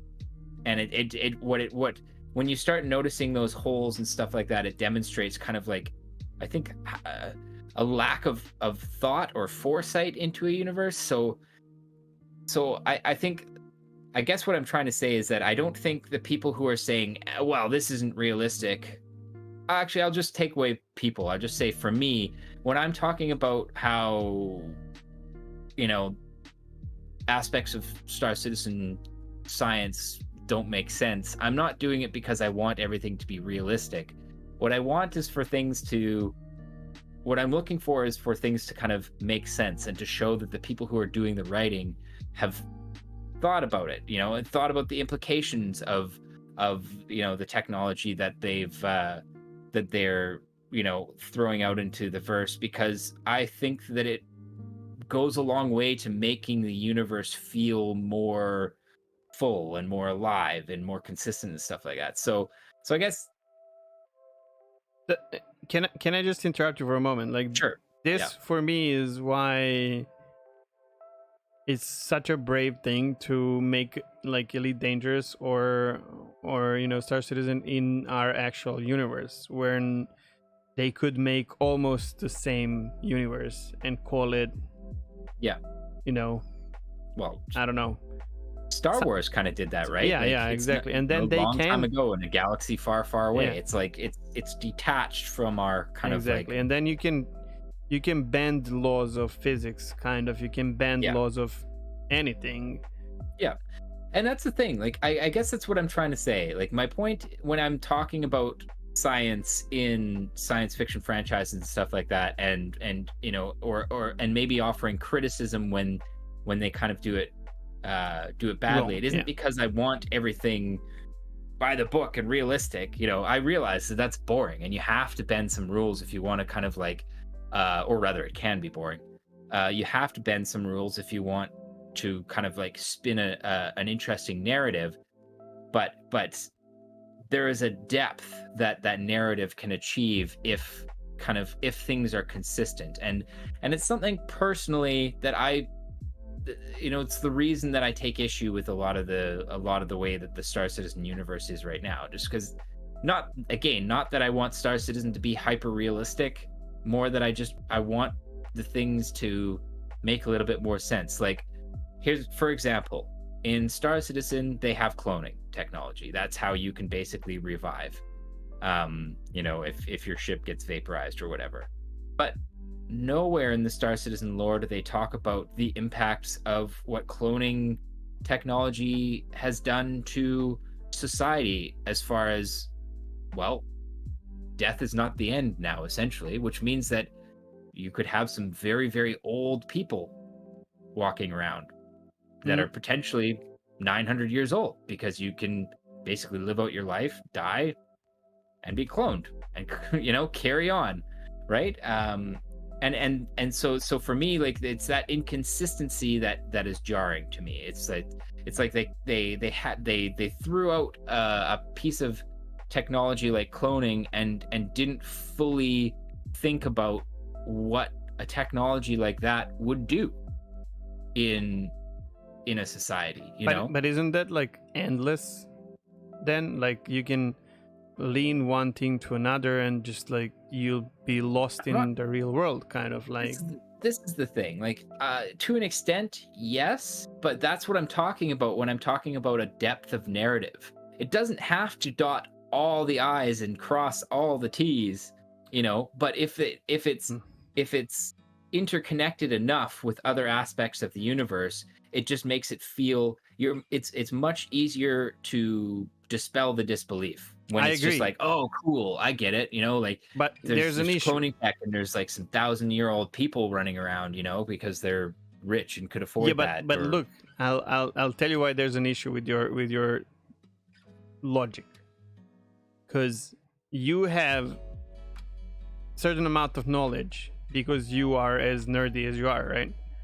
And then if it's just like I'll just take him as an example. But let's say Neil deGrasse played Star Citizen, and he would probably have even more issues with, like, he would be like, yeah, but if only this, because the game will just not have enough depth for him to be believable. Yep. And for me, like, I would never even think about this step because I am not thinking that way. You know right? what's a good example though? The Mass Effect universe. The Mass Effect universe had a lot of really interesting, well, actually it just had a few really interesting technologies, but they took that technology and they really thought about like all the different areas in the universe and in society that would touch. And sure, okay, there's a lot of bent rules and things like that, and you know, incomplete science in that game, but I didn't care because it was just a cool universe that was like, that really felt like these technologies that exist had an impact on the way people live their lives. Sure, but isn't that like reading a book where like the book, like, it's like reading Expanse, for example, but the book or single player game or a movie can, like, it has like very, very limited amount of things that they have to worry about because you are limited by your exploration or whatever. And then you have games that are as massive as, for example, Elite Dangerous or Eve, which also was made by a group of scientists, right? Basically, or Star Citizen. And it might, even if they went all the way to a point where it would satisfy you, to be like just enough. Like, I know what you're saying. You're not asking for like everything, but there will only be aspects for you to be like lacking depth. But then think about, like, if they think that way, like, how many other people for some other shit, you know, like they were talking about, like, for example, tire physics, and someone who is racing for a living would be like, your tire physics are shit, man, because, and then you can break it down into See, I get what you're saying. I understand what you're saying, and like you're right. It and cannot they're never hurt. going to satisfy. It cannot hurt. They're like, never going to satisfy anybody. But the there's more like, depth, the better, for sure. I agree with this 100%. But this is the other thing. Like, there are core technologies to any universe, right? Sure. Yeah. Cloning is obviously one with Star Citizen because they have to gamify. Wait, what would be people the other dying ones? and then resurrecting? Oh, you're about to. Okay. Jumping, right? Like jump drives. Yeah, like faster than light travel, for example. Yes, but again, like that, like I've already kind of said. I mean, okay, so jump points, that's great and all, but you know, like, you have quantum drives which can get you going up to a very significant fraction of the speed of light, and you know, like, why aren't people utilizing that to go to places where jump points aren't? Yeah, okay, it'll take some time, but you can already freeze people. That's in the game, or rather, the pods are in the game. Because game needs walls, no matter how big it is. It needs to limit you somewhat, right? But yeah, but again, like, I feel like they haven't really written satisfactorily around a lot of these. Okay. They haven't told. They had. This is something I think I said on Captain's Table a few episodes ago. They had an opportunity to tell really interesting narratives because they threw these technologies in, and the fact that they haven't, to me, is disappointing because it just feels like a missed opportunity to tell a really cool story. And Mass Effect did a great job at that. Like, they had a lot of unexplained technology out there, and I didn't care, because when you're playing the game, it's like it's interesting. They built a very neat story, a universe that feels very alive, you know, and that's something I just frankly don't get with Star Citizen. I think it's down to the very politics of it too, you know, like the politics whole... are the Roman Empire. It's like every game uses the same shit. But that works, you know? Man. What, like, do you want like new political system break? Like, nah. I'm not necessarily talking about the, you know, changing the political system, but like, you know, thinking about like how these particular technologies that are at use in your society would change how you interact with other species, or creating and the other thing that I railed on, remember, was talking about like the concept of overpopulation, being one of those things that felt like it was pretty poorly thought out when we have spaceships and can build giant space stations and stuff like that. That one, I agree. The rest of it, I don't for now. Well, and I'll tell you why. The frustrating thing with it is that you have an answer to that. It's right there. Sure. Cloning. People aren't dying, so the populations keep growing. I agree. But I do think they did not think that one through. But here's another thing, man. I strongly, and I said this last time, we had like somewhat similar tangent at that time. Now you have it as like the actual kind of topic of this segment. But I firmly believe that, first of all, the story is, or the whole lore is in beta as well, or alpha, whatever. It's unfinished. I also firmly believe that they don't want to reveal everything that they have as well. 100% true. Yeah. Right. So I would say, while I agree with you about a lot of things, I would hold my horses on like being disappointed. That's also like, because you feel disappointed, but I'm like, wait, be disappointed when it comes out. Yeah, exactly. And if they keep it like this, then it might be shallow, but yeah. To be very clear, I'm not only talking about Star Citizen in this case. Okay. I'm talking about just how, like, why science is important to science fiction in general. It gives depth. You're more believable, right? Like we know that the lore and things like that and the writing are in flux, because frankly, before the last Death of a Spaceman post we got, it wasn't cloning. Cloning is a recent kind of addition that they've kind of thrown in here. So, I think a lot will change as well. Like, I wouldn't be surprised. What if, like, you have lore team, and what if Chris wakes up one morning and he's like, this is not. It turns into a Maso cast that morning. He's like, Sherry, you can stay. The rest of you, get the fuck out of here. We need a new team. You know what I mean? Like, it can happen. Oh, come on, it can happen, dude. Like, or just like the Reworker flight mode. They're protected by Alpha, man. Physicists. No, I know, but like they can start a new. They can change things in the lore, and they said this openly. They're like, this is not set in stone. Like, we can and might change things, right? And even in the system and whatnot, they did, right?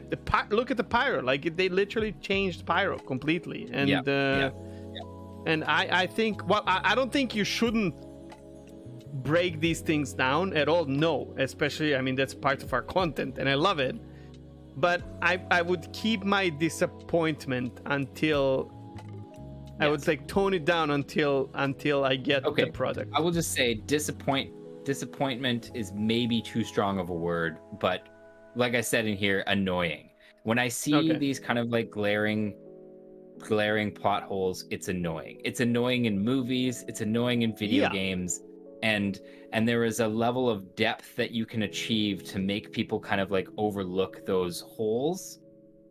And that's why the science can be very important to a sci-fi franchise. I agree, and it gives depth like that. Like, people are saying, like, backstory. Even if you don't, like, I'm the person who goes through the game, especially in MMO, and I don't give a shit about story anymore. I used to be different. I know the entire lore of World of Warcraft and everything. But the fact that people around me know, that creates the depth in an MMO. Yes. Right. Yeah. So I don't have to know, but I know. Yes. And sometimes someone will stop me and say, like, but this is why. And I would be like, why the fuck? And someone's going, what do you mean, why the fuck? Well, there's a reason. I'm like, oh, shit, I did not pay attention. I hate to keep going back to Mass Effect, but no, it's fine. It's such an important game, right? Mass Effect did really well. Like, you pick up on the technology by just playing the game and listening to people talk, or how like the characters talk about it. But if you want to, there's like a whole encyclopedia that you can look into for additional details. That's amazing. If it's And optional, that's great. That's a game done well. Yeah. Yeah. You know. But I would say like sometimes you get really frustrated with things that they have in the lore, and they're like, this is what's happening, and I'm with you on that. Like, if you explain to me why this is wrong, and that's obviously it's not set in stone, but that's the way they think, right? So this is what they present to you, and it's wrong or bad or whatever. I agree, you know. But if there's like this, like there's like missing pieces where you're like, why are they not explaining this? At that point, I'm like, we don't know. Maybe they're on it, or it's connected to some other shit or whatever. I hope so. I know. The like, cloning I'm part, just gonna. I'm with you. Yeah. I'm just gonna keep going back to that one, just because that's the like probably one of the more glaring ones that they've thrown in, and I get it. They just got handed that from like on high and said, we're gonna have to do cloning for game reasons. Here you go. You know, but the problem that I have with it is like after they've been handed the cloning golden ticket, we're still seeing like, oh, this guy died of old age at 90 years old. Why? That doesn't make any sense. Well, like, let me tell you why. Because he's my father and he doesn't want to take a vaccine. Well, okay, and that's legit. Like, that's always going to be a clause, but like that would be so interesting to start seeing, you know, some people kind of writing about like, what does death mean in a society that doesn't technically have to die anymore unless they want always to. have like people like, I don't know, hippies or whatnot. Not as a bad thing. Like some people just want to live Well, I'm not gonna let life, you know, and die. And or you could be like a religious nut job who's like, I won't use a clone because my soul, you know, isn't gonna be in that clone, and anybody who's been cloned is a soulless monster. And, or what if they cannot afford it, for example? Right? Because that's gonna be a thing. Yeah, for sure. I mean, you can guarantee you that the people who are wearing bags on their head at Hurston can't afford a clone body. Well, I also think that if you live in, like, I live in a third world country, right? So here, if we came to a point where it's cloning, I would probably have to find the way to do it myself. And it would be very expensive and probably through some grim hacks ways. While if you live in a more developed country, this might be part of your, I don't know, like insurance or whatever. This is kind of an example that I'm like, this is a great example of kind of what I was talking about, right? Like they can't cover it, right? level of depth that makes you, you know, that makes you more willing to overlook those potential plot holes. You know, and maybe not question past the initial surface level, you know, like for example, like, okay, like here's something I would like to know that they haven't even asked yet. How common is cloning? Is it something that's really expensive, or is it something that like even the people who are working at Hurston have it written into their like really bad benefits contracts? Yeah, you know, and like if that's the case, then again, like, but also it's an easy escape from overpopulation, and this is one that they, if they use it, you can at Chariot on Twitter and be like, okay, I know you picked this up from straight out of Stanton, it's fine. Yeah. You can roll with it. Yeah. Yeah.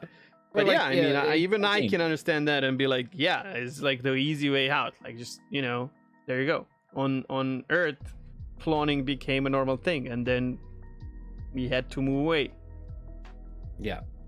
Or again, I mean, like there's other examples with like anti-grav, for example. Why does anti-grav? Why are we still using fucking wheels if there's anti-grav?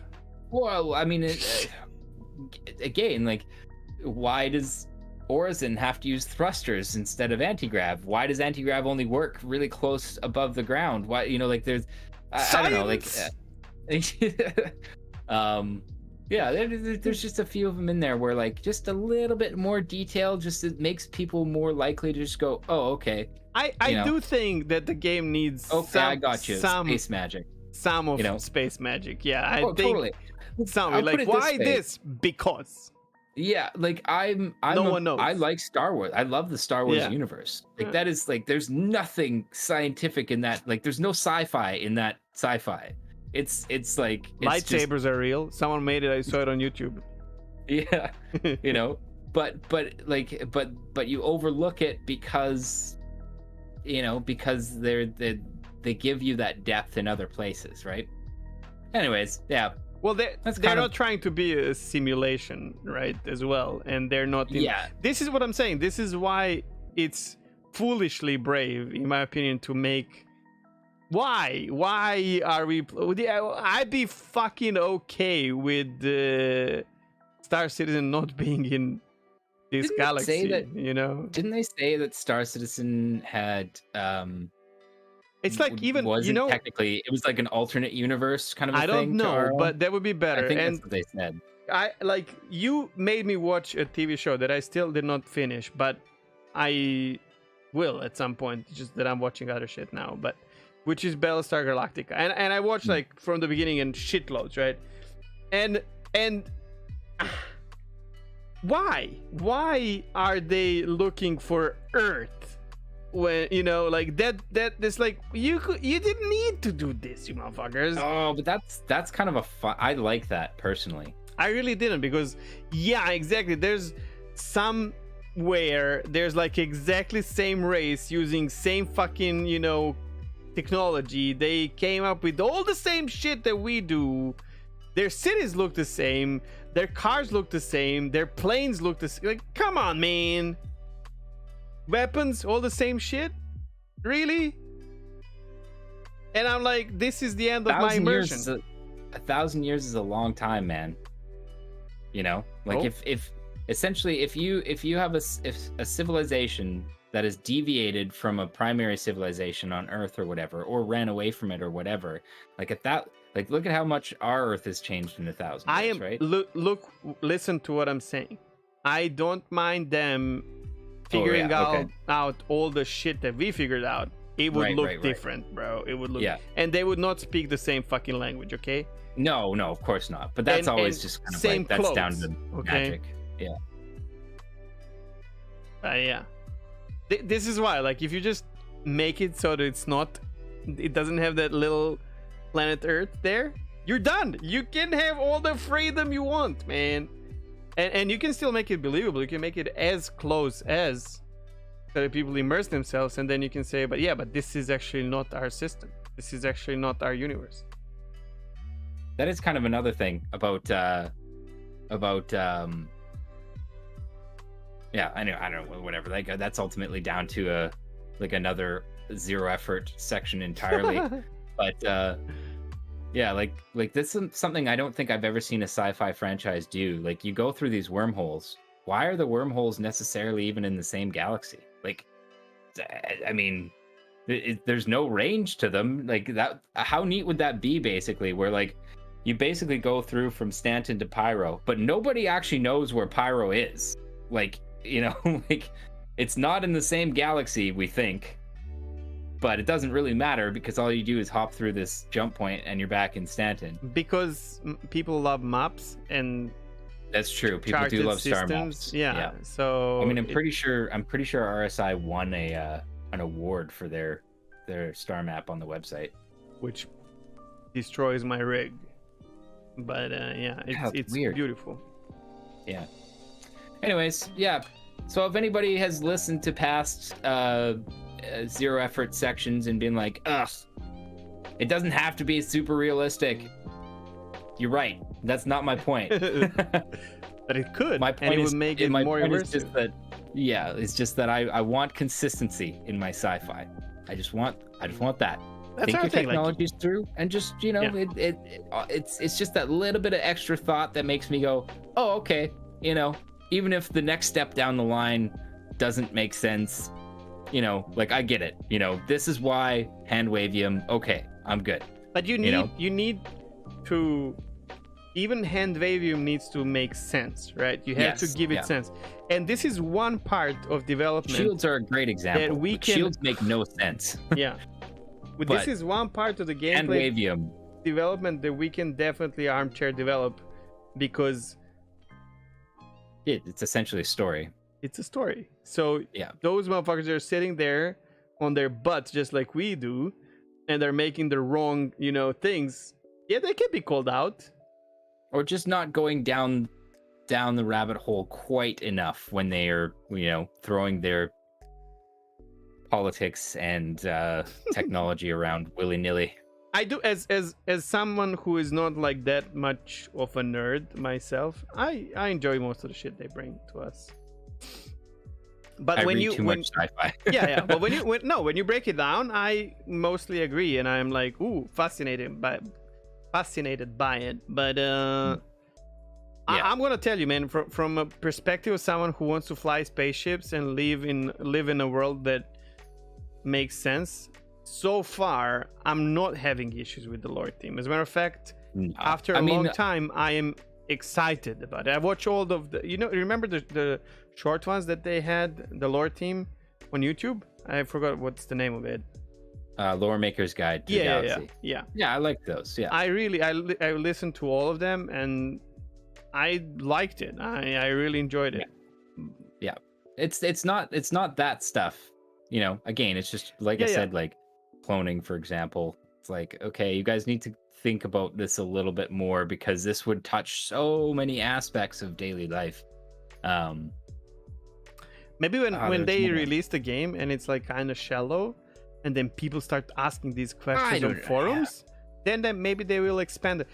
I think this happens in EVE Online. Not EVE Online, sorry, the Elite Dangerous. I think there are people who are like crazy into the lore, and then they will be like, this is wrong, and then they would have to like change it a little bit and like accept or disagree or whatever. And I think it's kind of cool as well. Well, you are right too. Like they've retconned a bunch of the lore already, so it's entirely possible they do. It's just anyways, I think it's important, and I think it's important to to really give thought to a universe that you're creating and how people live their lives and how the technology affects their lives and things like that. I think that goes a long way to making it feel good and lived in and alive, and tell an interesting story kind of without even having to tell a story. You know what I mean? I agree. But I agree. And okay, I'm like you, like when it's hand waving, just please, it needs to make sense still. That's all. Just be consistent with the hand waving. Yeah. Yeah. Agreed. Okay. Questions. Oh crap. I don't think we have any questions this time. There was some interesting chatter, but no questions. Yeah. And well, I guess on that note, then, if you're watching this on YouTube, if you have questions, like we kind of talked about earlier, feel free to drop them in the comments with like a question around them or whatever, and maybe we'll just write them down and read them kind of next time around. They don't have to be, I guess, pertaining to this episode, though. Yeah. No. Yeah. All right. Well, I mean, this was fairly long. We expected it to be long. We're at 4 hours 15 minutes, Mark. So definitely long. But I think we're done. I really enjoyed this episode. I'm so glad I don't have to do it on my own. Thank you, Maso, for not camping anymore. If you enjoyed this, you might want to check out the other show that we do on our channel. That is the show that is called Stanton Gossip, where we go over some media stuff that happens around the world in a span of a week. It's like a shorter half an hour long roughly episode we do also every week. But yeah, with that said, I'm gonna let you, Maso, tune us out. Sure. We can go eat. If you are listening to this on YouTube, thank you for listening to this point. If you like this kind of stuff, we do this every week. We stream it live on my channel here, twitch.tv/Masocast. But yeah, if you would not mind throwing us a like and a subscribe, we would appreciate that. We just kind of do this for the lulz, but yes, it feels good to see numbers going up.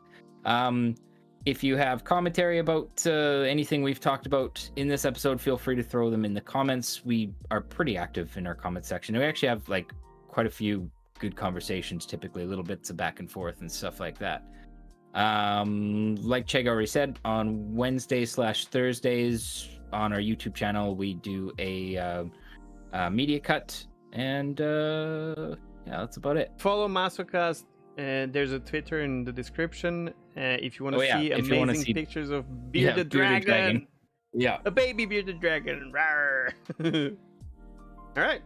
Have a great rest of your day and working week. And we'll see you either on Wednesday or Sunday. Take care. Bye-bye. Bye.